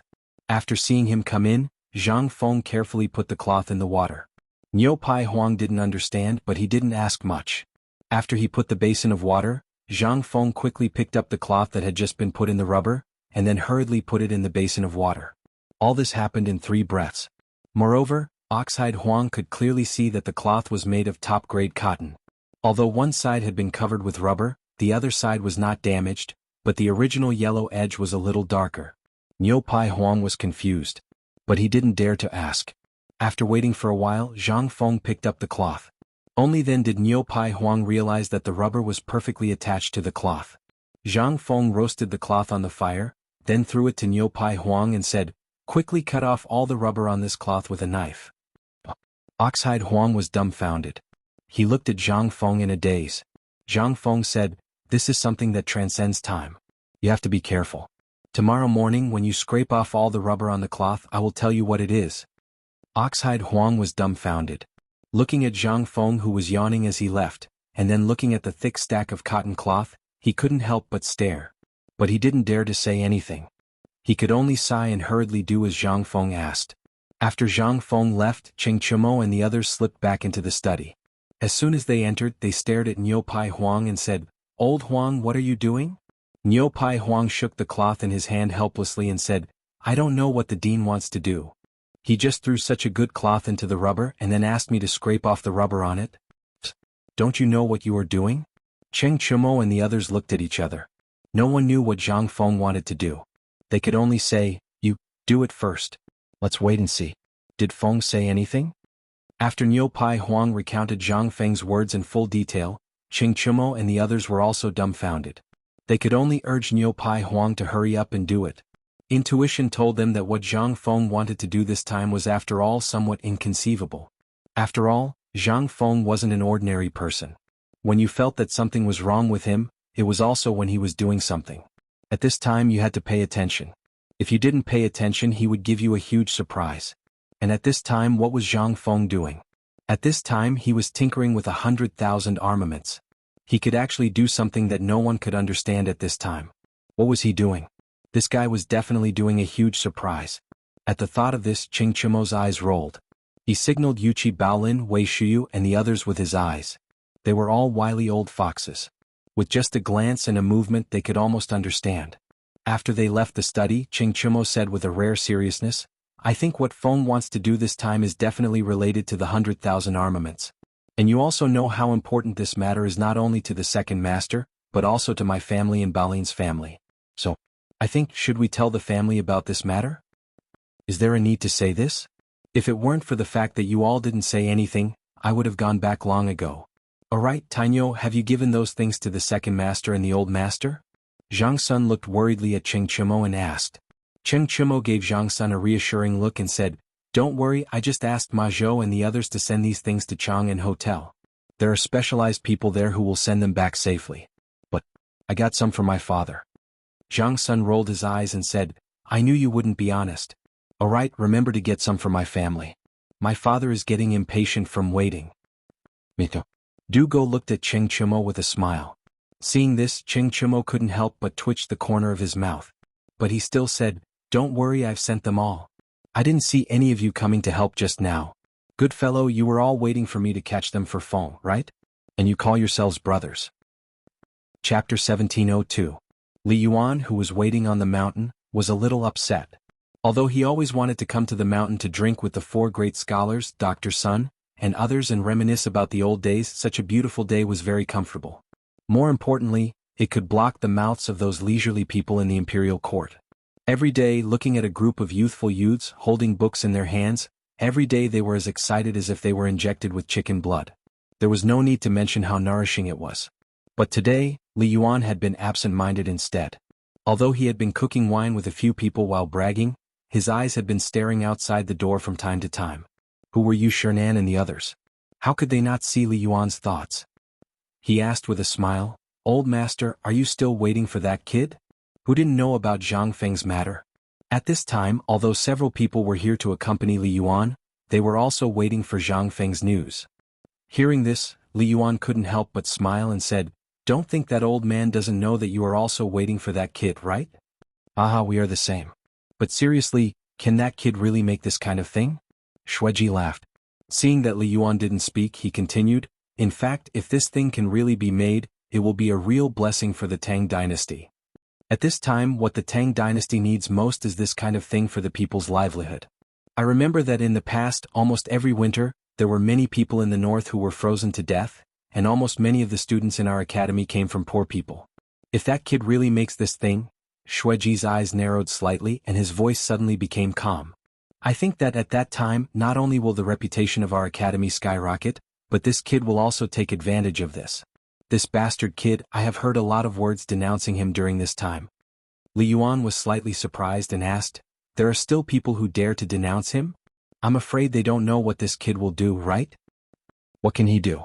Ouyang Xiu was speechless. He spread out his hands and said, Old master, this is your fault. Wouldn't it be better for him to stay in the academy? Yi Zhangfeng was now an unpolished jade that needed to be carved. In addition, he was the youngest Confucian scholar. At this time, how many people and young people in the Tang dynasty were looking at him? Previously, when he embarked on the path of Jianghu, the Shandong side directly spread lies to mislead the public. It's not like you don't know about this. At this time, it's great that this kid can realize his mistake and mend his ways. Therefore, I feel that this matter, whether good or bad, is a good attempt. We can also take this opportunity to shut the mouth of the Shandong side. Li Yuan narrowed his eyes. Although he had been listening to Ouyang Xiu's words that carried a bit of resentment for iron not becoming steel, his eyes had been staring at the old Xiu Kai. He saw that the old Xiu Kai hadn't said a word from beginning to end, and even the expression in his eyes hadn't changed. Li Yuan could not help but feel his heart skip a beat. Could it be, this kid, did he really do it this time? However, at this time, he also heard the dissatisfaction of the 4 Confucian scholars with his previous decision. He glanced at Ouyang Xiu lightly and said, although that's the case, the war in the north is urgent. In addition, Tuli Khan is covetous as well as the plague of locusts and drought. In these few times, the old foundation of the Tang dynasty has been hollowed out.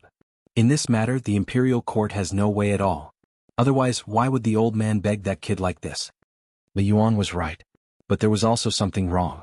He cleverly bypassed the matter of him urging Zhang Feng to get the new weapons, and the people present did not dare to say anything. They just snorted angrily. If it weren't for you and those stubborn and incompetent people in the imperial court, how could you let Fengzi worry about it? You're so happy. You throw everything to this kid. Don't you think about his future? In case he goes on the wrong path or offends some people in the imperial court who can't be offended in this matter, who will take the blame for him when he becomes an official in the imperial court? Here it comes.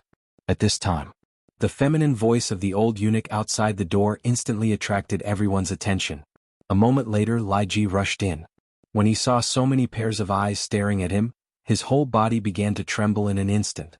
This student greets the teachers, greets the vice principal. What you are holding in your hand, give it to the old man. Li Yuan did not wait for him to finish speaking and directly waved his hand. Lai Ji did not dare to be careless. He hurriedly handed a sheepskin package in his hand to Li Yuan. Yu Shernan and the others did not care about any poise. They hurriedly got up and came to Li Yuan's side. Their eyes stared at the package in Li Yuan's hand. The thing in Li Yuan's hand at this time was not anything else. It was really an auspicious sign from the heavens. If it was true, then in the future, no one in the Tang dynasty would be afraid of winter. The package was very big, only the size of a person's embrace. But Li Yuan actually easily raised it with one hand. Li Yuan also could not wait. His eyes were burning as he hurriedly opened the package. When the package was opened, a red thing jumped out of the package in an instant. It instantly gave everyone a big fright. When everyone reacted, they saw a singlet made of red silk fabric slowly appear in front of everyone. Everyone could not help but suck in a breath of cold air. Looking at the thing that Li Yuan kneaded into a ball and looked incomparably soft, 4 words instantly popped up in everyone's mind. Auspicious sign from the heavens. Chapter 1703. Cotton-padded clothes.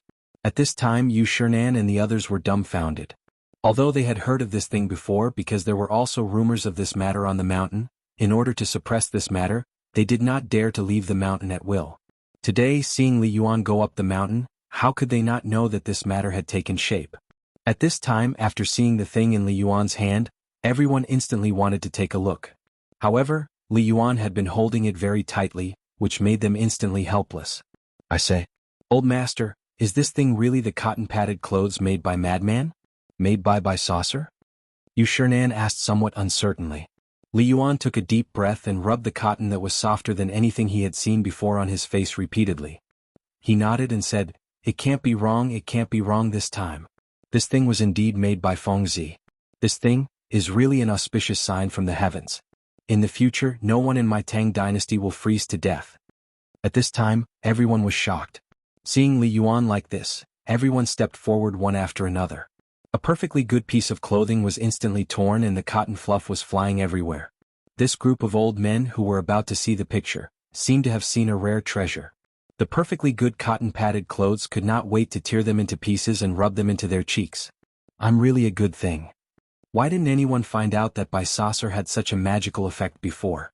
How did this kid find out the magical effect of this thing? This thing was simply a pity to abandon before. Who would have thought that it would actually be such a divine thing? This is really an auspicious sign. God bless the people of my Tang dynasty." Amidst the waves of exclamations, Li Yuan pressed his hand and let everyone calm down. The significance of this thing was really too great. After all, if the price of buy saucer was spread out, then the price would definitely skyrocket in an instant. This thing was only used to ignite the fire in the past. The few people here were all like the pillars of the Tang dynasty. How could they not think of it at this time? After sighing with emotion for a while, everyone could not help but worry. It was true that this thing was a good thing. But if it was really hyped up by someone or if this matter was spread out, then the consequences, between the old man and old man, this matter, shouldn't it be kept a secret? About the cotton. I don't think it's going to be easy to hide the matter of Bai Daizi. After all, that kid has already caused a huge commotion at the foot of the mountain. I think someone has already noticed this matter. Therefore what we need to do is to clean up this kid's mess. Before this matter spreads, we have to gather Bai Daizi as fast as we can. Li Yuan's words became a prophecy as he stated where the biggest problem was at this time. The few of them discussed and immediately came up with a countermeasure. After all, there was an absolute problem with this matter. Even if that brat was easy to attract attention, it was impossible for everyone to believe it. The price of the white stack was controlled by the emperor. At this time, almost everyone in the court knew that the emperor was Lao Li. Therefore, who would dare to touch Zhang Feng, the god of plague? The few of them did not worry too much about this matter. The only thing they were worried about was those big clans.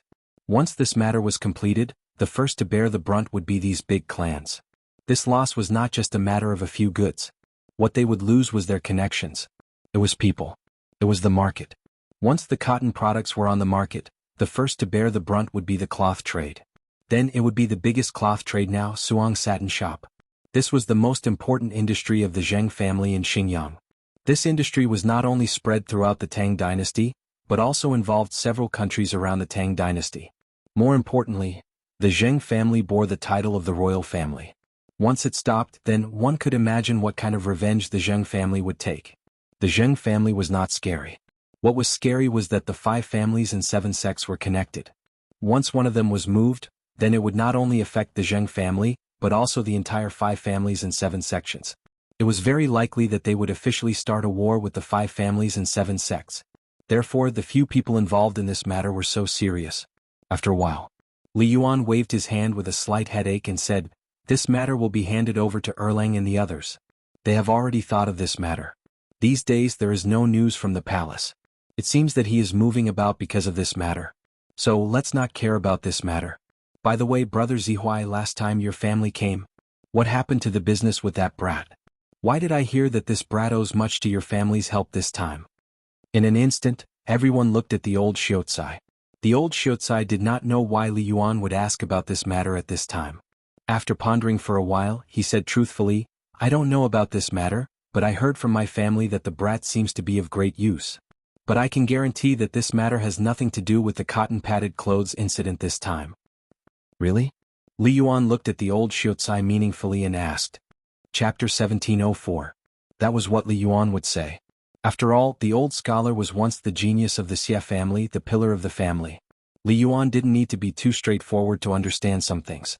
Why would the people of the Xie family appear in Chang, and at this time? Why would the people of the Xie family run into Fengzi so coincidentally? Why would Fengzi get in touch with the Xie family because of some dried flowers? These were all things that Li Yuan and Li Shimin couldn't figure out. Most importantly, the Xie family used to be so terrifying that even a ruthless person like Yang Guang didn't dare to act rashly. This time, because of Feng Zi, the Xie family seemed to be showing signs of rising. How could the royal family not be worried? Especially the appearance of the cotton-padded clothes. This was something that could instantly make a small family or an insignificant person rise to be comparable to a single family of the 5 surnames and 7 clans in less than a month. In the Tang dynasty, which was surrounded by wolves, there was no room for a second giant like the 5 surnames and 7 clans to appear. At that time, it was precisely because of this that the Wang family was completely wiped out. At that time, the Xie family was too powerful and the old scholar's influence was too great. It could be said that at that time, there was the Cui family of Qinghe in the east and the Xie family of Qin County in the west. These 2 families were famous at that time. They represented the thoughts of Confucianism in the north and the south. Because the Cui family of Qinghe was an important part of the 5 surnames and 7 clans, and because the Tang dynasty was just established, it urgently needed the support of Confucianism. Therefore, the Xie family of Qin County suffered the crazy revenge of the Cui family of Qinghe. That was why the old scholar lived in seclusion in Chang, and for many years. But why didn't the Xie family come in contact with the old scholar until today? This was something that Li Yuan couldn't figure out. But at this time, the appearance of the Xie family instantly made the whole of Chang turbulent. Even some people in the imperial court were talking about it. He had to take it seriously. At this time, on the one hand it was teasing, but more importantly it was a warning. Who was the old scholar? How could he not know the Tao of this? After pondering for a while, he said, I'm not sure about this at the moment. Other than you, no one else knows about the old man's presence in Chang'an. If it's possible, it's only during the mid-autumn poetry meet that an outsider came here, so. Li Yuan chuckled and waved his hand saying, I'm just saying. Brother Zihuai, don't think too much. Alright, this matter of the cotton-padded clothes, what do you all think? After Li Yuan resolutely investigated the matter, he avoided the topic. The old scholar couldn't help but let out a sigh of relief. Because of all the things that had happened, even now, he didn't dare to go home and ask what had happened. At this time Li Yuan asked, he could not help but feel extremely puzzled about why Madame Xie came to Chang'an. It was as if all of this was orchestrated by someone else. However, he still had to go back and ask around before he could get to the bottom of it. The cotton-padded clothes are not bad, and what you said about being able to make a white fold first is also not bad, but I'm afraid that the mountain doesn't have the ability to do that. Hearing the old scholar's words, Li Yuan was stunned and asked, What do you mean? On the mountain, Tainyo and the others have mobilized all the students of the academy to do something about the textile factory. At this time, they are still in his small wooden house discussing how to do a great undertaking. We can't do anything about it. Hearing the old scholar say so, seeing the complacent and helpless smiles on the faces of Yu Shernan and the others, Li Yuan just remembered that today on the mountain, it seemed that he really didn't see a single student. So, these stinking brats are doing something about the textile factory? What is Fengzi doing? Li Yuan couldn't help but ask with a difference. However, at this time no one could answer him. Thinking of this, Li Yuan looked at the cotton-padded clothes in his hands that were torn out of shape. He couldn't help but feel awkward. This is difficult. I really didn't expect that this brat would have such big ambitions. Isn't he afraid of being stuffed to death? The old scholar finally seized the opportunity to counterattack and said lightly, Isn't this all because of you? 100,000 sets of military equipment a month? Do you really think that Fengzi is an immortal? I actually think that Fengzi is doing the right thing by mobilizing everyone together. Although this will raise the price of the white fold, at least we can solve the military equipment problem within a month. Otherwise, even after the new year, you can forget about it. No wonder Fengzi wants to escape now. Hearing the old scholar's words, Li Yuan's cheeks became a little hot. He hurriedly interrupted him and said, Enough, brother Zihuai, I have to go back and make arrangements first. As for the mountain, this time my family will pay for it. However, tell Tainyo and the other little bastards, if they dare to neglect, even their Lao Tzu can't protect them.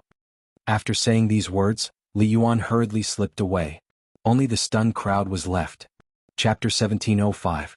In Chang'an City, it was still hard to see one's fingers clearly. However, Chang'an City had been bustling for a long time. Although the morning market had not opened yet, the east and west markets were already bustling with people. All kinds of peddlers were hawking their wares on the streets.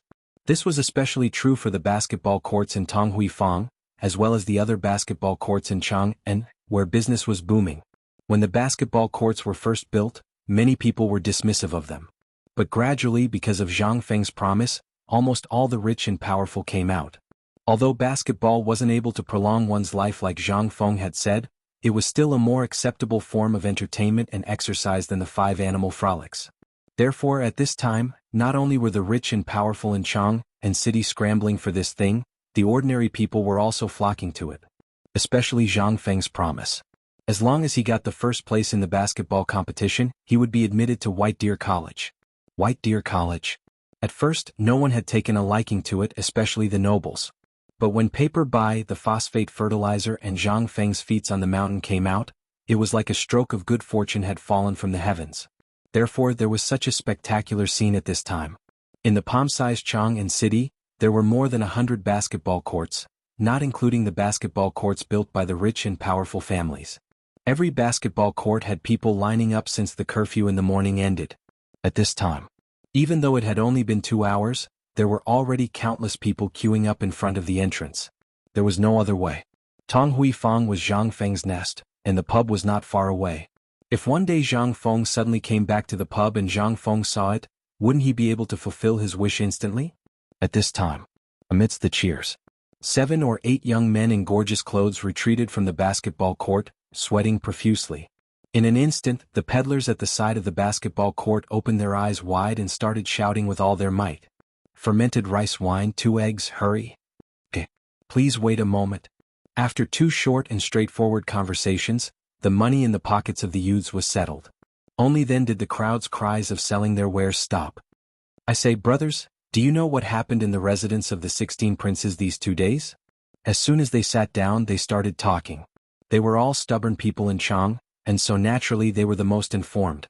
When the fermented rice wine soup was served, they drank it and made a fuss. Are you talking about President Zhang tinkering with the white folded paper? I believe even the night people in Chang and know about it. Do you need to talk about it here? Young Master Gua, have you seen Tai Nyo and the others? These few brats seem to be very quiet recently. Isn't that so? It's reasonable to say that the 4 great demon kings would definitely appear since there's such a big movement in the Zhang mansion, but could it be that President Zhang did something big? They couldn't help being surprised when they heard it. One of the young men said, a few days ago I saw Qin Xiaoya in the Yanlai restaurant. I heard that young Master Li of the 4 great demon kings went to the border of Chotzi. It seemed that President Zhang arranged it. After that, I rarely saw them. Could it be that the Chotzi War is about to start? No way. At this time, the crowd waiting to show their skills on the court was attracted. Among them, there were several middle-aged men in gorgeous clothes. Looking at their aura and clothes, one could see that they were not ordinary people. When the others heard this, they couldn't help but come forward and ask about it. Is there any basis for what you said? As far as I know, the Zhang mansion sent a large number of people to collect the white folded paper. Even the Chang and local government, Yisan snack shop, and Qiantong money house were involved. Why do I feel that this matter is related to President Zhang's previous engagement? In an instant. Only then did the crowd recall the engagement between Zhang Feng and Zhang Yuyao. In addition, the women who had been going in and out of Zhang Feng's residence in the past 2 days were mostly the more reputable women in Chang, and who knew how to sew. At this time, everything made sense now. Involuntarily, a picture flashed in their minds. That was Zhang Feng was going to get married. Look, isn't that Miss Zhang's maid Cui? At this time someone exclaimed. Instantly, everyone looked in the direction of the person's finger and saw Cui in emerald green clothes at the entrance of Tonghui Square. At this time, everyone was gossiping. A few young men who thought they were extraordinary hurriedly went forward and invited the confused Cui over. They asked some inexplicable questions at the same time. At this time Cui was even more confused. She looked at the gossipy faces of the crowd timidly and said, "Where did you hear this from? Why didn't I know?" They were confused. They hurriedly asked, "Miss Cui, is this true? What has President Zhang's family been doing these days?" Cui was speechless. I don't know.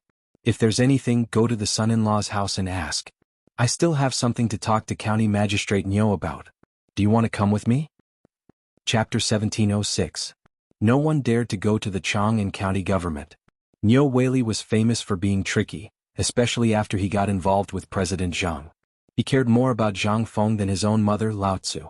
If he found out that they were gossiping here, the consequences, they couldn't help but feel a chill down their spines. They found an excuse and hurriedly left. Today, after little Cui went out, everyone she met took the initiative to greet her. There were even people she didn't know who took the initiative to greet her.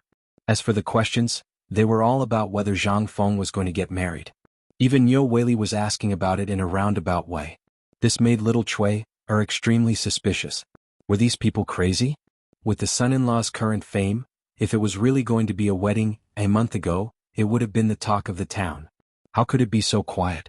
There was even a voice that made little Cui feel a little confused. That was, Zhang Feng was going to be promoted.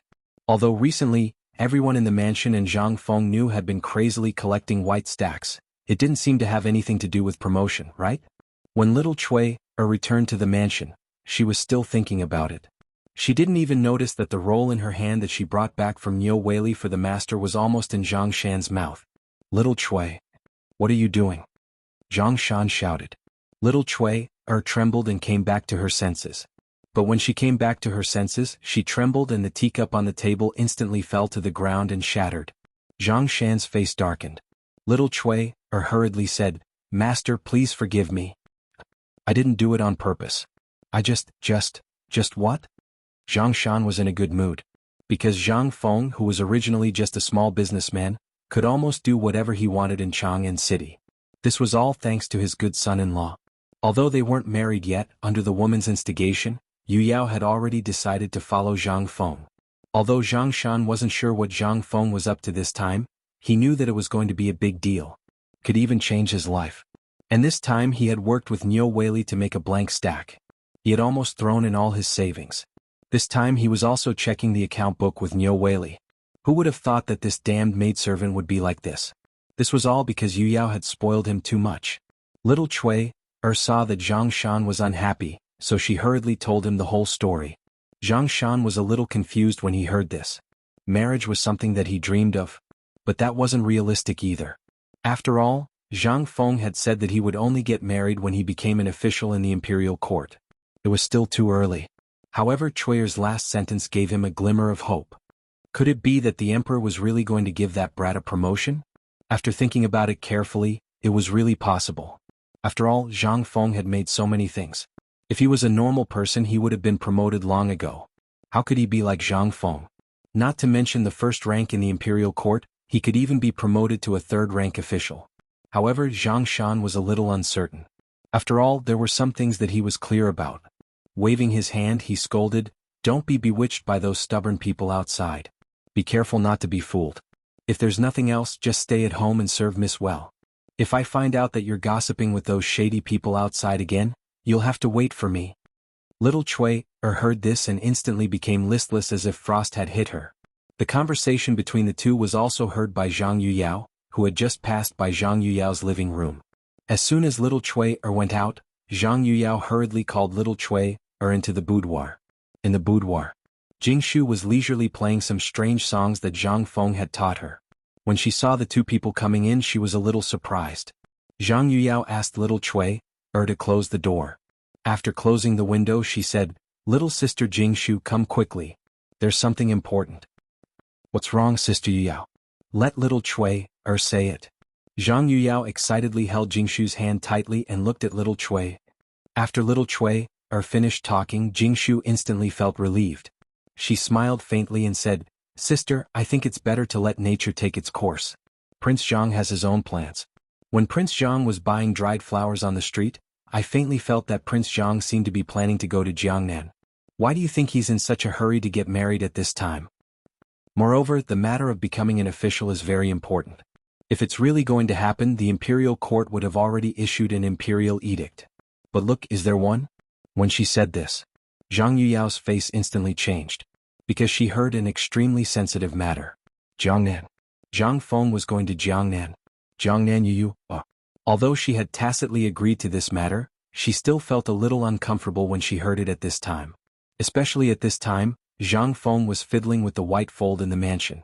Although the rumors were magical, the two of them were still in the dark about what was going on. Could it be that Zhang Feng was doing all this to go to Jiangnan to see little sister Yue? Zhang Yuyao was instantly enlightened by all of this. First, he met a woman who was buying dried flowers in Chang'an. Then Zhang Feng found out that the woman was from Jiangnan. Then he prepared to buy a lot of dried flowers. What was the use of dried flowers? They could only add fragrance to pillows and scented sachets. What was the use of that? However, the final white stack was still a flower. Could it be that Prince Zhang Feng was doing all this to go to Jiangnan? In an instant, Zhang Yuyao couldn't sit still. She hurriedly pulled Jingshu and said, "Little sister Jingshu, let's go back quickly. I think that Prince Zhang is really going to Jiangnan." Chapter 1707. At the same time in the palace. As the morning bell rang, Li Shimin sat on the dragon throne and prepared for the morning court. Long live the emperor. The officials bowed. Li Shimin waved his hand and motioned for everyone to rise. After the officials rose, the grand scribe stepped forward and bowed. "Your Majesty, the Chiocha army is waiting for us. We can't afford to hesitate. Your Majesty, please make a decision as soon as possible. In addition, the temperature in the north has suddenly dropped. Many soldiers have frozen to death. Your Majesty, please allocate supplies for the soldiers." After that, the grand scribe raised his head slightly and glanced at Li Shimin. However, Li Shimin remained calm as if he did not hear anything. Strange, why is the emperor ignoring the Battle of Chiocha? He could not help but mutter in his heart. At that moment, a military governor walked out and bowed. "Your Majesty, Chiocha is an important border of the Tang dynasty. We cannot afford to lose it. Now that the Turks and Indians are eyeing Chiocha, we should take the initiative to attack and take it." After that, he secretly glanced at Li Shimin. As a general, he naturally hoped to fight a war so that he could earn merits. However, all the decision-making power was in the hands of the emperor. "Shut up." The grand scribe suddenly stood up and immediately shouted at the general, ignoring the etiquette of the court. "The Tang dynasty has just stabilized and is in the period of development. The people have also just surrendered. How can you act on impulse? You only want to attack and pillage without caring about the people. The Tang dynasty can't start a war now. It's time to negotiate peace." After that, the grand scribe looked at Wei Zheng with a face of reverence. "Lord Wei, what do you think?" He knew that Wei Zheng was the leader of the civil officials and would usually remonstrate in court. Moreover, as long as it was Wei Zheng's remonstrance, the emperor would listen. As long as Wei Zheng was on his side, there would be no problem. However, Wei Zheng was a little strange today. He held the white jade tablet in his hand and closed his eyes tightly, as if he did not care about the court. Immediately he felt that something was wrong. Given Wei Zheng's personality, he would have already caused a ruckus in the imperial court. Could it be? What was the secret behind this? At this moment, Overseer stood up again. "Your Excellency, you should know the importance of Chiotzi even if I don't tell you, right? Why are you acting on impulse? Furthermore, we are confident that we will win this time." Hearing this, the grand scribe gritted his teeth and didn't want to say anything. After all, Wei Zheng's attitude just now had explained everything. But after thinking about it, he braced himself and said, "This war is disadvantageous to our country. It is a waste of manpower and resources." "A waste of manpower and resources?" The overseer snorted coldly. "Is war a waste of manpower and resources? Then what about not having to pay exorbitant taxes this time?" As a military general, he had always been at odds with these literati. Matharf *Ker, Lao Tzu's military exploits were earned from killing on the battlefield. As for you guys, you only know how to open your mouth and brag. Well? The grand scribe was at a loss for words. Even if we don't pay exorbitant taxes, how are we going to survive the winter? That's a big problem. The overseer looked at him with disdain. "You don't know about this, right? White Deer College's president Zhang is already dealing with it. What kind of joke is this?" The grand scribe snorted coldly. "Yesterday, I saw White Deer College's president Zhang sleeping in his residence." Hearing this, Li Shimin, who was sitting on the dragon throne, couldn't remain calm. Sleeping in his residence? Was this brat dealing with the cotton clothes? Sleeping in his residence at such a crucial time? Thinking of this, he glanced at the grand scribe and asked, "Tell me in detail what's going on in Zhang Feng's residence?" "Your Majesty, according to what I know, Zhang Feng is sleeping in his residence every day. He didn't prepare any winter supplies." Just as he finished speaking, Li Shimin's expression changed and he looked at Yuchi Gong beside him. Because this matter was handed over to him, Watanabe, the Ministry of Works, and the Western Agriculture Temple. But now it had become like this? Moreover, he hadn't told him what had happened. Being glanced at by Li Shimin like this, Yuchi Gong subconsciously trembled. He muttered to himself, "Oh no." He hurriedly stepped forward. "Your Majesty, the winter supplies have always been prepared by Zhang Feng. Recently he hasn't been at the academy but at the Zhang residence. The white stacks in his residence are the winter supplies." Everything is going according to plan and there are no problems. Li Shimin frowned slightly. He didn't know what was going on. However, he still believed Yu Qigong's words. Forget it, I'll just have to take a look after the morning assembly. The morning assembly ended quickly. Li Shimin came to the imperial study with a gloomy face. He sat upright on the dragon throne and didn't say anything. Obviously he was waiting for someone. Not long after, a head popped out from outside the door. It was Yu Qigong. Li Shimin glanced at him, stood up abruptly and waved his hand. Leave the palace. On the other side in Zhang Feng's residence, Jing Shu and Zhang Yuyao finally arrived in a palanquin. After getting off the palanquin, the two girls lifted their skirts and rushed into the residence. As soon as they entered the residence, the two girls were shocked by the scene in the residence. White stacks. The courtyard was full of white stacks. There was almost no place to walk. Not only that, all the flowers and plants in the front yard had died. To be precise, they were trampled to death. The furniture that had been placed there had long disappeared. There were also many servants who were recording something with account books in their hands. At this moment, Zhang Feng was teaching the servants and maids what to do. At first glance it looked like clothes. However, the clothes looked a little strange.